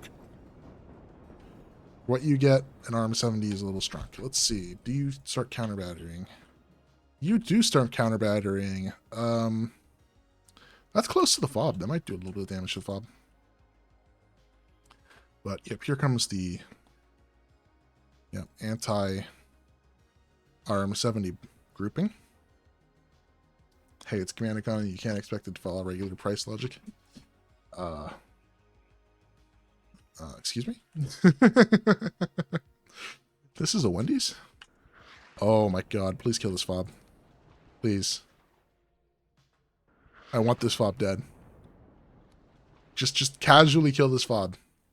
Oh, so close. So close yet so far. Oh yeah, I know it was East Germany, okay, but come on. You don't understand the Wendy's joke? Oh, hell no. Oh, hell no.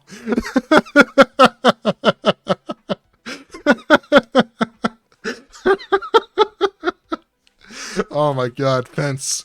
Oh no, Fence, this is gonna be glorious. This is gonna be amazing. Oh, this is all coming behind these gazelles. I swear that's what's gonna happen.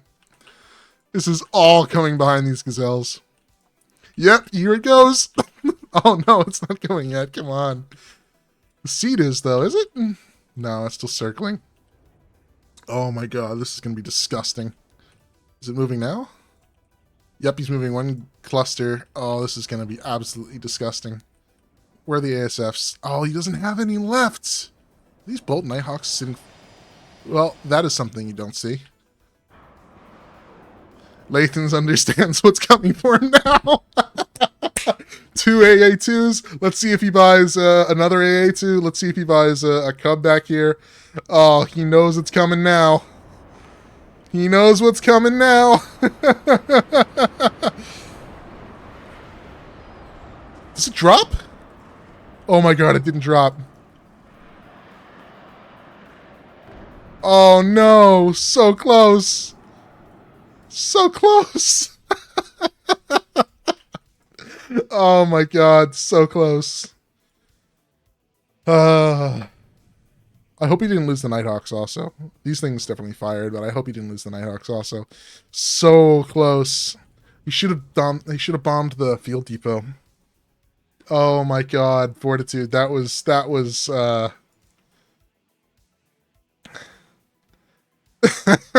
That was impressive. Unfortunate that he spawned that one MiG-21 when he did, though. To see the entire blob, that was... Oh my goodness, that was so unfortunate for you. But Lathans only has 14 minutes. He has to get back into alpha now. Yeah. You think this is the first time you've seen Berlin command since the release? Oh yeah, and there was no Mirage HG, but I don't know, Finn Soul Jester, or whatever his name is, plays Berlin command almost exclusively. And this 109 is probably gonna die to counter battery. Yeah, this looks like it's gonna die to counter battery. That's the dead kill right there. Nope. Might live. Wow. Lucky duck. Napalm bombers. Let me go for the M1 IPs. Should lose these, though. Yeah. Loses one. Doesn't really do much to these tanks, though. He's going to get back in here, but a +1 is not enough at this point. He needs the... Well, he needs all of this. Unless he has all of this, he won't win. He needs all of this.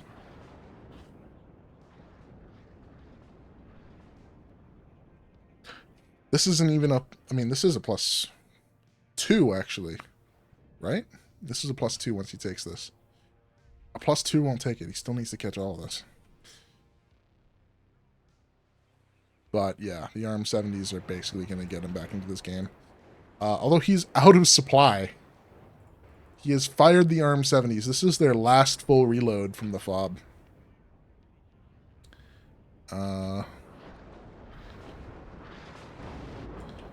And T-55 wall is gone. I think these might be the last couple T-55s he has. This SC-22 M4K, though, is going to die to the Stinger wall and the Mistral wall.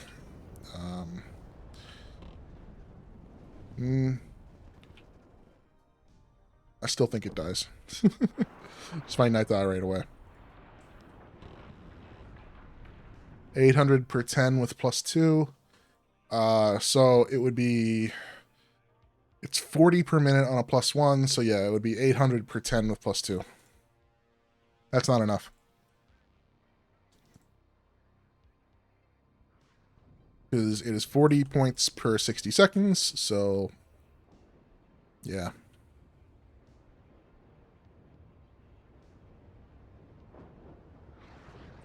Actually, wait a second. Yeah, so he has 880 points effectively worth. He needs another point. He needs to get into the sun. If he doesn't get in here, it's worn over. Unfortunately, Lathans now has to buy this artillery because, well, these are his last volleys with the ARM-70s, and he's trying to micro them to as good effect as he has, or as good effect as he can. He still has MTLBs for supply, and he has a card of T813s, so he should be able to get another reload or two out of these, but this one might just die right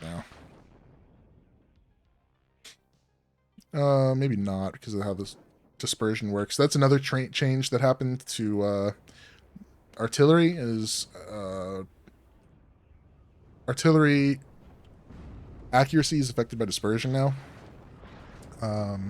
Not artillery accuracy. Artillery dispersion is affected by cohesion now, so mediocre cohesion actually affects the accuracy quite a bit. As you could see against that ARM-70 just then, those shells were landing very, very wide. Meanwhile, we got another Su-22 M4K, which is going to probably snipe that M1 IP Abrams, if I were to make a bet. Although he's flying right over a Mistral. Yeah, he wouldn't have wanted that. Nighthawks, free reign. Does he fire 2 bombs or 1? Only 1. Which is a choice. Oh, pressing a button. But, yep, he did kill the T-55 AKCV. So, if Fence can sneak this command tank in here, or a P4PC around here, It is worn over for Lathans. That AT plane should die to the Stingers and Mistrals. Wow. Those AT planes have had some serious luck. Got away from 2, 3, 4 Stinger shots and at least 2 pivads, I think. Or maybe it's just the 1 pivads.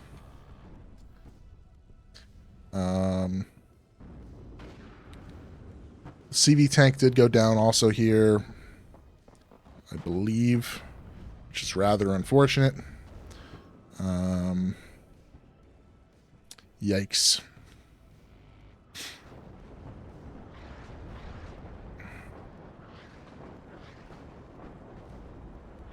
Yeah, it's not. I agree. There's not enough time left.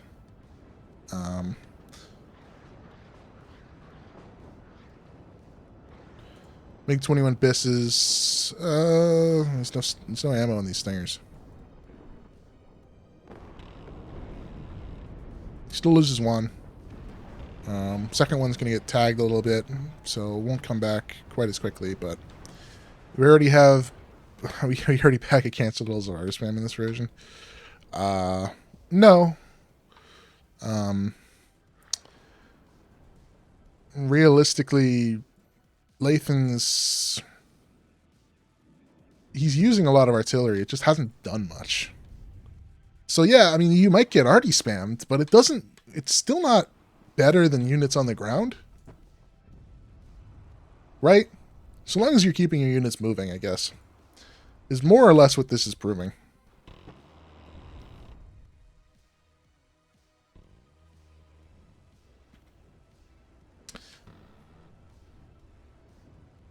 Now that RM70 might kill that P4 PC though before it gets the full cap. Which would suck. Oh, it does before it gets to full cap, but it's still not enough. It's just buying Fortitude more time to spam units into here. He still has another CV tank. He's got both of these 109s, but yeah, he's down to using MTLBs to resupply individual RM70s. He can't resupply these RM70s much more. With the fob being out, he's gone through so much supply, so much supply. It's ridiculous how much supply he's gone through.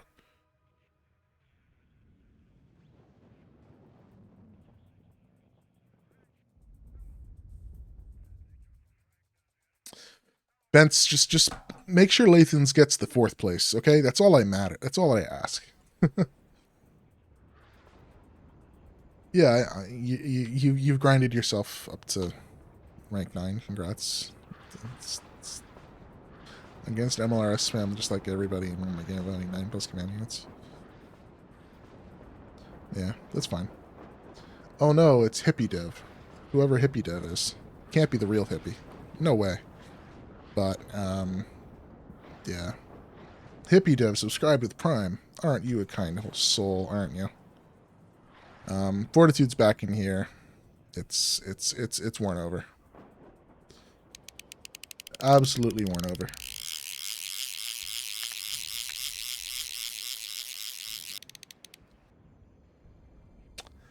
Goodbye, Lathans. It was nice knowing you. You, used 4 RM70s this game, and you still lost. That is my prediction. I'm very disappointed in you.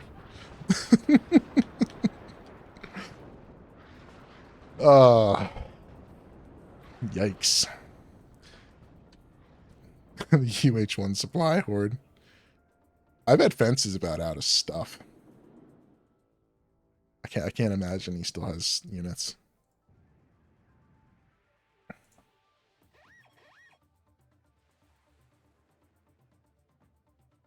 Man, he still has Berlin light rifles. Wow.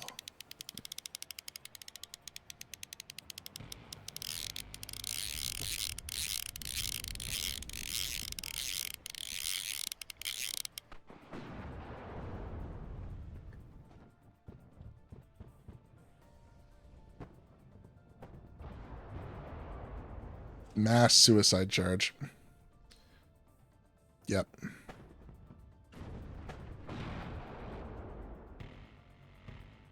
Oh, hey, Finn.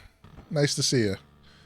Chloride, meet Finn. Finn is the person who also plays Berlin Command almost exclusively. Thanks for the subscription, by the way. Who did you gift the subscription to? You gifted it to Schneefoots. Awesome. Nice job.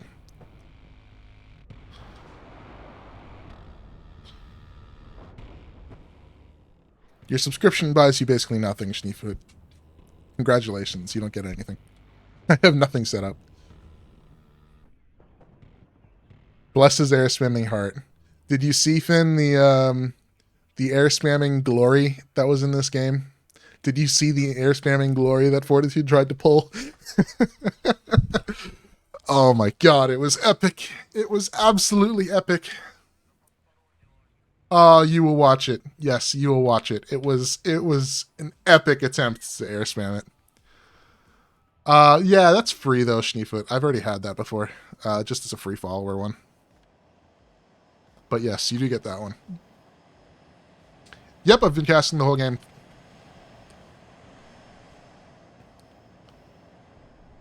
But this game has been defined by quad RM70s and a field depot. This is the RM70 game. Quite literally the RM70 game. Lathans, I mean, he's just kind of like... They're both just kind of screwing around at this point, right? Lathans can't win unless he takes back both of these points. But, and it's been that way for like the last 10 minutes. But, yeah. This is your new favorite match of this, favorite map of this patch. It does look like the most interesting compared to, Two Lakes, which it seems like the good side just flipped. And, Death Row, which is horrible. And Black Forest, which is just as bad as it was before, just in a different way. So, yeah. This is probably the best one. What other map is it? Airport? Airport's still fine. But I don't agree with why they changed some of the things in Airport, but yeah.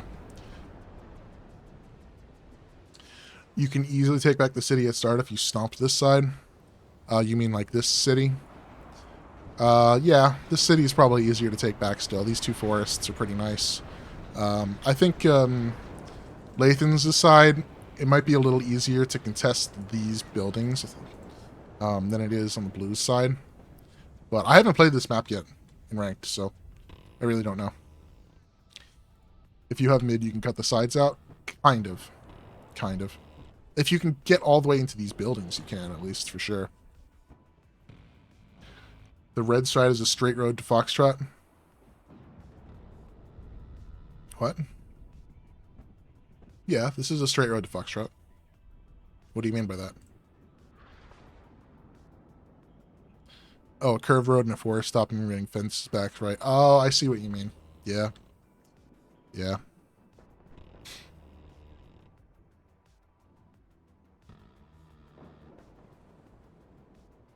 I mean, this is a big open field, though. Easily is questionable, right? Because ATGM is from there. ATGM's... Well, I can actually press my keyboard. ATGM's from here can reach here. ATGM's from here, obviously, can do anything. ATGM's from here can do everything. And these forests, if you don't own these forests, ATGMs can still do whatever they want, but... Airport favors the forest side now, I think, with those two new towers in the town. The forest side. Oh, yeah, I know what you mean now. I don't disagree. I think, the tower... I don't know why they added all the towers. Adding the towers on some of these maps was cringe. It's definitely affected Two Lakes, but yeah. I did point them out in my last stream, yep. Yep, I did. All the towers and all the maps that I played. But well done, Fortitude. There was an absolutely ridiculously stupid epic moment. Oh, oops. In this game that everybody has to watch from Fortitude. If someone else doesn't clip it, I will clip it eventually, but it is a minute and 30 seconds of ridiculousness. It was awesome to watch, okay? So you have to watch this game just for the beautiful air spam Fortitude did. I'm not going to look at the kill and deaths for people just to... Actually, I kind of have to, don't I? Okay, let's do one thing. I want to check these RM70s. Let's see these ARM 70s.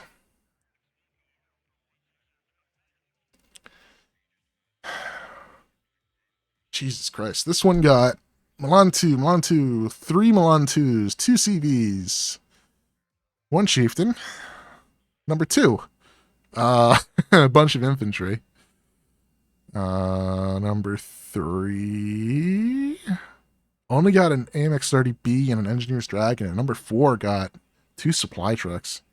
Ugh, that's actually not that great. That's not that great. He did not get that great value out of these things. I think he combined killed more value than the ARM 70s, but I don't know if he combined killed more value than the ARM 70s plus the fob and the other supplies that he used to grab it. It's insane. And yes, he was often shooting blind. He was shooting at places where Fortitude was, but Fortitude just kept moving stuff. So, yeah. Anyway, the finals is going on. I hope, or it's already over. It probably is already over, which is why I got a random subscription from what's his face. But let's cast the last game. Assuming it's actually up, or it's over and they haven't posted it yet, which is probably what's happened. Held up due to weather. What? Oh, Kami's having a thunderstorm.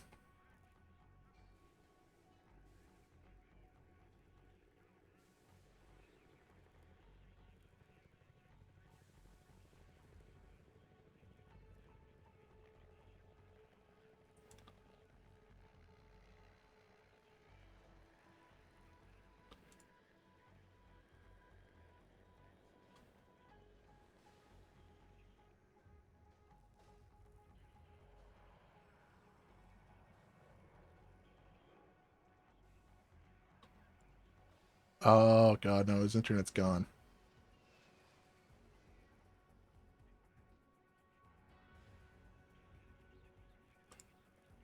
Okay, so they apparently we should be good. We should be good. They're trying to get it sorted out right now. So I'm gonna take a 2-minute break and then there will be finals. So yeah, I'll just quickly go back to the BRB screen and everybody take a piss break, grab your beers, whatever. And yeah, to the BRB screen. BRB.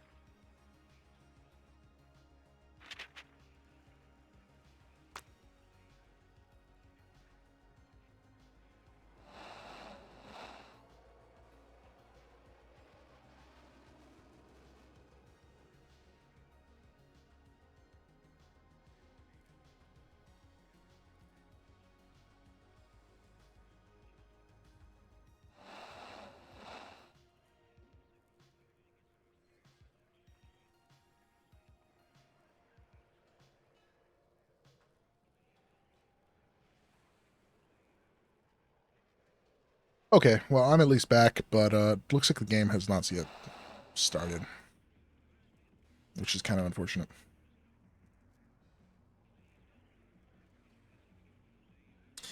You know what we should do instead? We should go judge Finn. That's what we should do. We should go judge Finn. Let's go judge Finn. I've been meaning to cast this game for a while, but yeah. We'll just blaze through it. Finn, you got Berlin and TKS. What were the bans in this game, Finn? Berlin versus TKS. This is an infantry grind and a half.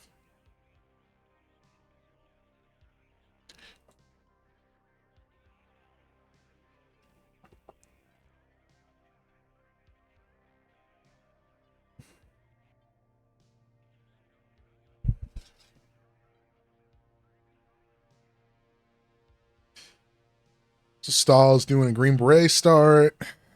Yeah, Green Beret and FS Jaeger B1. It's a very typical TKS start with AMX 10s behind it. My rank is overrated. I just beat some of the better players in this game.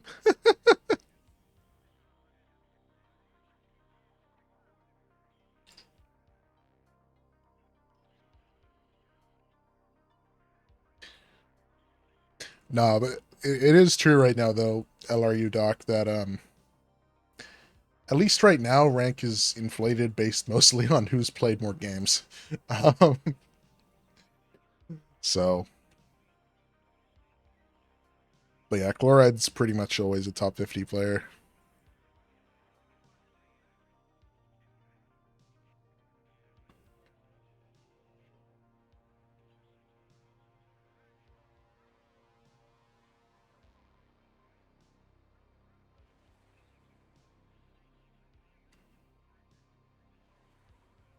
Stalhbrecher, I don't quite, I haven't played against him enough, but I think he's usually within the top 100.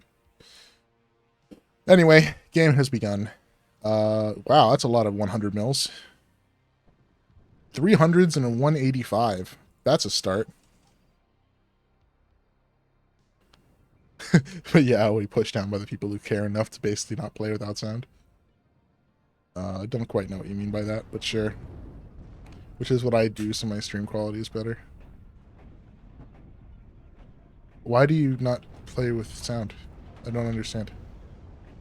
You do know that you can just do an application.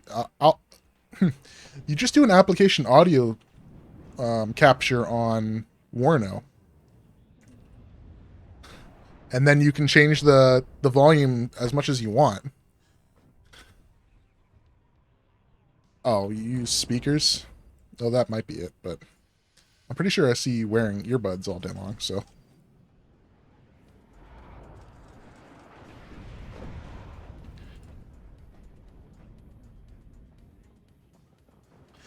Either way, Finn's pretty much got the middle secured. The constant bombing runs from TKS, though, are a pain to deal with. Cubs do end up killing them in one shot, though. So having Cubs is great.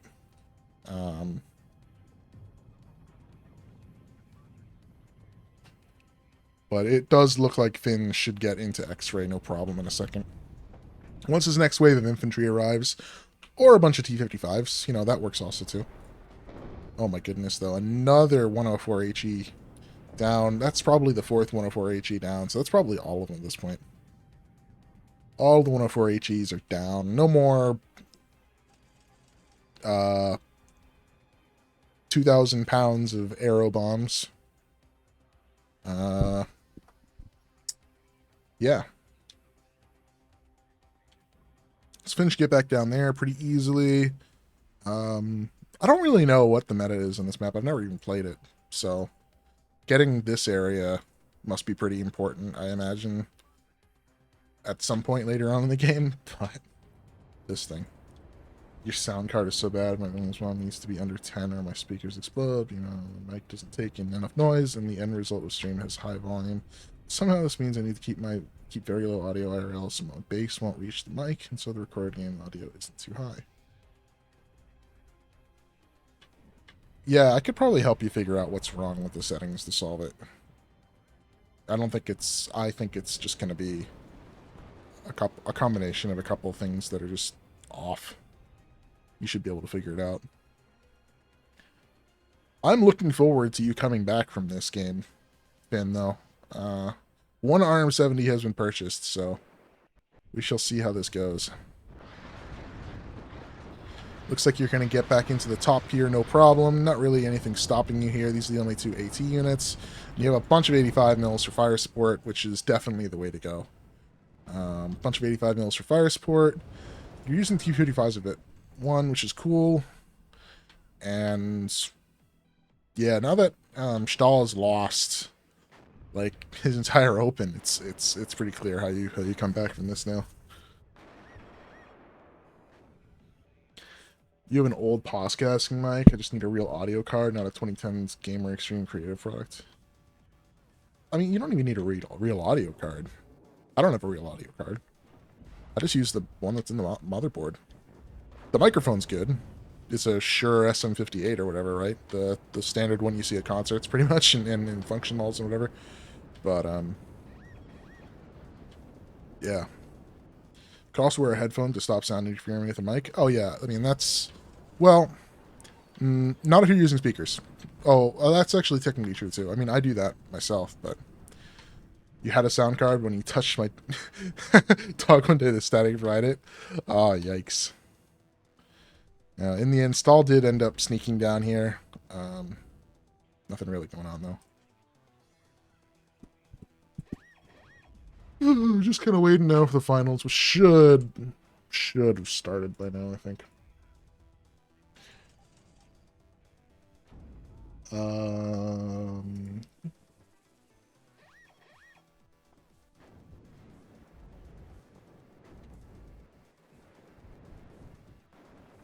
Okay. Well, just as a heads up for the finals, it looks like it should be starting shortly. Procommute has banned 5th Panzer, Mix 90 has banned 82nd Airborne and 4th Machschützen. Procommie then banned 2nd Panzer. 2nd Panzer Grenadier. And he has chosen to pick 5E. Ah, boy. Procommie and 5E. And then Mix 90, in return, has decided to pick 24th. That should be a really good game.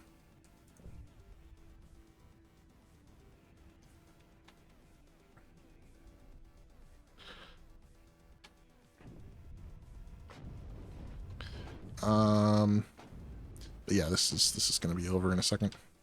I don't see this coming back anywhere. Let's just fast forward a bit more. Oh, well. We know the end.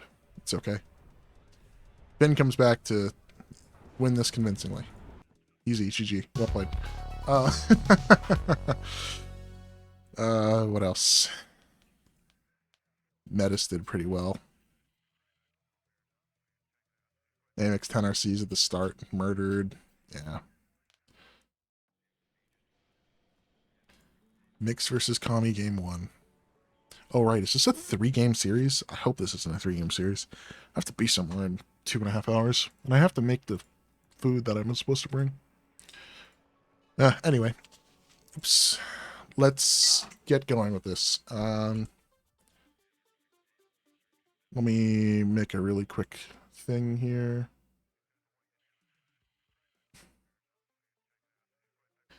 Add text.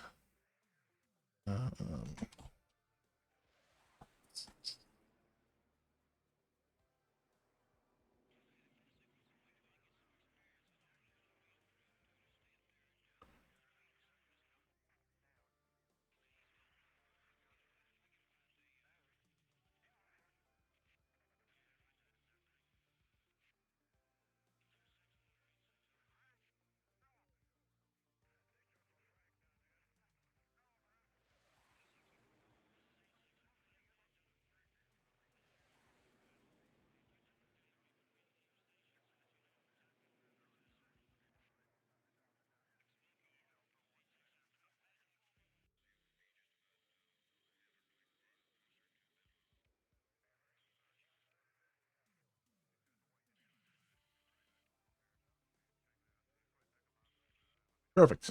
Now official, right? Okay. So yeah, let's get into this. Let's get up to the end of the deployment. They're playing on. I can't even remember this map. This isn't Giza. This is Let me look at the rules and actually remember which map this actually is. It's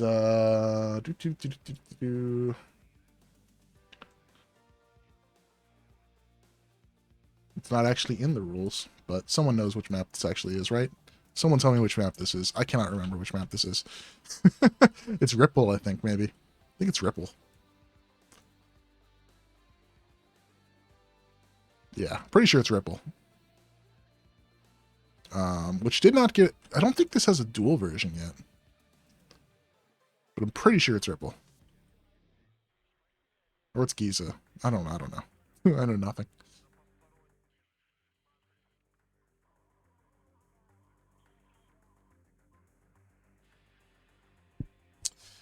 All right. I think we're pretty much into the deployment phase now. So Mix has gone for what looks like an arrow rifles open to take these buildings. Sniper, go there. We're doing Cobra starts. Okay, that's pretty cool. AMX-10RC. This is pretty much the same thing Prokami has started most of the time with big AMX RC waves, which he is starting actually all of them at Vet 1. I never noticed that before, that he took these at Vet 1. That's the reason why you only ever see 4 of these from his start. Alouette, Gazelle Cannon. Not much else going on there.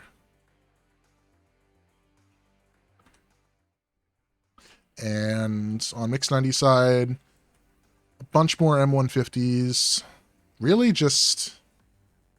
You see this from both players. Just setting up recon, setting up infantry, setting up defenses. Maybe some ATGMs. No, not really. Just some dragons. And going from there.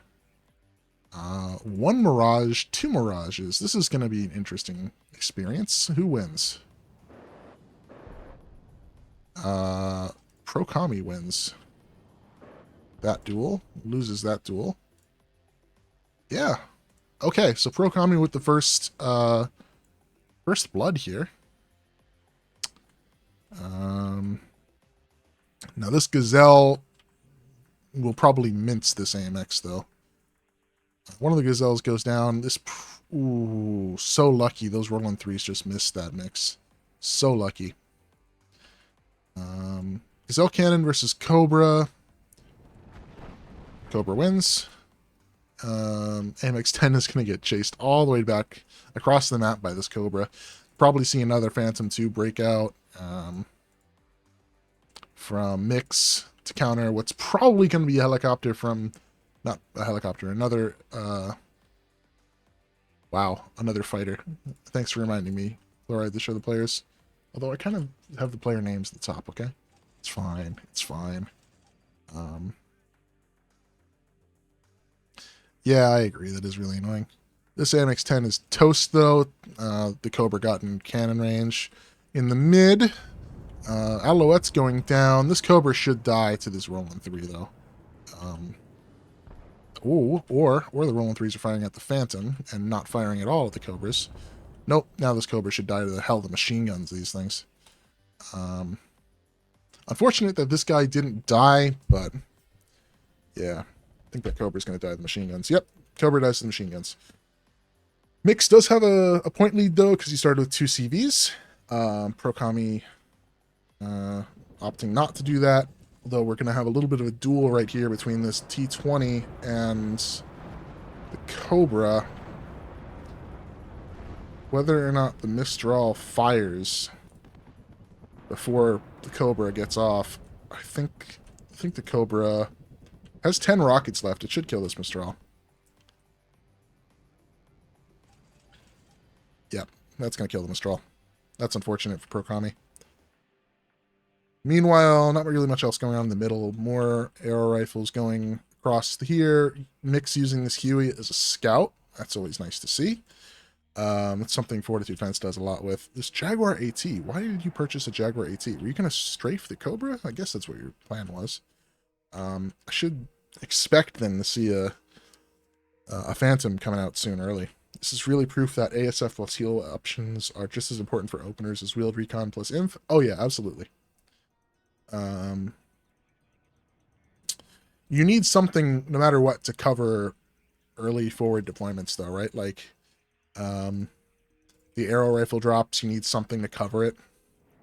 And these AMX 10 RCs, it's kind of the same thing that happened here, right? It's just something pushing forward with an AA unit or ASF to cover it.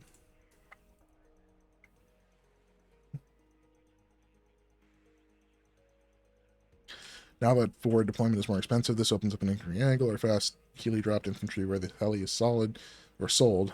Forward deployment pricing the pay themselves back. No, not. I don't think so at all, but it's an interesting idea. Looks like this guy was getting pounded on by the dragon briefly, but did survive.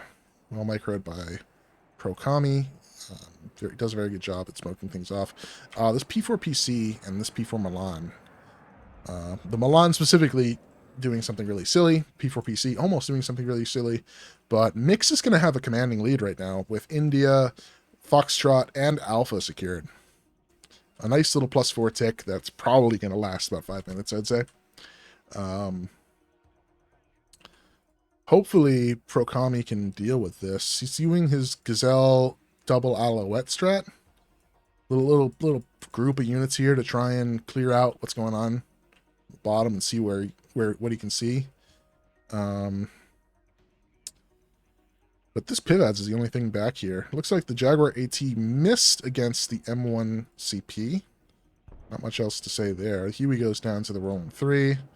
And Jaguar just going to bail. Oh, he never actually fired. So he should be coming back rather quickly since there's no AA here. This F-15 was not available in time to kill it, although the Gazelle cannon might get dove by the F-15.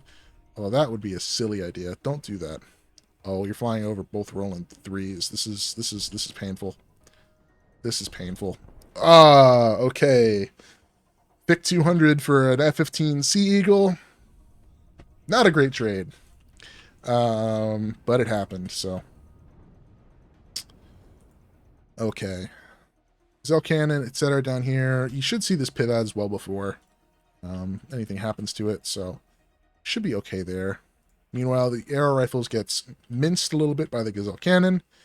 But again, there's no AA here. They were both relying on their ASFs early. And, well, that didn't quite work out for Mix 90. Losing a couple planes here.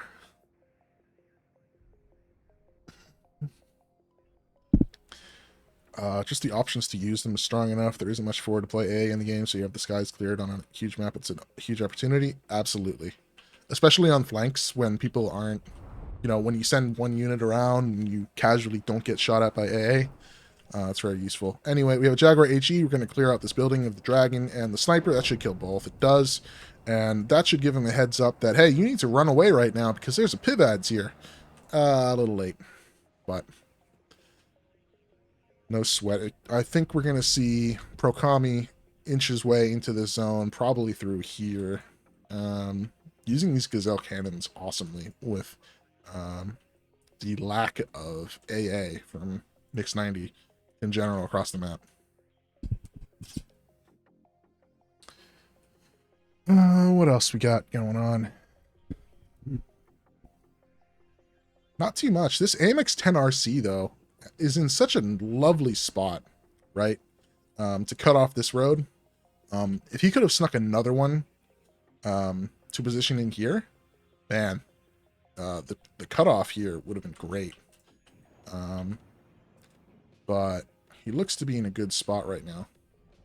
Maybe this Mutt CV could go around the corner here and, well, grab Alpha again, but we'll see what he chooses to do. MX-10 does get tagged by the M150, though. Do you guys know if the Dragon 1 purported suppression damage actually happens? I'm almost positive it does. It'd be incredible if it didn't, but no one's really using Dragon 1s here, so We'll see them probably from the National Guard dragons at some point, but he doesn't even seem to have the National Guard infantry yet. He's using exclusively regular Fireteam ET4s and other dragons. The AT, though, are you going for the Chaparral or are you going for the Abrams? You're going for the Abrams, and you miss. And you live, and another eagle down. There goes all the eagles for the 24th player. Now he only has strike eagles left. That's really rough. That is rough.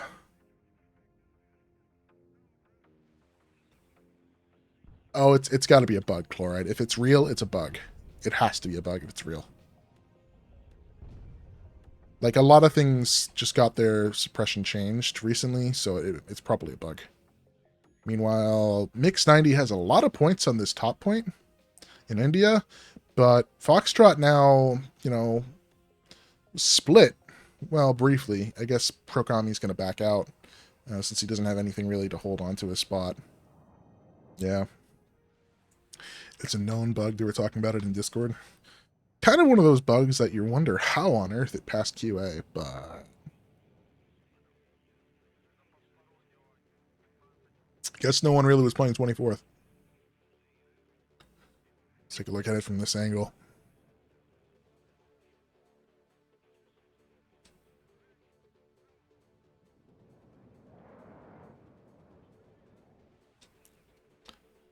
Huh. It's interesting. Y button changes, the rate things change. Sorry for doing circles here. Jaguar HE is going to get out.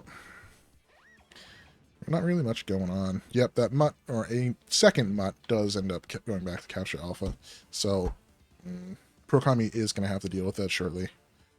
But this is game 1 of 3, so... QA? What QA? Oh, yeah. You're right. I mean, the QA for multiplayer is more or less the strike team, let's be real. And hope that they actually, you know, spot things on time. Prokami's in like a kind of a weird spot. Doesn't have the top part of the map. No longer has alpha. Kinda needs to get somewhere in the middle here. Now, Mix 90 did counterpick Prokami with this pick, I'm pretty sure.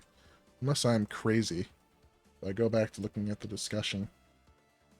Yep, Mix did counterpick this with 24th, so it's an interesting choice. Not quite sure why he did that. Also, did these units just disappear on me? That was very strange. Just not having those units on the map for a second there. Anyway. Nothing happening on top of the map. Another Bradley being brought in for Mix 90. Meanwhile, Prokami is bringing in 2 more CVs. An AMX-30B2, that'll be for the middle since his other P4 CV went down, probably to the Bradley there, or to the Dragon, not 100% sure which. Meanwhile, this one AMX-10 RC is still just pecking away from its little bush position. I really hope that he doesn't lose this one. But we shall see. And AMX-10 Sublimed, about to get tagged by a dragon. Well done to micro that. A lot of points up here, again, not being really used for anything. Could probably afford to poke into these buildings with the fire team, Bradley. Yeah. We shall see. Meanwhile, has anybody bought a artillery piece? Mix 90 with a single M109, bringing up another 2 tanks and a Bradley and fire team behind it. On Prokami's side, have not seen a single piece of artillery yet. Not really much else to say on that regard. This artillery is just going to be used to pound any position that, well, any position that is visible, realistically.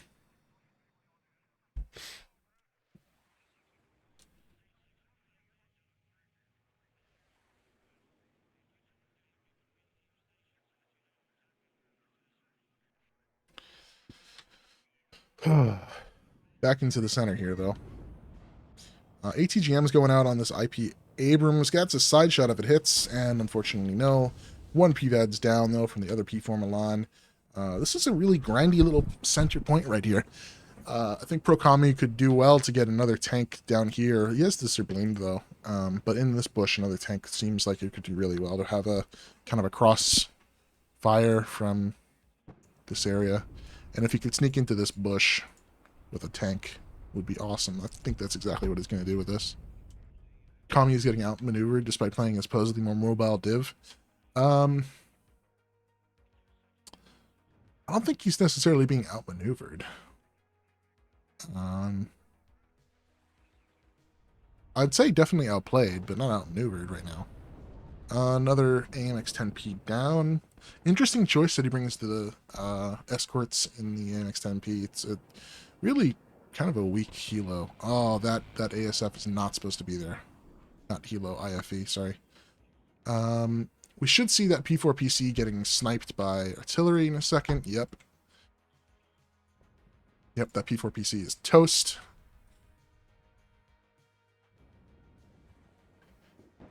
Huh. Maybe that P4PC doesn't die. And I jinxed it, clearly. This M1IP is going to smoke off, though. Nothing crazy going on here. Oh, no. This is a bad place for that AMX-30B2 to be in.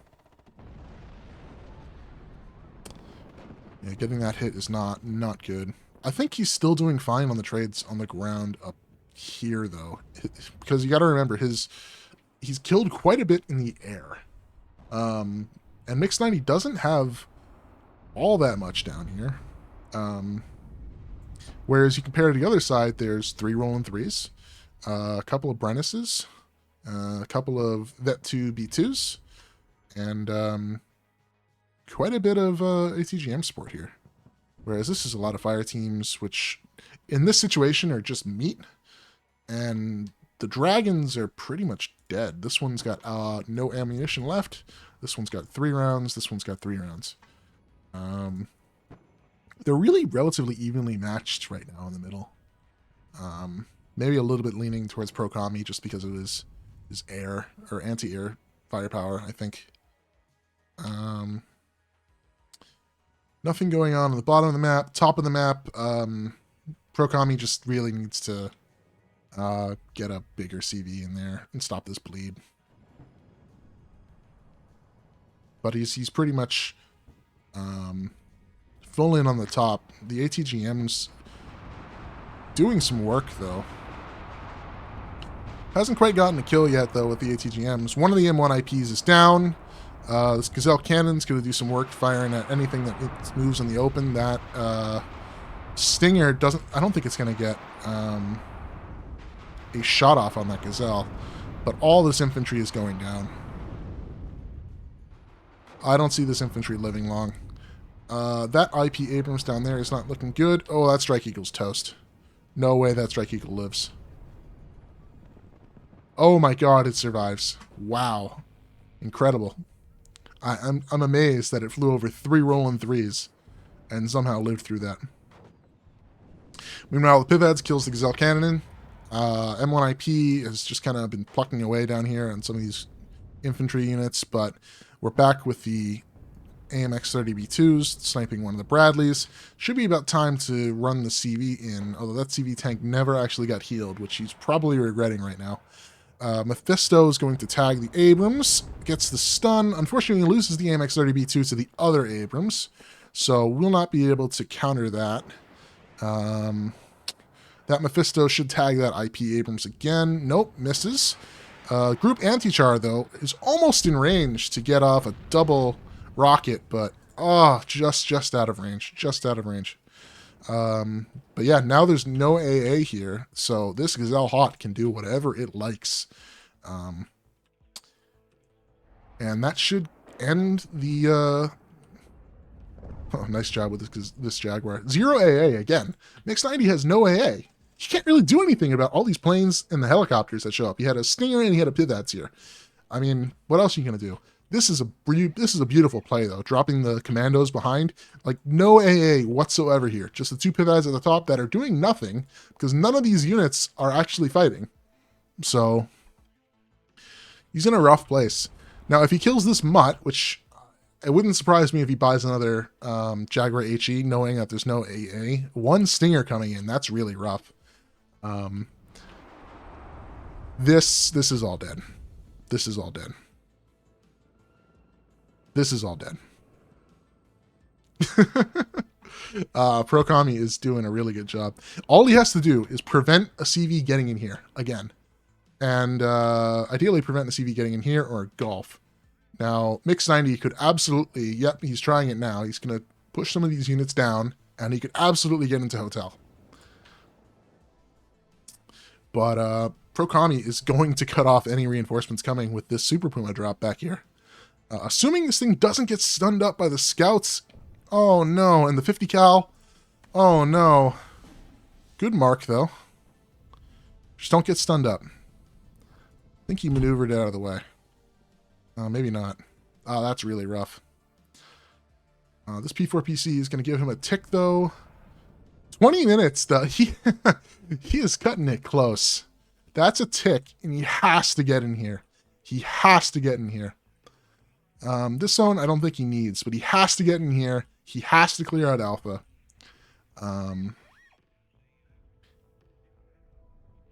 Yeah.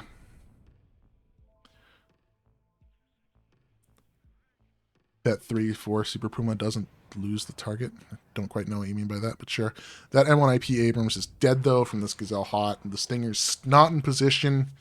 It's really rough. We'll probably get this Gazelle Cannon. Nope, he manually changes the firing from the Gazelle Cannon over to the Hot, which was very smart of him to do. Oh. You knew these were here.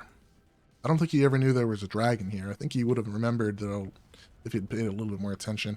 Another commando dropped back here, though. Perfect timing. This Bradley is in the zone over here, though. Once this mutt shows up over here, that might be the end of the game. Unless Kami notices this, that's probably the end of the game. Or he snipes this CV somehow. Somehow gets this thing away with it. Strike Eagle's going to get close to the rolling threes. Does it get hit once? No. So it does kill... nothing? He missed! That's pretty cool. But this is bad. This is bad for Pro Kami. That is going to end the game for him. Yep, that is going to end the game for him. Maybe he... oh, maybe it won't end the game for him, though. Do you see it? No. Yeah, that's going to end the game for him if he doesn't catch this mutt out. He can gun run it, but this should end the game for him. Going to have to run this guy back in. He doesn't have a CV for this. Yep, I think that's going to end the game for him. That's unfortunate. But hey, I mean, that's what you get. You left an infantry unit here with no AT. So, unfortunately, that's what you got here. You are going to lose it, though, but that's rough. Now, you might notice this mutt here. I'm going to do a strafing run on it. The Apache is here, though. Strike Eagle, what are you bombing? Up, that's going to be the game, then. Oh, that's unfortunate. Kami, you know, you had a great pushback here, but I think that's it. There goes the other Strike Eagle.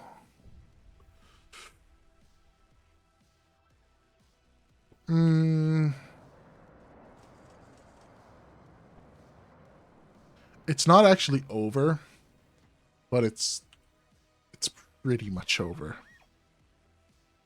French design a secondary unit to hold your sides. Okay, we need 8-man and security trait for sure, but make sure not to give any AT weapons.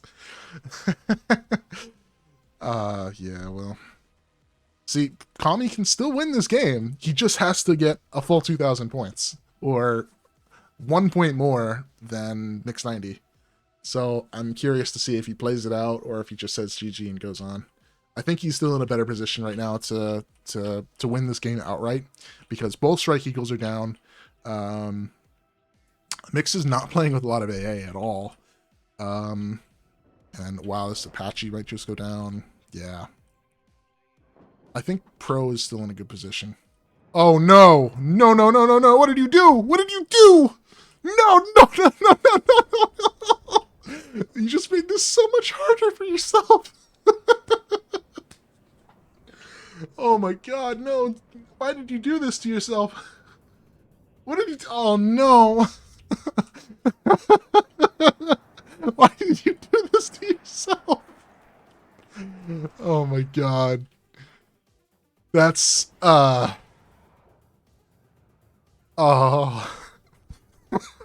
If you win this game.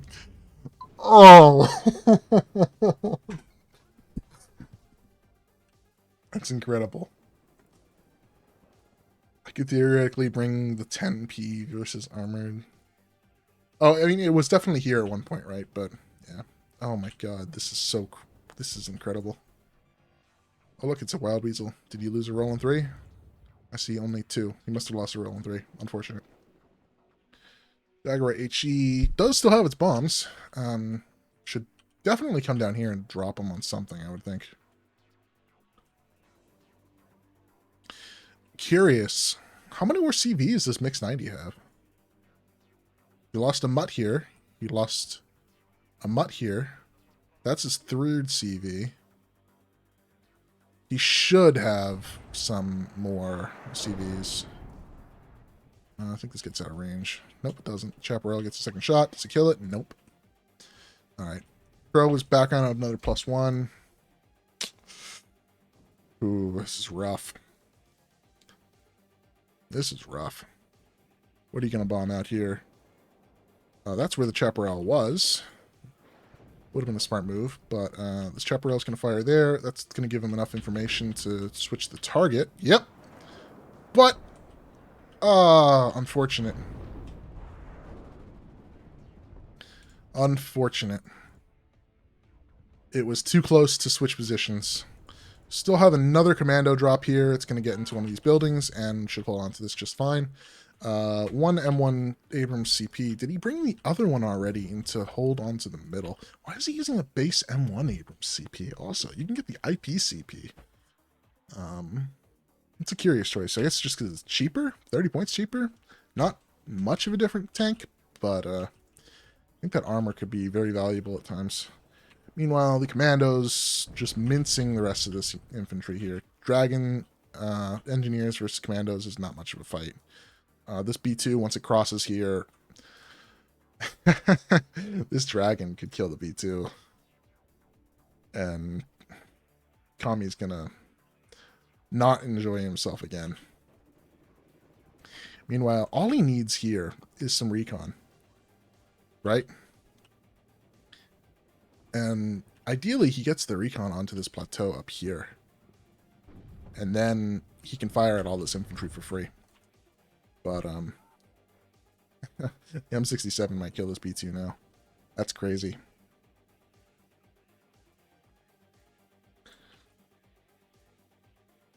Now, what's Kami going to do, though? He's got to get in here. He's got to get back these 2 points. At a +2, it's 22 minutes to a complete victory. He needs a +4.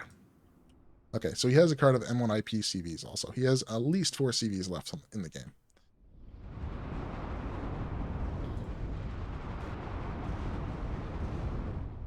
This is a lovely, lovely push, though.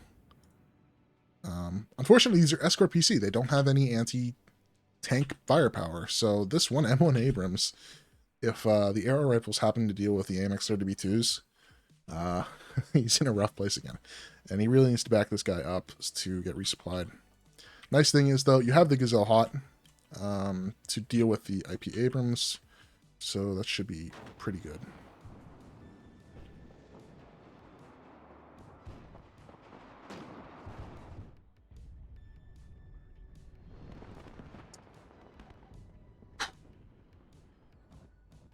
Meanwhile, the easiest way for Mix to win is really to drive up here and go back down into hotel like he did before. He doesn't have to win. He doesn't have to hold it for long. You could just suicide two CVs into it, and he would win. Or he could suicide drive some CVs down here under smoke. At this point, cheese is the way to win this for Mix 90. Like, at least to end this faster, right? And not let Pro-Kami have a chance at capping mid and capping here. A lot of infantry pushing here, though, with the artillery support and a bomber. Nope, that's not a bomber. That's a Jaguar AT. Did it actually fire a missile? Nope, so that's kind of a wasted run. What else are we bringing in here? A bunch of Sapper's Flam, 2 Voltigears, and some more logistics. Okay.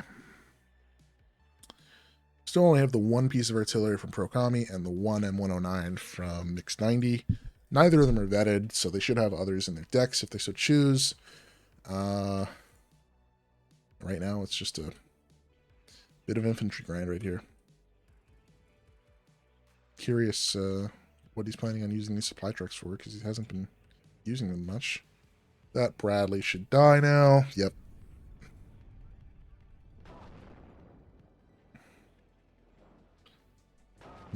Artillery just pounding away at every single unit that's still in this town. I mean, pretty good. Because, I mean, Pro-Kami still has a chance to win this. If he can get this full cap, or if he can get this full cap, or if he can get this full cap, he should win this game.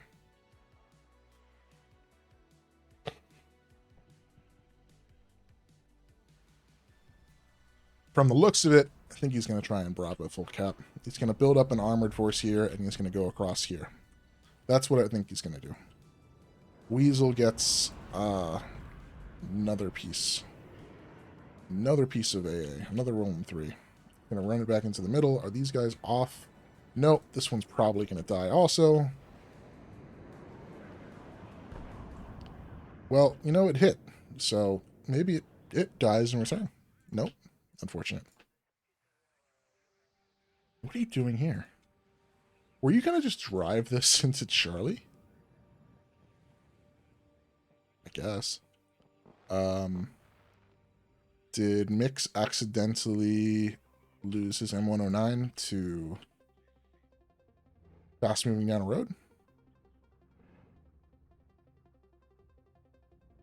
I have a feeling that's exactly what happened to that M109. I am really curious where it died, though, because I no longer see it, unless it's right here. Oh, it's right here. Okay.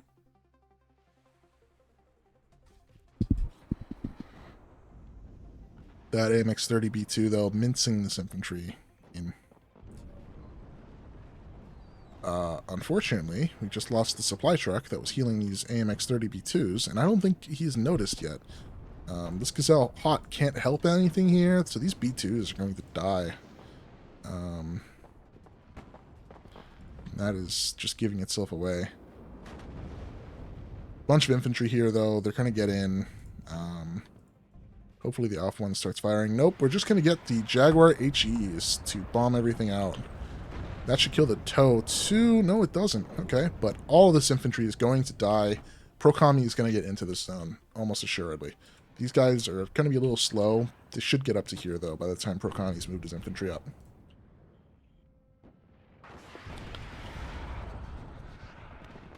This hot. Ooh, nice hit. Nice hit. One more shot before the Piveds gets vision. Oh, that's awesome. Nice job, Pro. Now this Gazelle is going to die to the Piveds, unfortunately, but it has done its job. 8 minutes at a +4.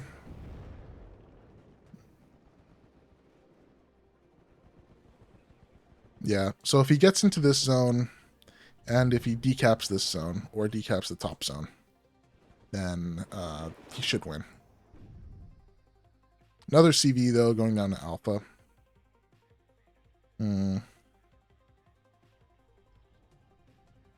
It's getting tight. Definitely getting tight.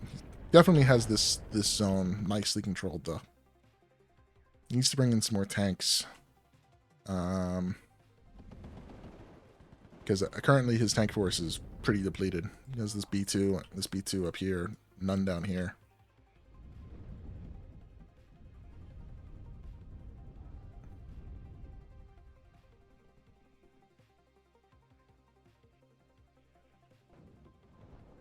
This group anti-char, though, is the perfect unit to hold onto this forest.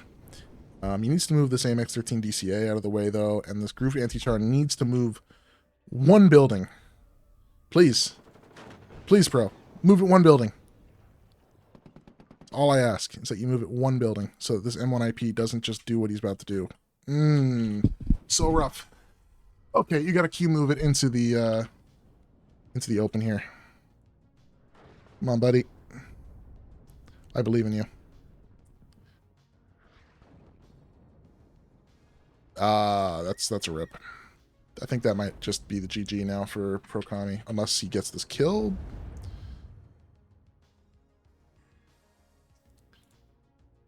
Before this gets fully capped, which I don't think will happen because he's in the smoke ball.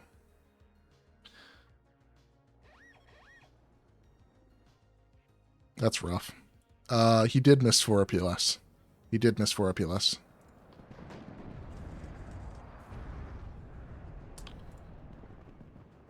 So Pro's going to get back in here. He's going to have to fast move that back down here.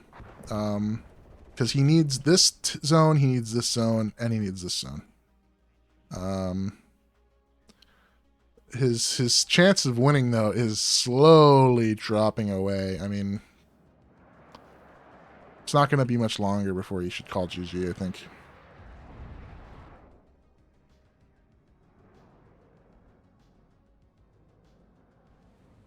Will he see this? I don't think he will.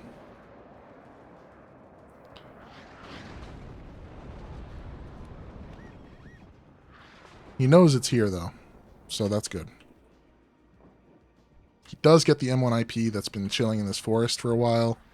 And now this AMX-30 is running back down here. Great. He has an anti-char up top here. Finally, this is the perfect unit to have had here before, but he didn't have it. 4 minutes left. I mean, this is rough.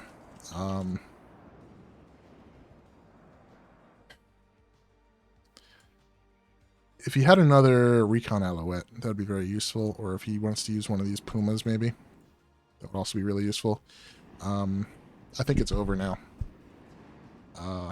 Yeah, I think that's it. Not having that other AMX-30B2 down here that died in this forest. Yeah. Someone who was fired in a PLS, I have no doubt it was adopted due to military procurement corruption. Possibly. No idea. Possibly. But yeah. That should be the game for Prokami. This is probably his last. This is, I think, his last CV. And with that, even gets back into Bravo. It's not going to have enough time. Just needs this zone, and this zone now to win on 3 minutes left. Actually, even then, what's that going to be? A +8?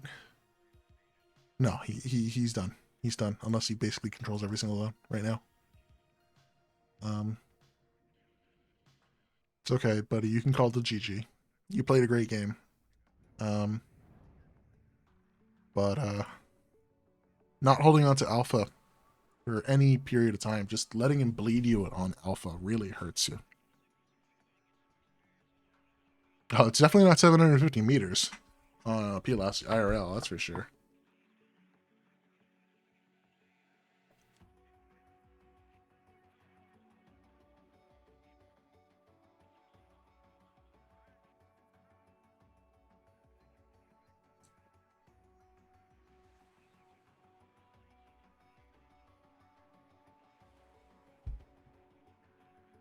IRL, it's like 500 meters. That's probably about... I mean, that's probably how far the... whatchamacallit happens. The... What am I thinking of?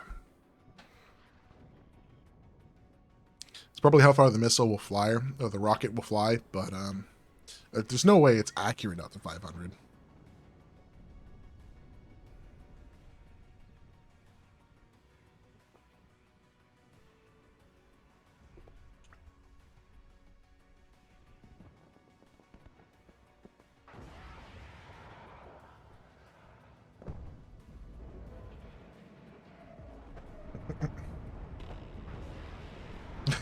Yeah, I mean, all of the things in this game are meant for gameplay value and not for realism.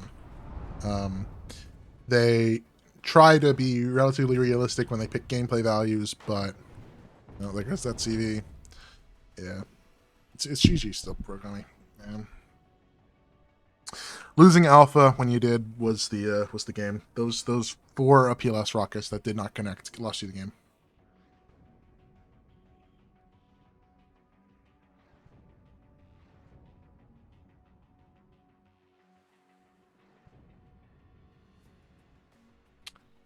But yeah. Unfortunate way to end the first game. But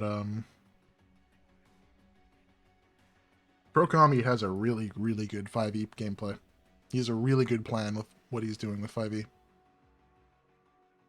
And this is interesting. Mix 90 has the National Guard 109s and the regular 109s. I think that's just because you can't get 2 cards in 109s. But that's interesting to note. So did he lose his CV tank in here somewhere? Yeah, I guess he did. But that was his last CV, so.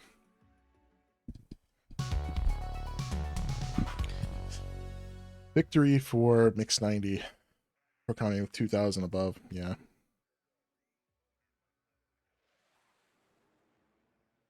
The Strike Eagles did absolutely nothing, though. Like, Procami had air dominance pretty much this entire game. Strike Eagle got a Commando. Strike Eagle got a P4 PC. Yeah. You love a 079 KD win. I mean, I've gotten wins with 0.5. It's insane when, like, you know, you just happen to have more points at the end of the game and you still win. Anyway, that was game 1. Curious to see what happens for game 2. Unless he just conceded, which would be interesting, but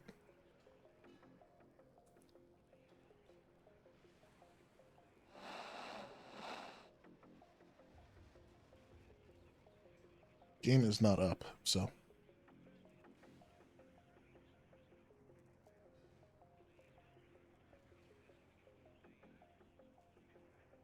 Oh, see, Protoss got himself a new logo. Interesting, interesting, interesting. For the SD League, if you did not know, there is another Discord called STL. This tournament is currently being hosted by most of the administrators and players on the WarriorS Discord, but there's another one called the STL Simulated Divisions League Discord, and they host that. They host a league usually once every couple months, and usually have a monthly tournament, and that's run by this guy, Protoss Soccer, who is also on Twitch. He's probably streaming ranked right now. Another wonderful human being. We shall see eventually if this ever loads, but you think 5e did well with the armor buffs? I'm curious why you think so. Because 5e didn't get any armor changes, but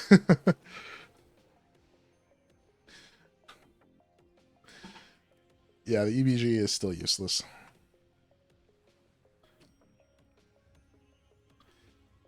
Oh, you mean like the imp nerfs more so?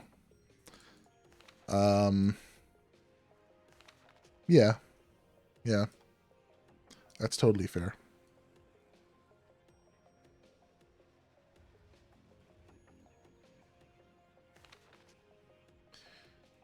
Grenadier Voltigeur, the Elrax, Oh, yes. Oh, yes. Chessers, garbage. Never bother. Gonna reroll to gears. Awesome. Chessers, no. Roll to gears, yes. I mean, 5e plays like a motorized deck. Even though it's a tank deck, right? So everything, all your infantry pretty much is motorized, unless you take the Escort PC and the AMX 10P, which... Yeah.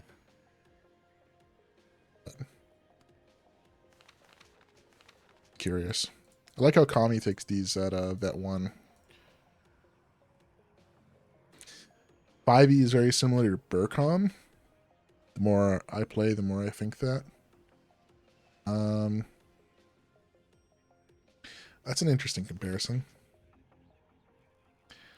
RC are extremely accurate at Vet 0. Yep, that's true. But at Vet 1, I think the reason he's taking them at Vet 1 is because the aim time is lower, not because necessarily the accuracy.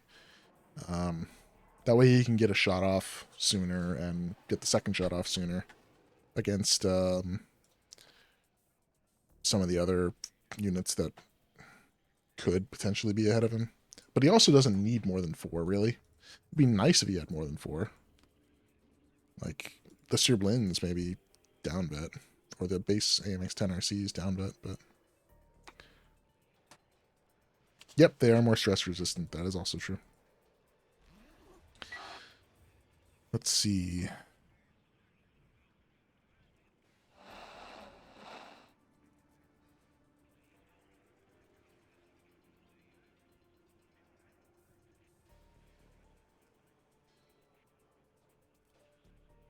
Because I was watching that game a little after it started, so they might still be going through the bans, but...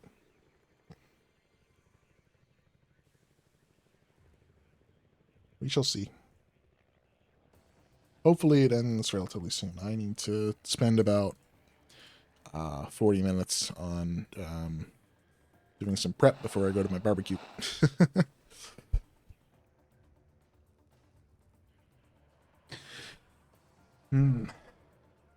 Or I'd fill up the middle point between infantry divisions and aggro divs with recon vehicles and special ops.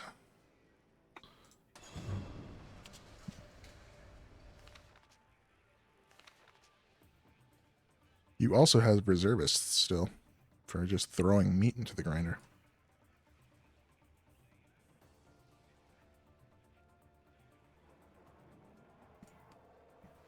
And the AMX 10P Milan. Which, if it was a transport for the chasseur, would make chasseurs very useful. But unfortunately, it is not a transport for the chasseur.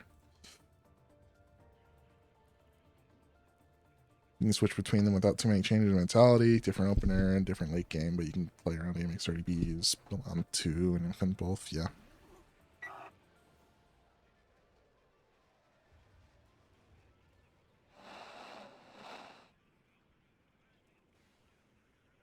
Hero of Appalachia. This must be Nihilio. I bet this is Nihilio, unless he's down here somewhere.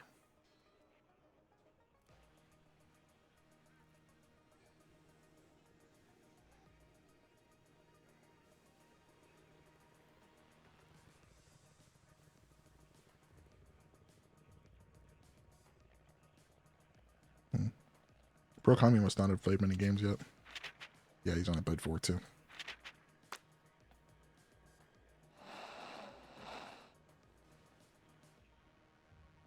Still waiting on the rest of the finals.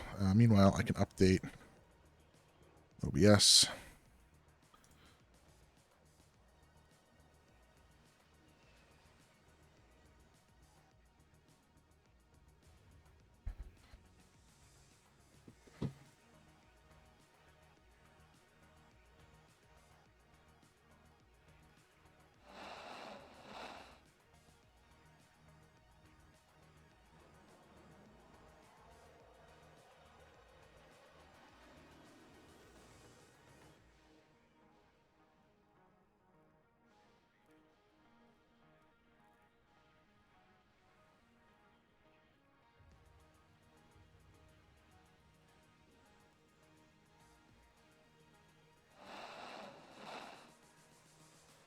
Not much else to say right now.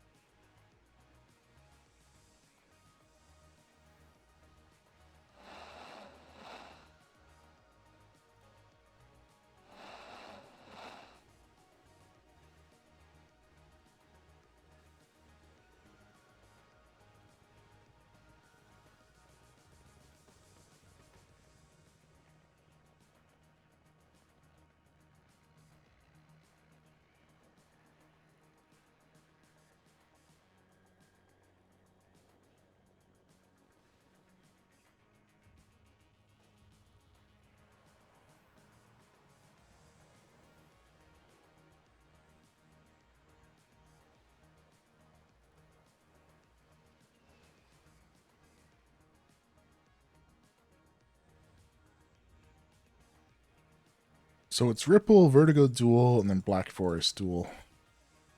Black Forest Duel being the final map. Oh my goodness, that's pain.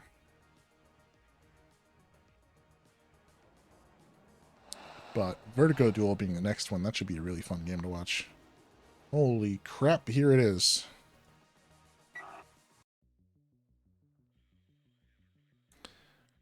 Okay.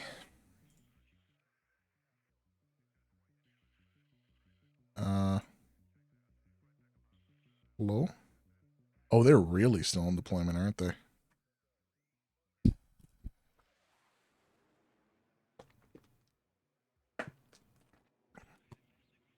Well.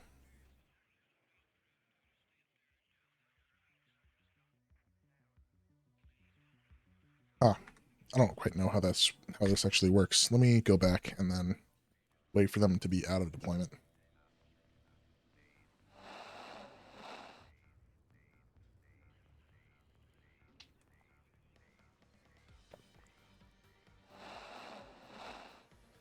Should take a minute or two.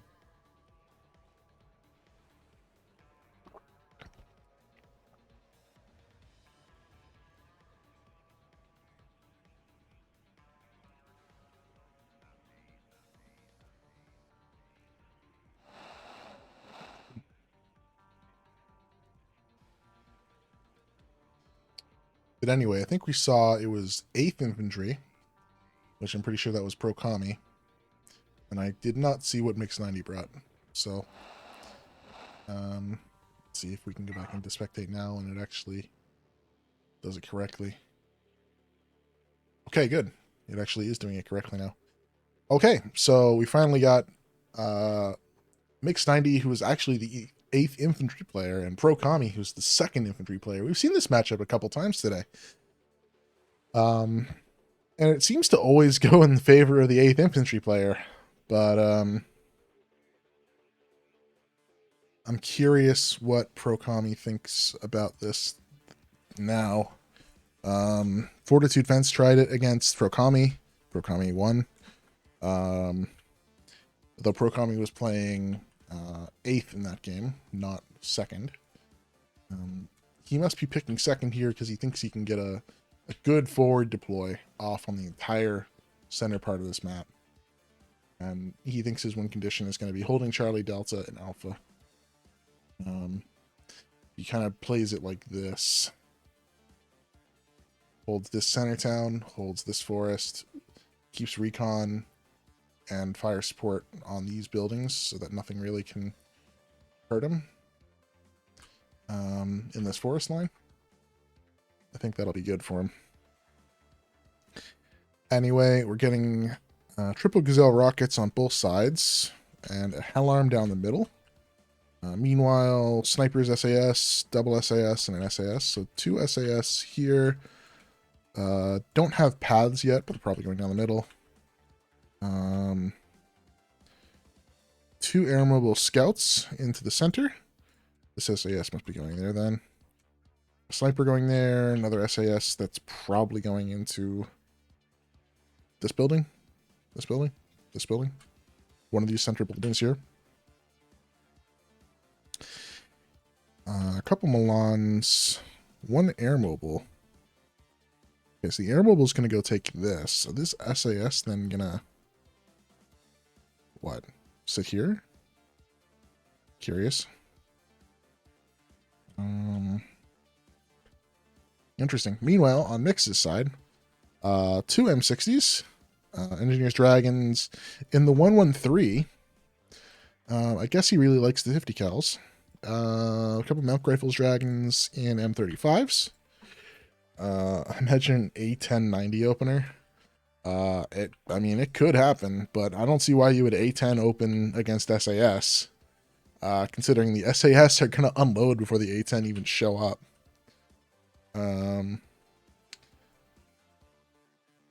No helos coming, but he also doesn't have that great recon, so I don't see why he would do a an A10 open. I mean, if you're doing 2 LRS, and so on. I mean, he probably is, considering he hasn't spent any more points, but yeah. Well, it's still moving. Keeps them from pushing too far. I mean, maybe, but put it this way, Chloride. It takes 10 seconds for the A10 to actually show up on the field, right? Those 10 seconds, the SAS are going to get here and be deployed before the A10 even shows up. Actually, it takes 11 seconds, I think. 12 seconds, maybe, for the A10 to show up. Like, these guys are going to be deployed before the A10's even on the field.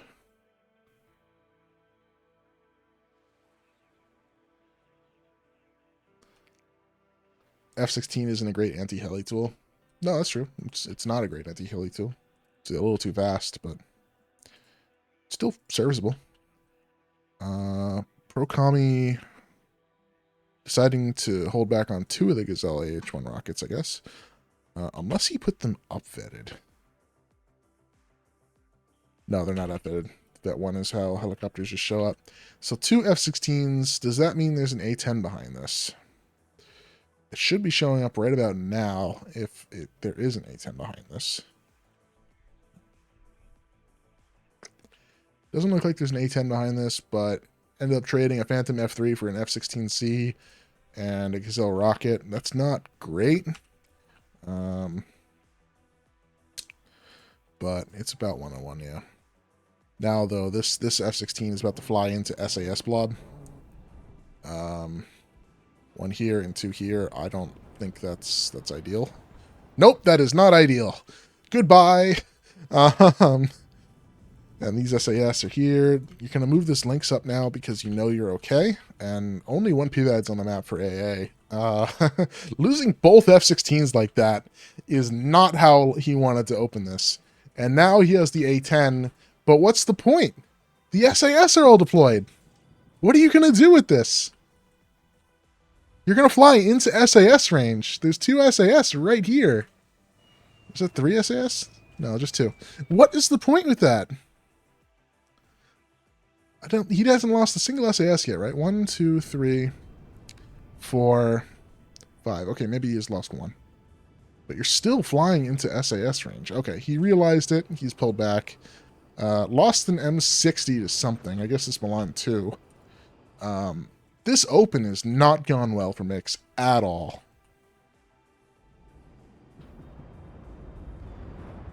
Yeah, you see why I don't deserve my rank 15?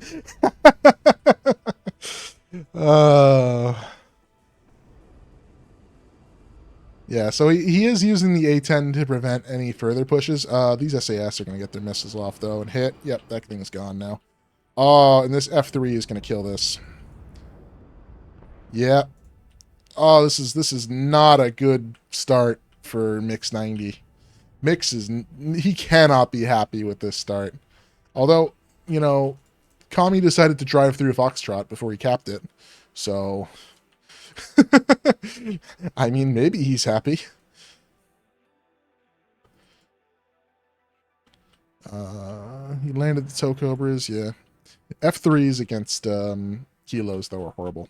So, yeah. You don't have a cannon, and you have to hope that you hit with those. This F3 should be dead. Yeah, it should die. The cannon will kill it if none of the missiles actually hit. Yeah, that's dead. So finally got a little bit of value there. Milan 2 took a lot of damage. Theoretically, Mix could have 10 minutes to build up tanks here, but even though second isn't that good at pressure, I don't think Pro-Kami will allow that. No, Pro-Kami won't allow that. I mean, second is pretty good at pressure on a wide map like this, though, because you can do weird things with these helicopter infantry, right? Like, he could drop this helicopter infantry. You do something weird and drop it, like, back here. Then crawl it up, secure.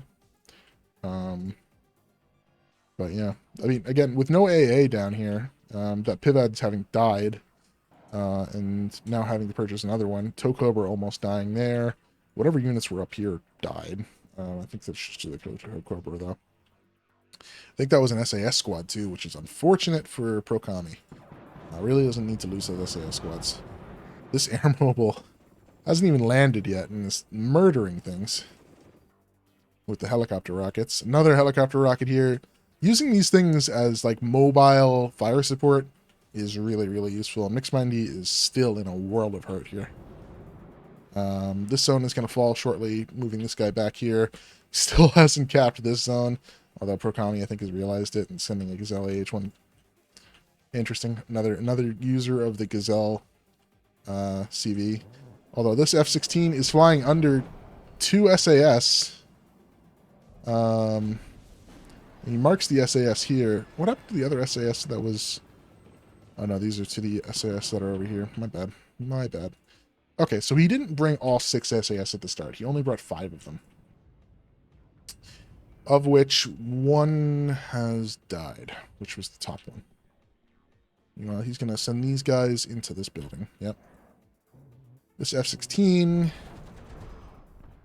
if it banks that way, it's dead. It did not bank that way, so it will not die. Is there artillery yet on the map? No. No artillery yet for either player. We are getting an FSB-1 Rapier, though, which is, I believe, the radar-based one. Yep, so this one actually can hit things, unlike the tracked Rapier, which, good luck if it hits anything.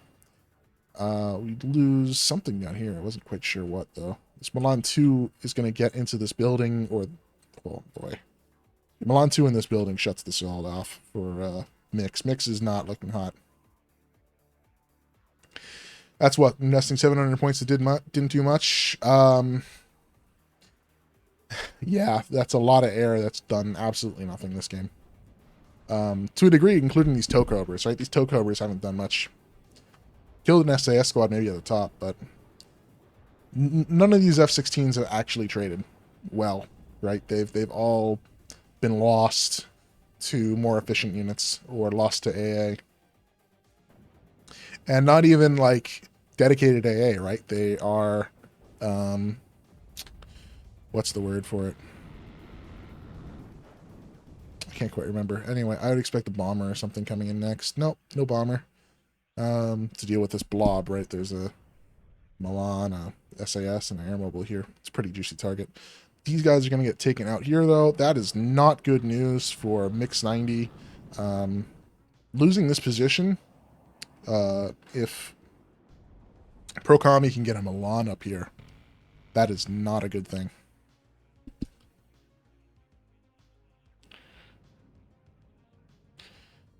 Oh boy.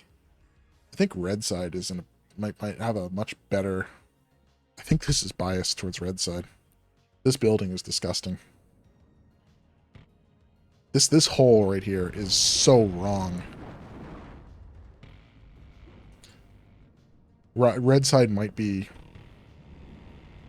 better. Yeah, that hole is disgusting. Like you have this open field hole over here, sort of, but in this forest. But Jesus, that hole from the middle is disgusting. Because that does not exist on the other side of this. That is disgusting.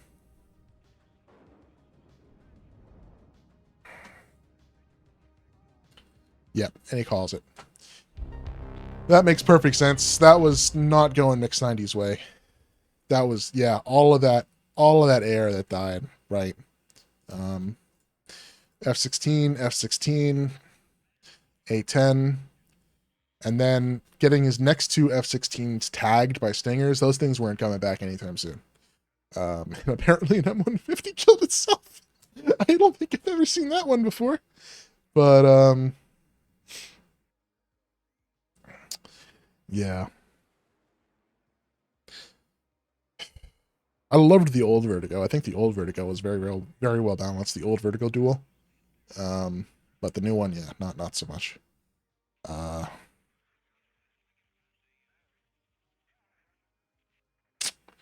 This is rough.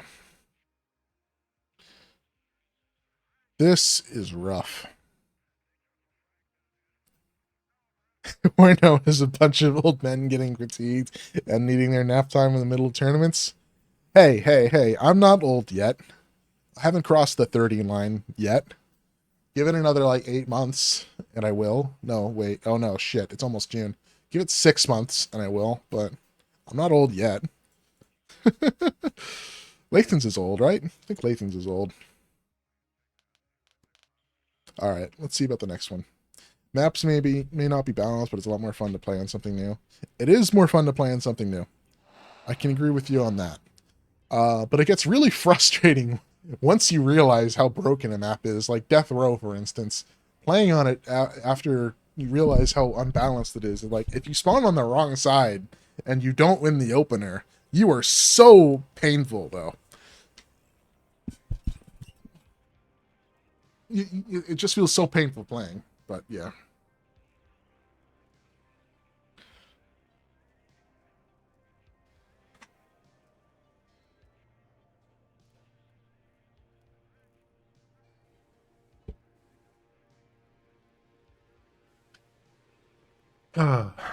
Yeah, I really do hope that they expand the ranked pool to be more than just whatever it is. Right now, I think the ranked pool is, what, 6 maps? Not even 5. It's only 5 maps. I don't know why it's 5 maps right now. This is rather cringe. But yeah, like having it only be these 5 maps is not good.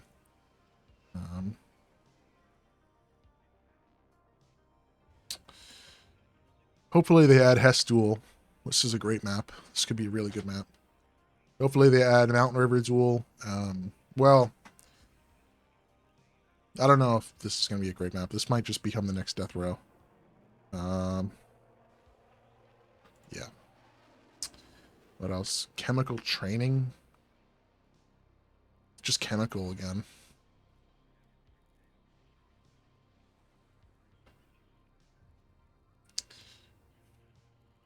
Oh, that's a destruction map. No wonder it looks so weird.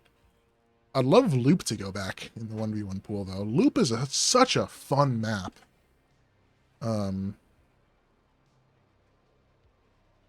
Loop is such a fun map. I was disappointed when it just stopped having any effect. Mount River Assault. Curious. Ripple. It's an interesting map. It could be in the 1v1 pool. I think it's a little wide, though. Well, maybe not a little wide. Just, what's it about this? Removed loot from the rank pool. When? I think they might have stealth removed it last patch, because no one, I think, found a game on loop for a long time. But at least according to the map list now, it's removed. It got removed early, I believe. Yeah, well, it's rude. Ben, we had such great times on loop, didn't we? Oh, that one stupid game that you forced Hippie to cast.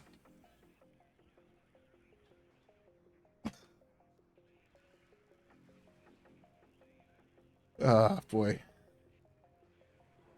Anyway. Let's see if the next game's up. Nope, not quite yet.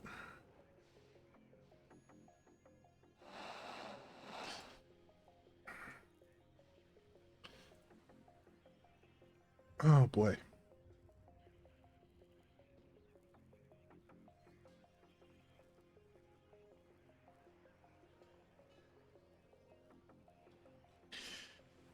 One more game.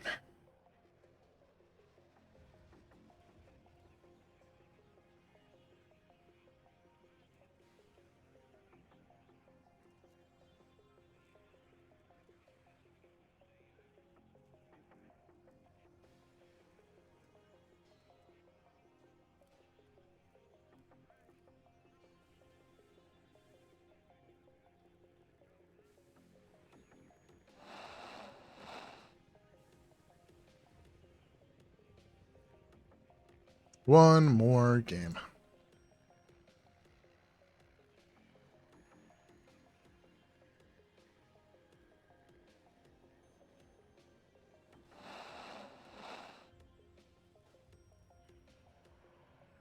Yeah, they must have removed it in the patch just before this, 1.0. They must have removed it then.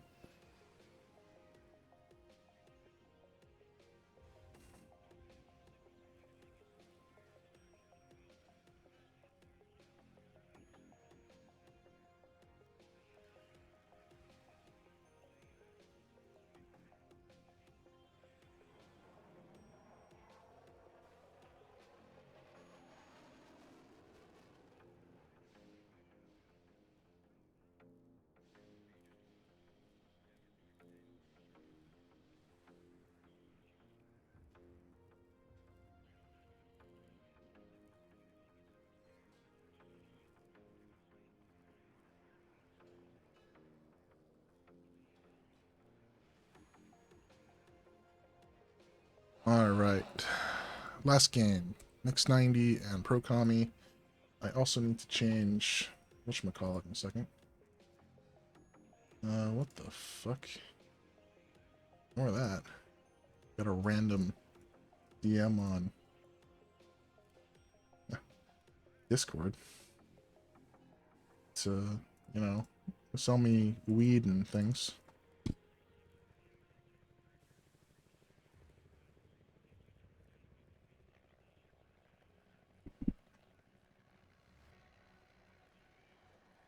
Oh boy.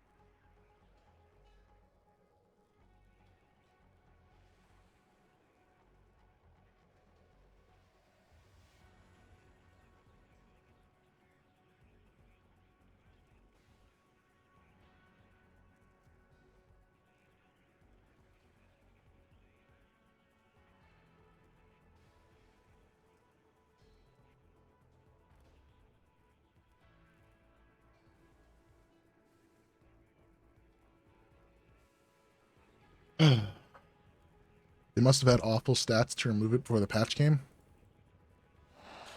I mean, I don't know. I don't see why, though. It's really not a bad map. I mean, it's a little unbalanced, but not dramatically so. Like, one side is slightly better on loop than the other, but loop was also completely impossible against pre-patch airborne. Yes, that is true. Against pre-patch airborne, loop was mostly impossible. Unless the other guy was terrible. If airport can stay in loop shit as well, what's wrong with airport, though? Airport's been reworked a little bit, and it's... Before, it was a fun map to begin with. It was, again, slightly unbalanced towards one side, but it wasn't horribly so. So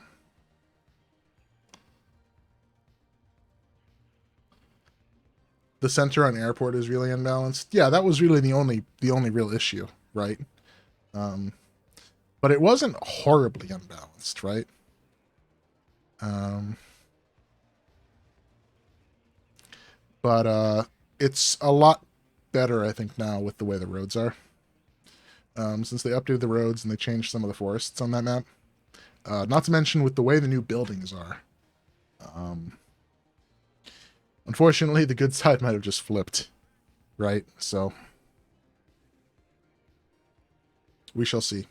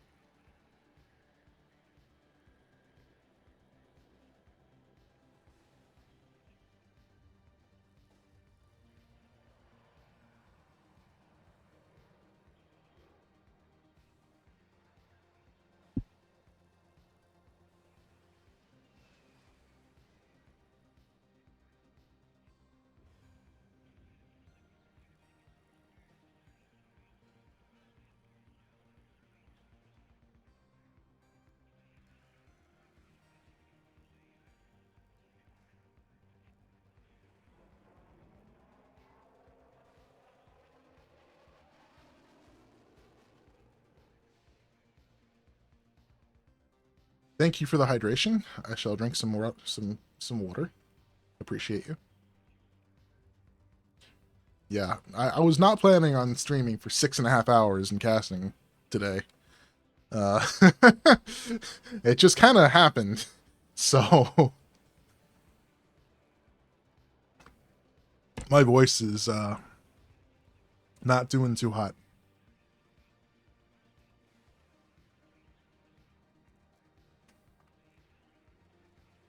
The game demands it from you. What do you mean by that?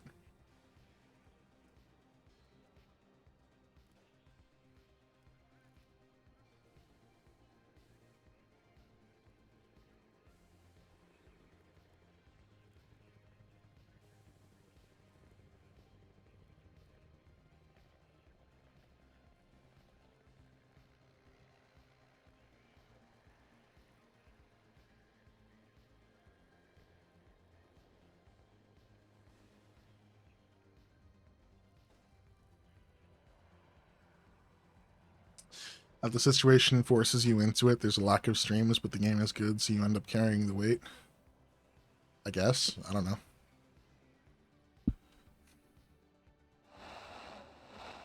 It's not like my drunk ass is starting streams, so that Sunday Twitch gets tourney content. Yeah. No, I really had no plans on playing in this tournament, etc. So, like, I probably could have played in it if I actually realized I would wake up on time, let alone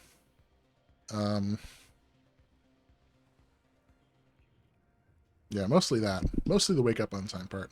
Anyway, I'm going to run to the restroom real quick. That means I'm clearly properly hydrated, Chloride, because I clearly have to use the restroom. So, you know what? That's a good thing. We're going to wait a few minutes for these guys to get into their deployments, and then we'll spectate it. So, BRB for like 30 seconds.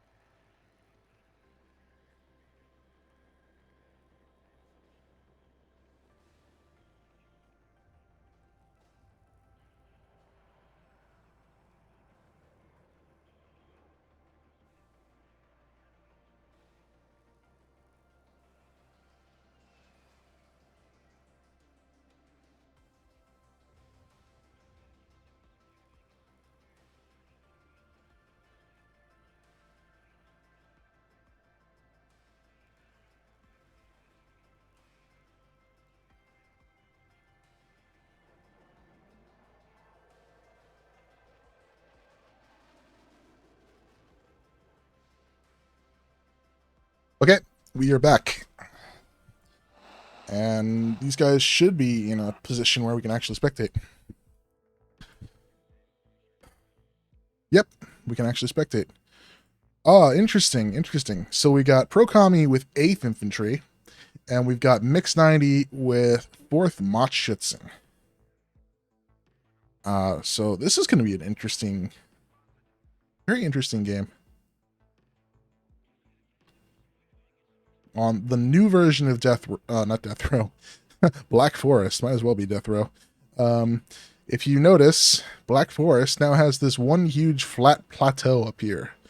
With a gigantic building here that commands the entire place.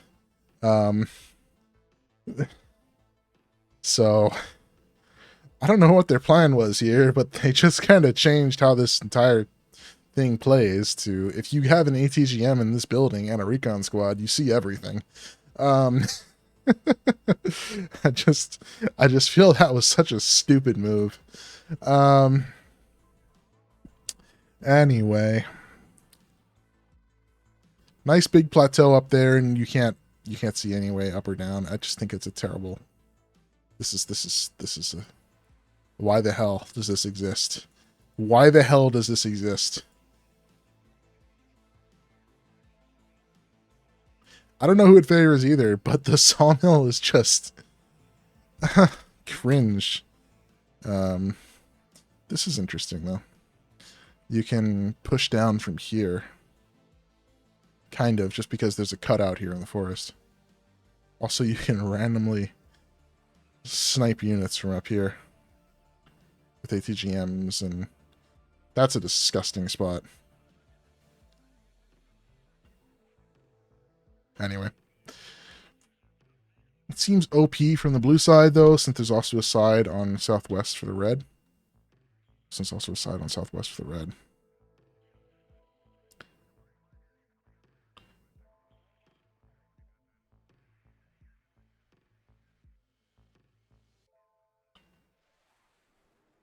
You're talking about Charlie? Sure. Anyway,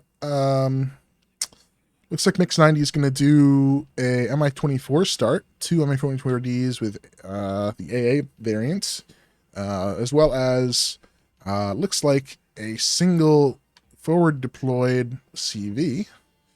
Not much else going on this side yet. Couple M60 and a CEV. Pro Kami loves this CEV, apparently.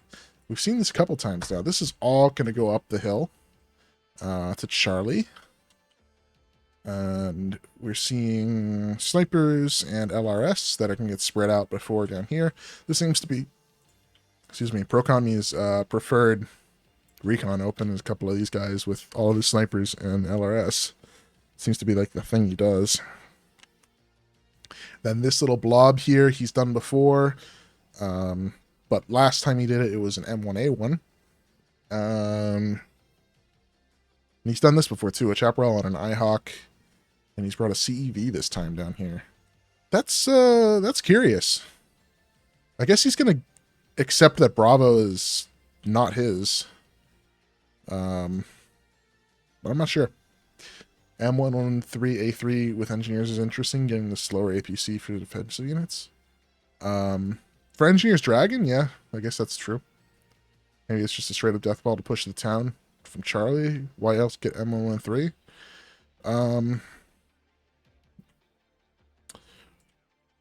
I think that's just what he does. He has his M113s as his transports for his Engineer Dragons. I'm not quite sure why, but that's what he does. Maybe so he has the extra fire support against infantry. Not quite sure, but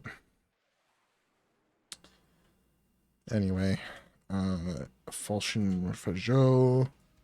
If this is all that Mix has on the field right now, I would expect that there are planes behind this.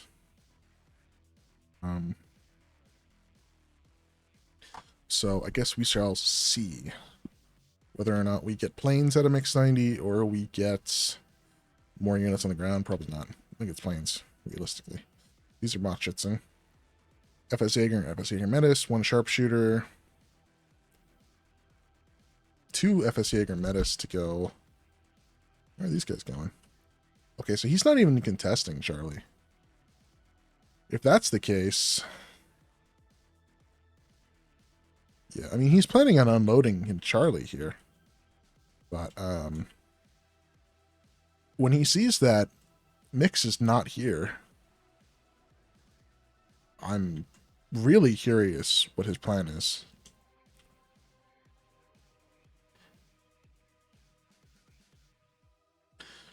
And Pro-Kami has shifted a little bit. He's sending the IHawk up the hill now.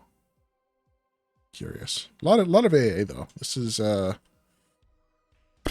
almost 400 points in AA. Might actually be 400 points in AA, actually. The IHawk with the Pivads. No, it's about 300. 300 points worth of AA. Wondering why this hasn't started yet. Well, it's just still chugging along, I guess. Now Pro-Kami's going to deploy a Cobra. Okay.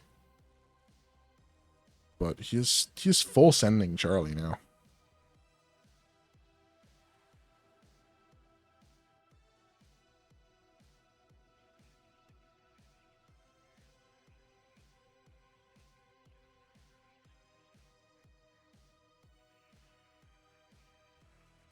That's curious.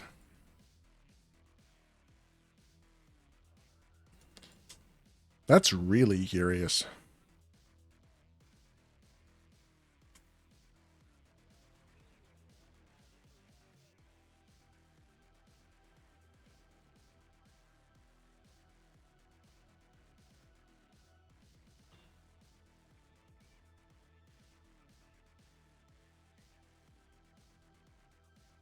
I'm not sure why he's doing this.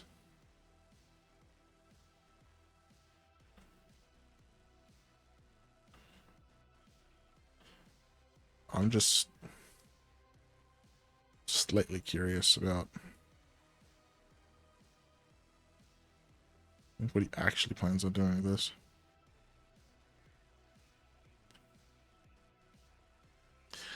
Gonna start with two MiG-29 AAs, though, to cover his Mi-24Ds. He's gonna get very far with this, though. I think he's gonna see the Cobra in a second. He should dive it. Yep. Oh, one just decides not to. And the missile misses. This looks like it's gonna be disaster for Mix. Well... It depends if this gets all rerouted down to Alpha. If so, it could be. But Mix is going to know it's coming, so... you think you'd be able to move a meta squad over here to cover. Also, there's no forest here anymore. Wow, that's disgusting. That forest used to be awesome. Loved that forest. Huh. We open that, of course. So that Mi-24D should... Well, it's not going to see this. I wonder what it's firing at. But Stinger hits it. He needs to back this away now. There should be another Stinger somewhere. He moved it over here. Okay. And what's the plan here? Well, he has to know now. He has to know he's not going to full send this. No way he full sends that now. Mix has got all this taken care of, though. He's going to secure it with what's he going to do? And then another FS Jaeger and a ATGM down here. He's really moved this sniper up just to see what's going on. This Pro-Kami is going to end up building an absolute death ball up here and just roll into Alpha. Seems to be what his plan is.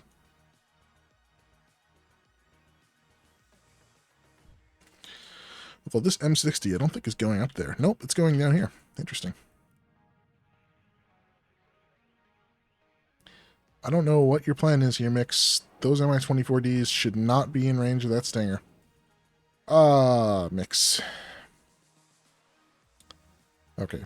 So this Cobra never actually went down.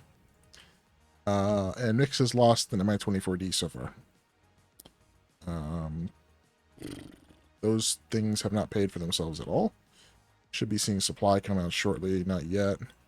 So another T-55, a 100mm AT gun in the MTLB, and another Machitsen.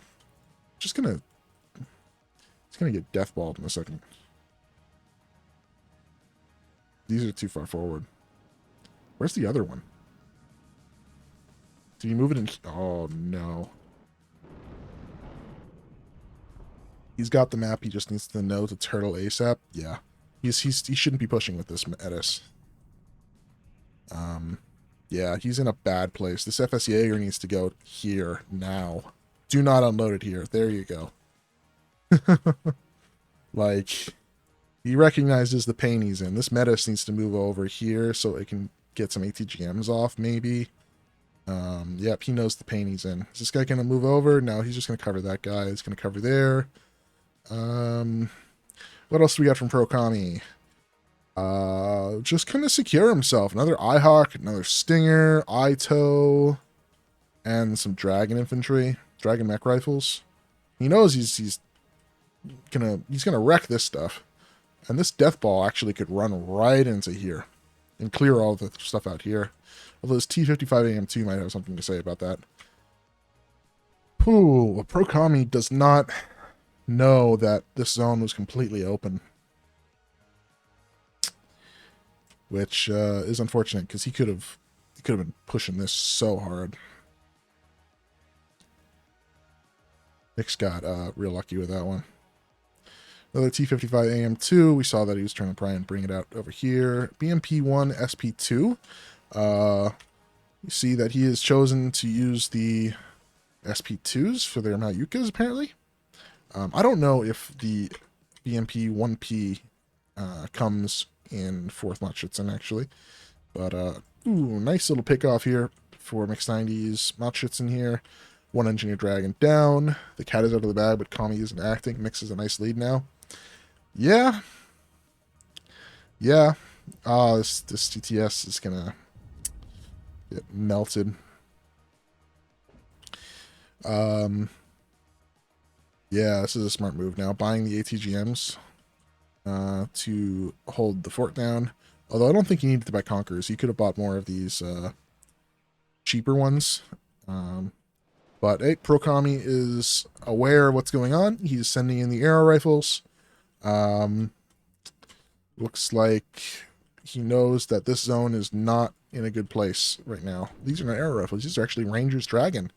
Okay, so those Rangers are going to do work in this town. I'm still curious why he bought this AT gun for this middle point. That would have been a much better use over here. But hey, you know, why not? These ATGMs here are just perfect. Okay, so you're going to buy another helicopter. Both of the Mi-24Ds, the AA versions, died. Which, yikes. Mix lost quite a lot of material so far. And Pro-Kami has not really lost that much material. These guys are probably dead to the Dragon. With the Blackhawk. He's using the Blackhawk for fire support. I love the change that they made with these things to have 1,200 meter ground target range. So now these things can actually be used as fire support. This guy, though... Hi, Pro-Kami. This was a mistake. This was a silly mistake. Assuming this T-55 sees it. Okay, now you realize... So lucky that T-55 had no vision on that mutt. So lucky. Looks like only 7th gets SPZ, BMP-1 He with the better ACGM. Yeah, I guess that's how it works then. Oh, this MiG is dead. Let's see, what's going on here? Well, Kami's got this back for now. Really, he doesn't have much here, but Mix has no idea that's the case, because he has no recon still. In this area, at least. 0 recon on this side of the map, actually. He just has this one sharpshooter, and he's not bringing any recon, so he's never going to see anything. That's actually very rough. I don't know why Mix has decided he doesn't want to use his really, really good Special Forces infantry recon. The Einsatzgruppe, or whatever they're called. Not Einsatzgruppe, but I can't quite remember what the names are, but they're Airsats something, false, whatever, false flag units, basically. And they're really, really damn good. So, that's really painful.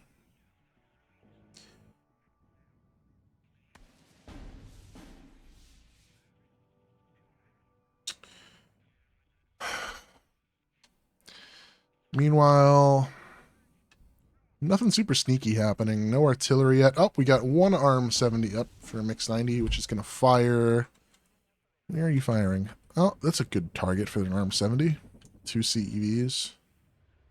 Mech Rifles Dragon can probably mince this much. It's the triple machine guns. They just have so much HE output. It's really a nice squad.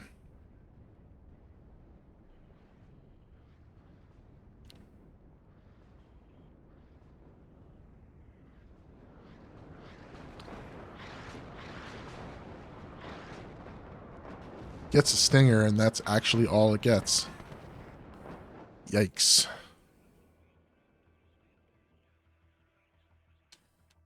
Prokami has an M110 now, and buying a Kiowa Warrior as well. Interesting choice. He's going to get into this middle zone, though, with a CV, and we're seeing Mix bring up some heavier AA. Another Cub to follow up with this Strela 10M. And first got the first M1A1 on the field and in the fight here. Does end up killing one of the T-55 AM2s, but oh my goodness, the AT gun gets a bailed out crit on the M1A1. Didn't even notice that. That's really unfortunate.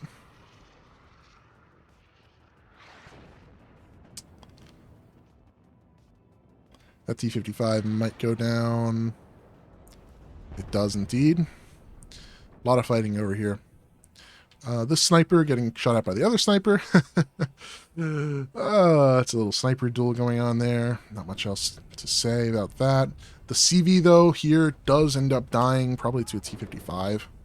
Yeah, it looks like it was going to get killed by the T-55 there. So Mix is still on a +2 tick. Once that gets fully recapped. This F-16, though, is going to eliminate these units.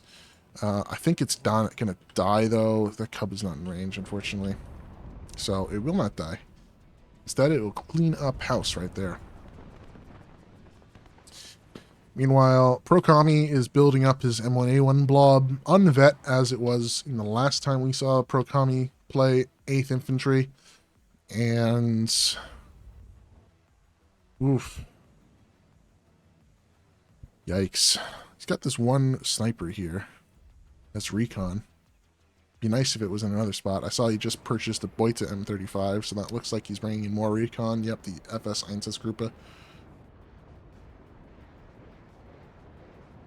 Another arm, 70 barrage. I guess he's trying to get rid of this. Is this thing bailed out still? Maybe it isn't. This M1A1. Hopefully he kills it with this last rocket. Nope, that is quite unfortunate, Mix.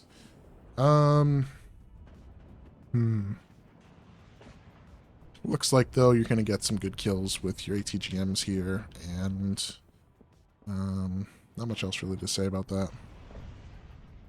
You're not keeping your infantry alive and reinforced, though. That is one slight issue, I think.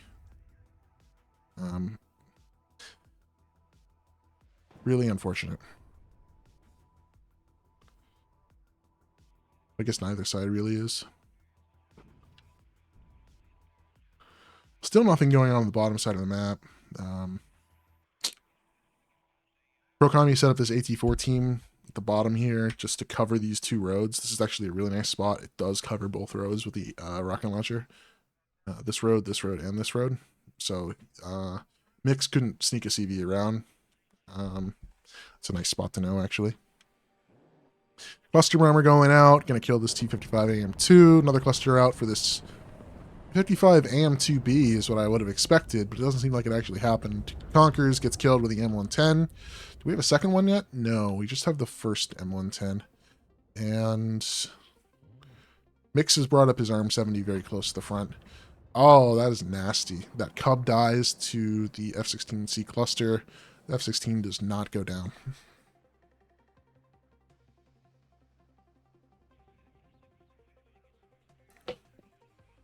Yeah, we see a lot of that. We see a lot of airplay now where it's bait a missile, and then get dived on by a cluster or a bomber. Yeah, it's rough. It's rough sometimes. But hey, Pro Kami, you know, for all the good he's doing, how well he's playing, he still is digging himself this really deep hole. Like, this is a really not a great place to be right now.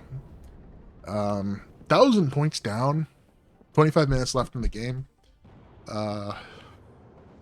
You're trading reasonably well, although losing a Kiowa warrior like that is rough. But Cubs hit based on the narrative consequences of hitting the target. Well, I guess that's one way to think about it.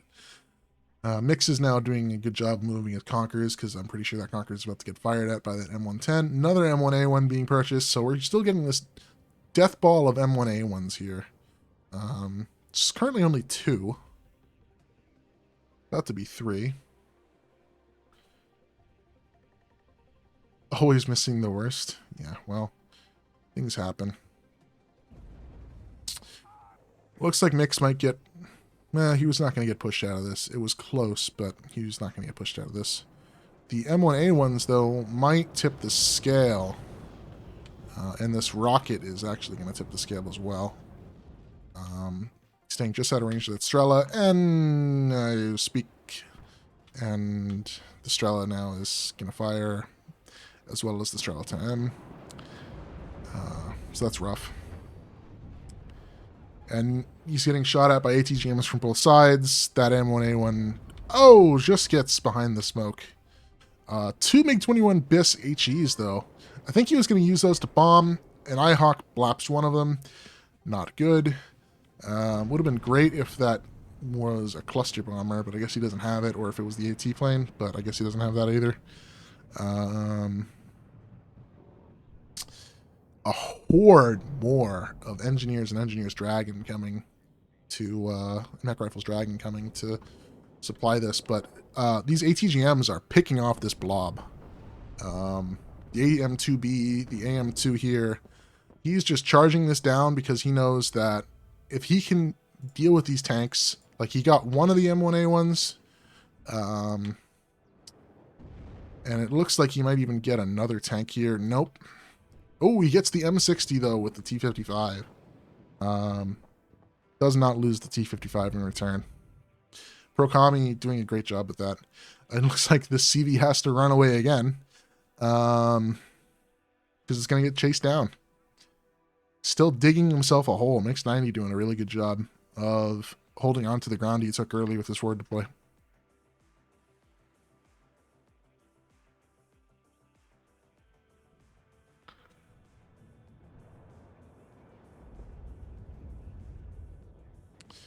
Forming a nice, F-16 does not kill the T-55 AM2B, but there's not enough AA here to deal with that otherwise, but the ITO secures the kill anyway.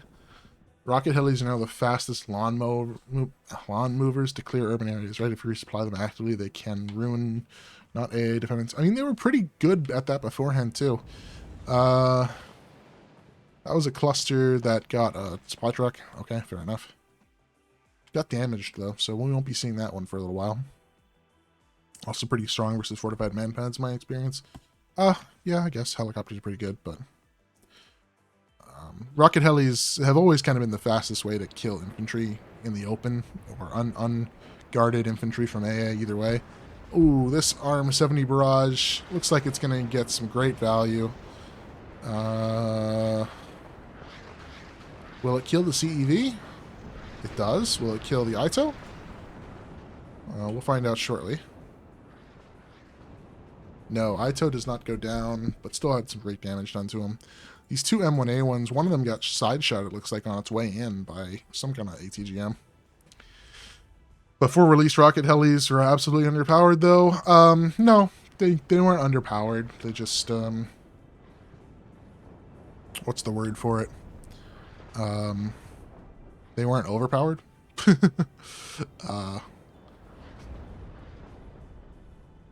Really, they were just nicely balanced. Anyway, not worth it ever. Yeah, that's not right. Rocket helis were always worth it. Against undefended infantry in the open, they were always worth it. You used a lot of supply to resupply them, but they were always worth it. Against undefended infantry in the open.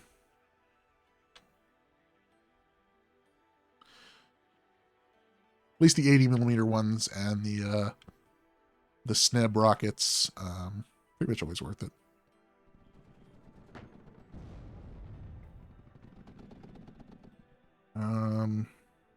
One Stinger here. It would be a good idea to bring in a helicopter here, actually.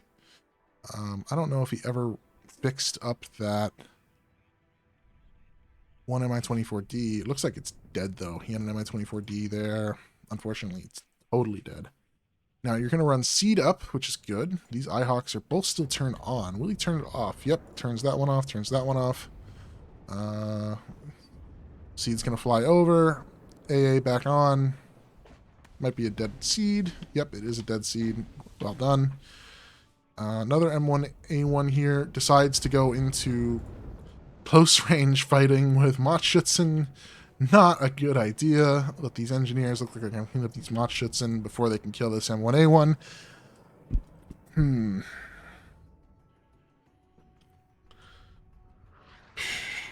ATGM probably going to die to this next shot from the M110. Ooh, the teleportation trick. Well, it's not really a trick. It's just kind of how the units move out of buildings, but got out successfully. T-55AM2 not dying to the cluster. And this FS Jägerführer is still chilling here. I think he really needed to target that RM-70 in a different spot. Just blind firing at this was not a good move. This RM-70, though, really needs to go into the town. Smart move. He's got it on the Rangers right there. And he's bringing in a bunch of BTR infantry to reinforce this, because he really needs that right now. He doesn't have any infantry here. But there isn't much in the way of AA, aside from this iHawk up here. Which it looks like Mix had marked, and he's going to maneuver these recon in to kill. But I don't think he's going to get across, because, look, there's an M113 right here. Unfortunately, these don't have AT. RM-70 barrage goes in. Gonna probably kill this Mech Rifles Dragon that's stuck in the open, but I don't think he's gonna get the CV. What do we got? Bombers out on the Abrams. That MiG is probably not long for this world. What? Oh, that's hilarious. That iHawk nearly died due to that. Cluster out onto the AT gun. It should die. What's your plan with this? I'm just going to have it there? Okay.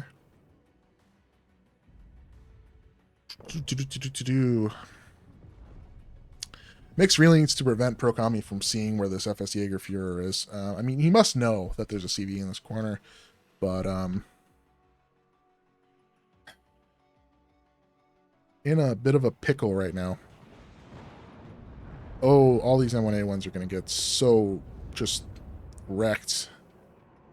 Unfortunately, there was one left. One AA goes down, along with... Ooh. I hope that wasn't another T-55. That would have been nasty. Dragon and LRS here. This FS Jägerführer is going to die, surely. And at A10... There are no Cubs back there, are there? This could be very mean. This could be very mean. Hasn't killed anything yet, except for maybe an SPW-70, and gets out. So I guess that's okay. Mix doesn't need to take this point back. If he just fortifies here now, he's still going to win the game. This needs to leave, though. I don't know why he's just sitting this here.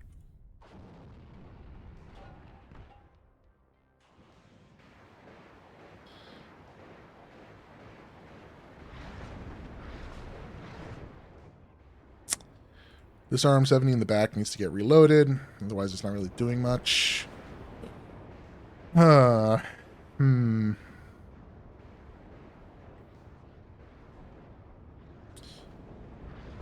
know, Mix has not been able to kill these M1A1s. They keep getting damaged heavily by the ATGMs, but they have not yet died. Looks like Prokami still only has the one artillery piece, though, so I guess his goal with artillery is just to snipe ATGMs, infantry, not infantry, AT guns, other artillery if possible, and other AA. Oh, yeah.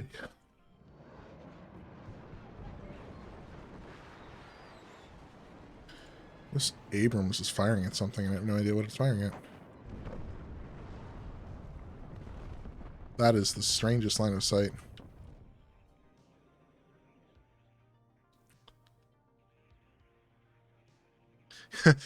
Prokami needs 37 minutes of a +1 tick to win. Yeah, he needs to roll over Mix 90 in the last minute or so, but it's not going to go like that, I don't think.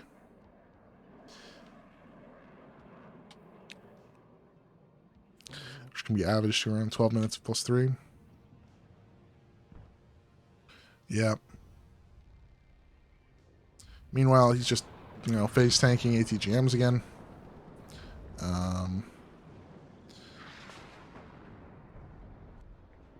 Yeah, this is looking worn over again.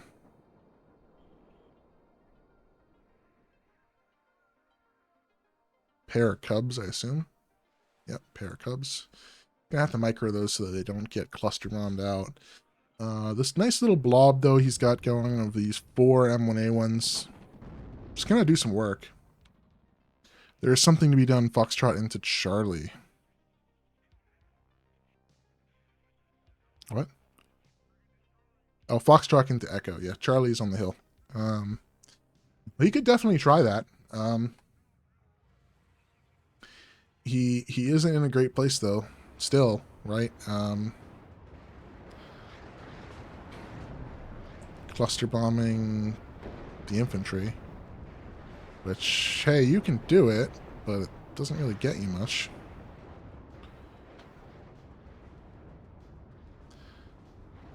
And now we have the Kiowa Warrior, so now he's looking around to see where the weak spots are. He kind of hopes that there is one. I don't think there really is one. Something's going to get side shot here. Oh, it wasn't a side shot. Unfortunate. Mix could have used a break there. Pushing that way would be the correct choice in my opinion, but it would leave the enemy to push into the middle.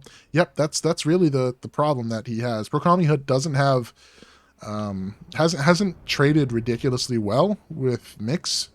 So there isn't any one part of the map that is completely empty. Like Foxtrot is mostly empty, but to take this, Prokami needs to bring all of his tanks down here. And I don't see that happening. Cub up is going to hit that. Nice. And the other Cub's up is going to hit that one. Oh, beautiful. Prokami, that was not a good move. You did not know that the Cubs were there, but unfortunately, you just lost another 450 points worth of units, which you did not need to lose. You really need to preserve your units and steamroll something, which unfortunately now you've lost your Kiowa Warrior as well. You're not really doing.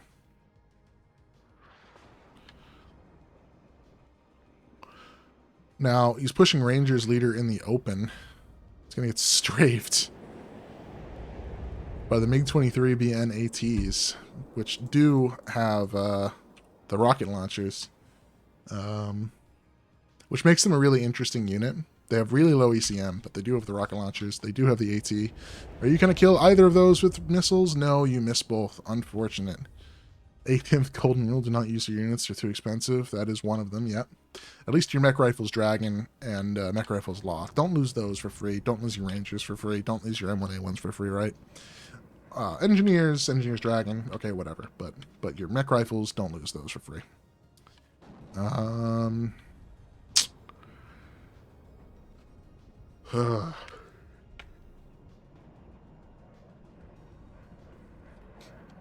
Okay, Pro-Kami. Make some magic. Make some magic happen. You got to get into here, which you're trying. You're trying really hard, but this is the same move you tried to do before, and this time Mix is ready for it. He's got the Strela ready for you. Whether it hits is another question. RM70 barrage.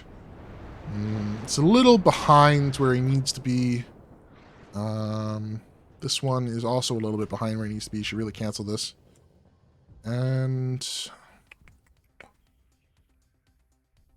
looking pretty worn over for you, Pro-Kami.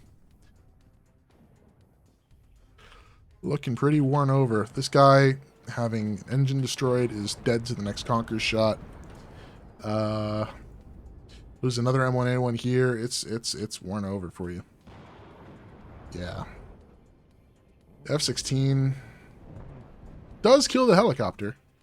Not sure why the Cubs didn't fire. Although the Cub now fires and does get the kill.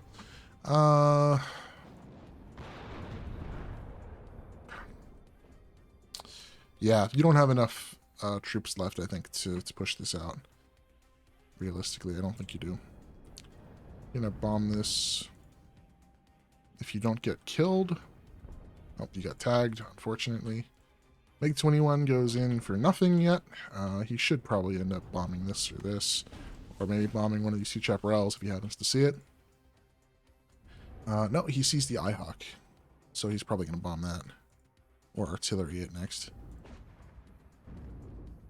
Yep, RM70 is going to go fire at that next. Ah. Another F-16 up.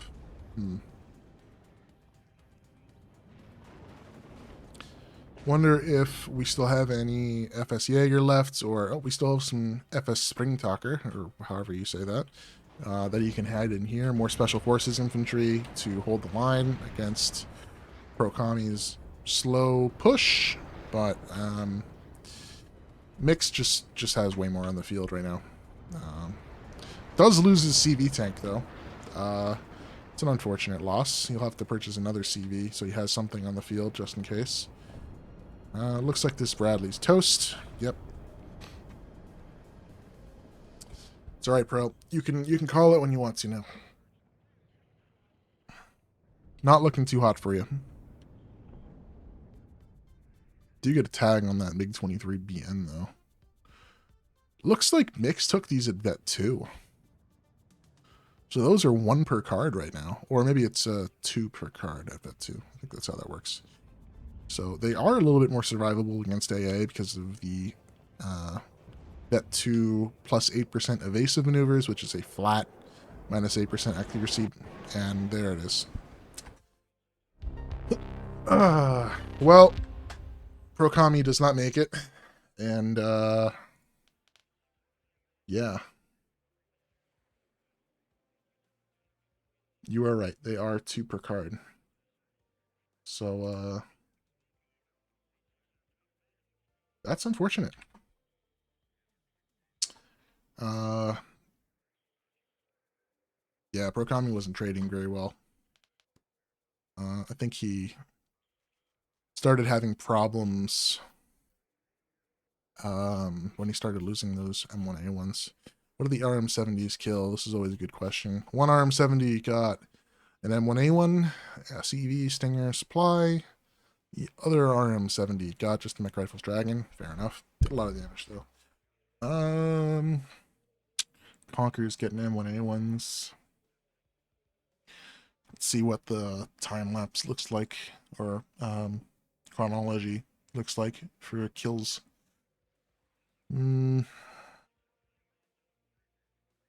Yikes. That's not good. That's a 400-point swing.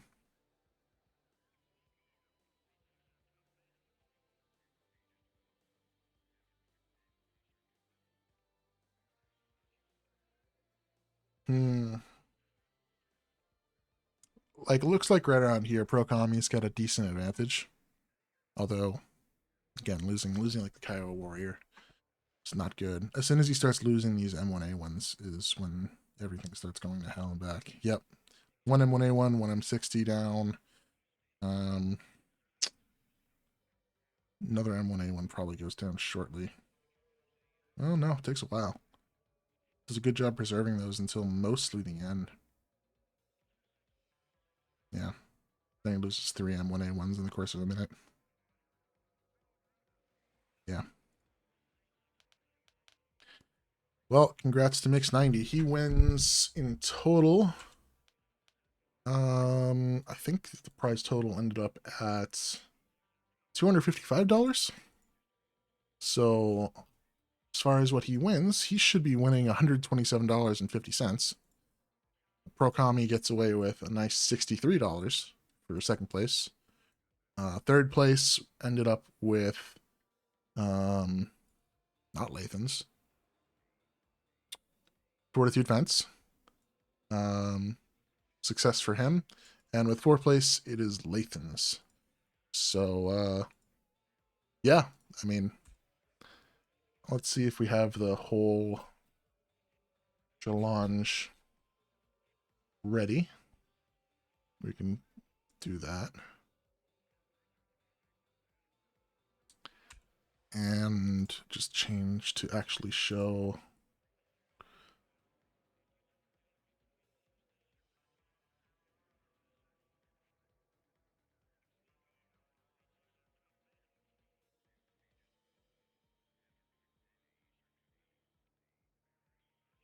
Oh, that's not right. Let's just add desktop capture.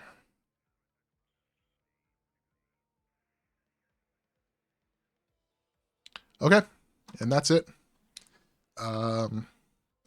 This is the finals, the final setup here. If you don't want to see how everything else goes, well, you kind of know how the finals went.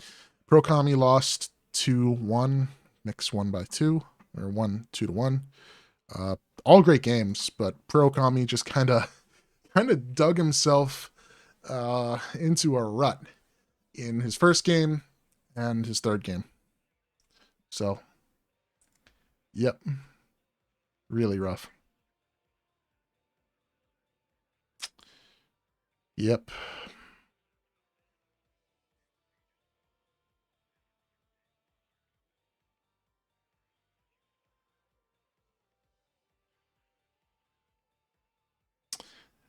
I did mute myself, didn't I? Anyway, that's really it.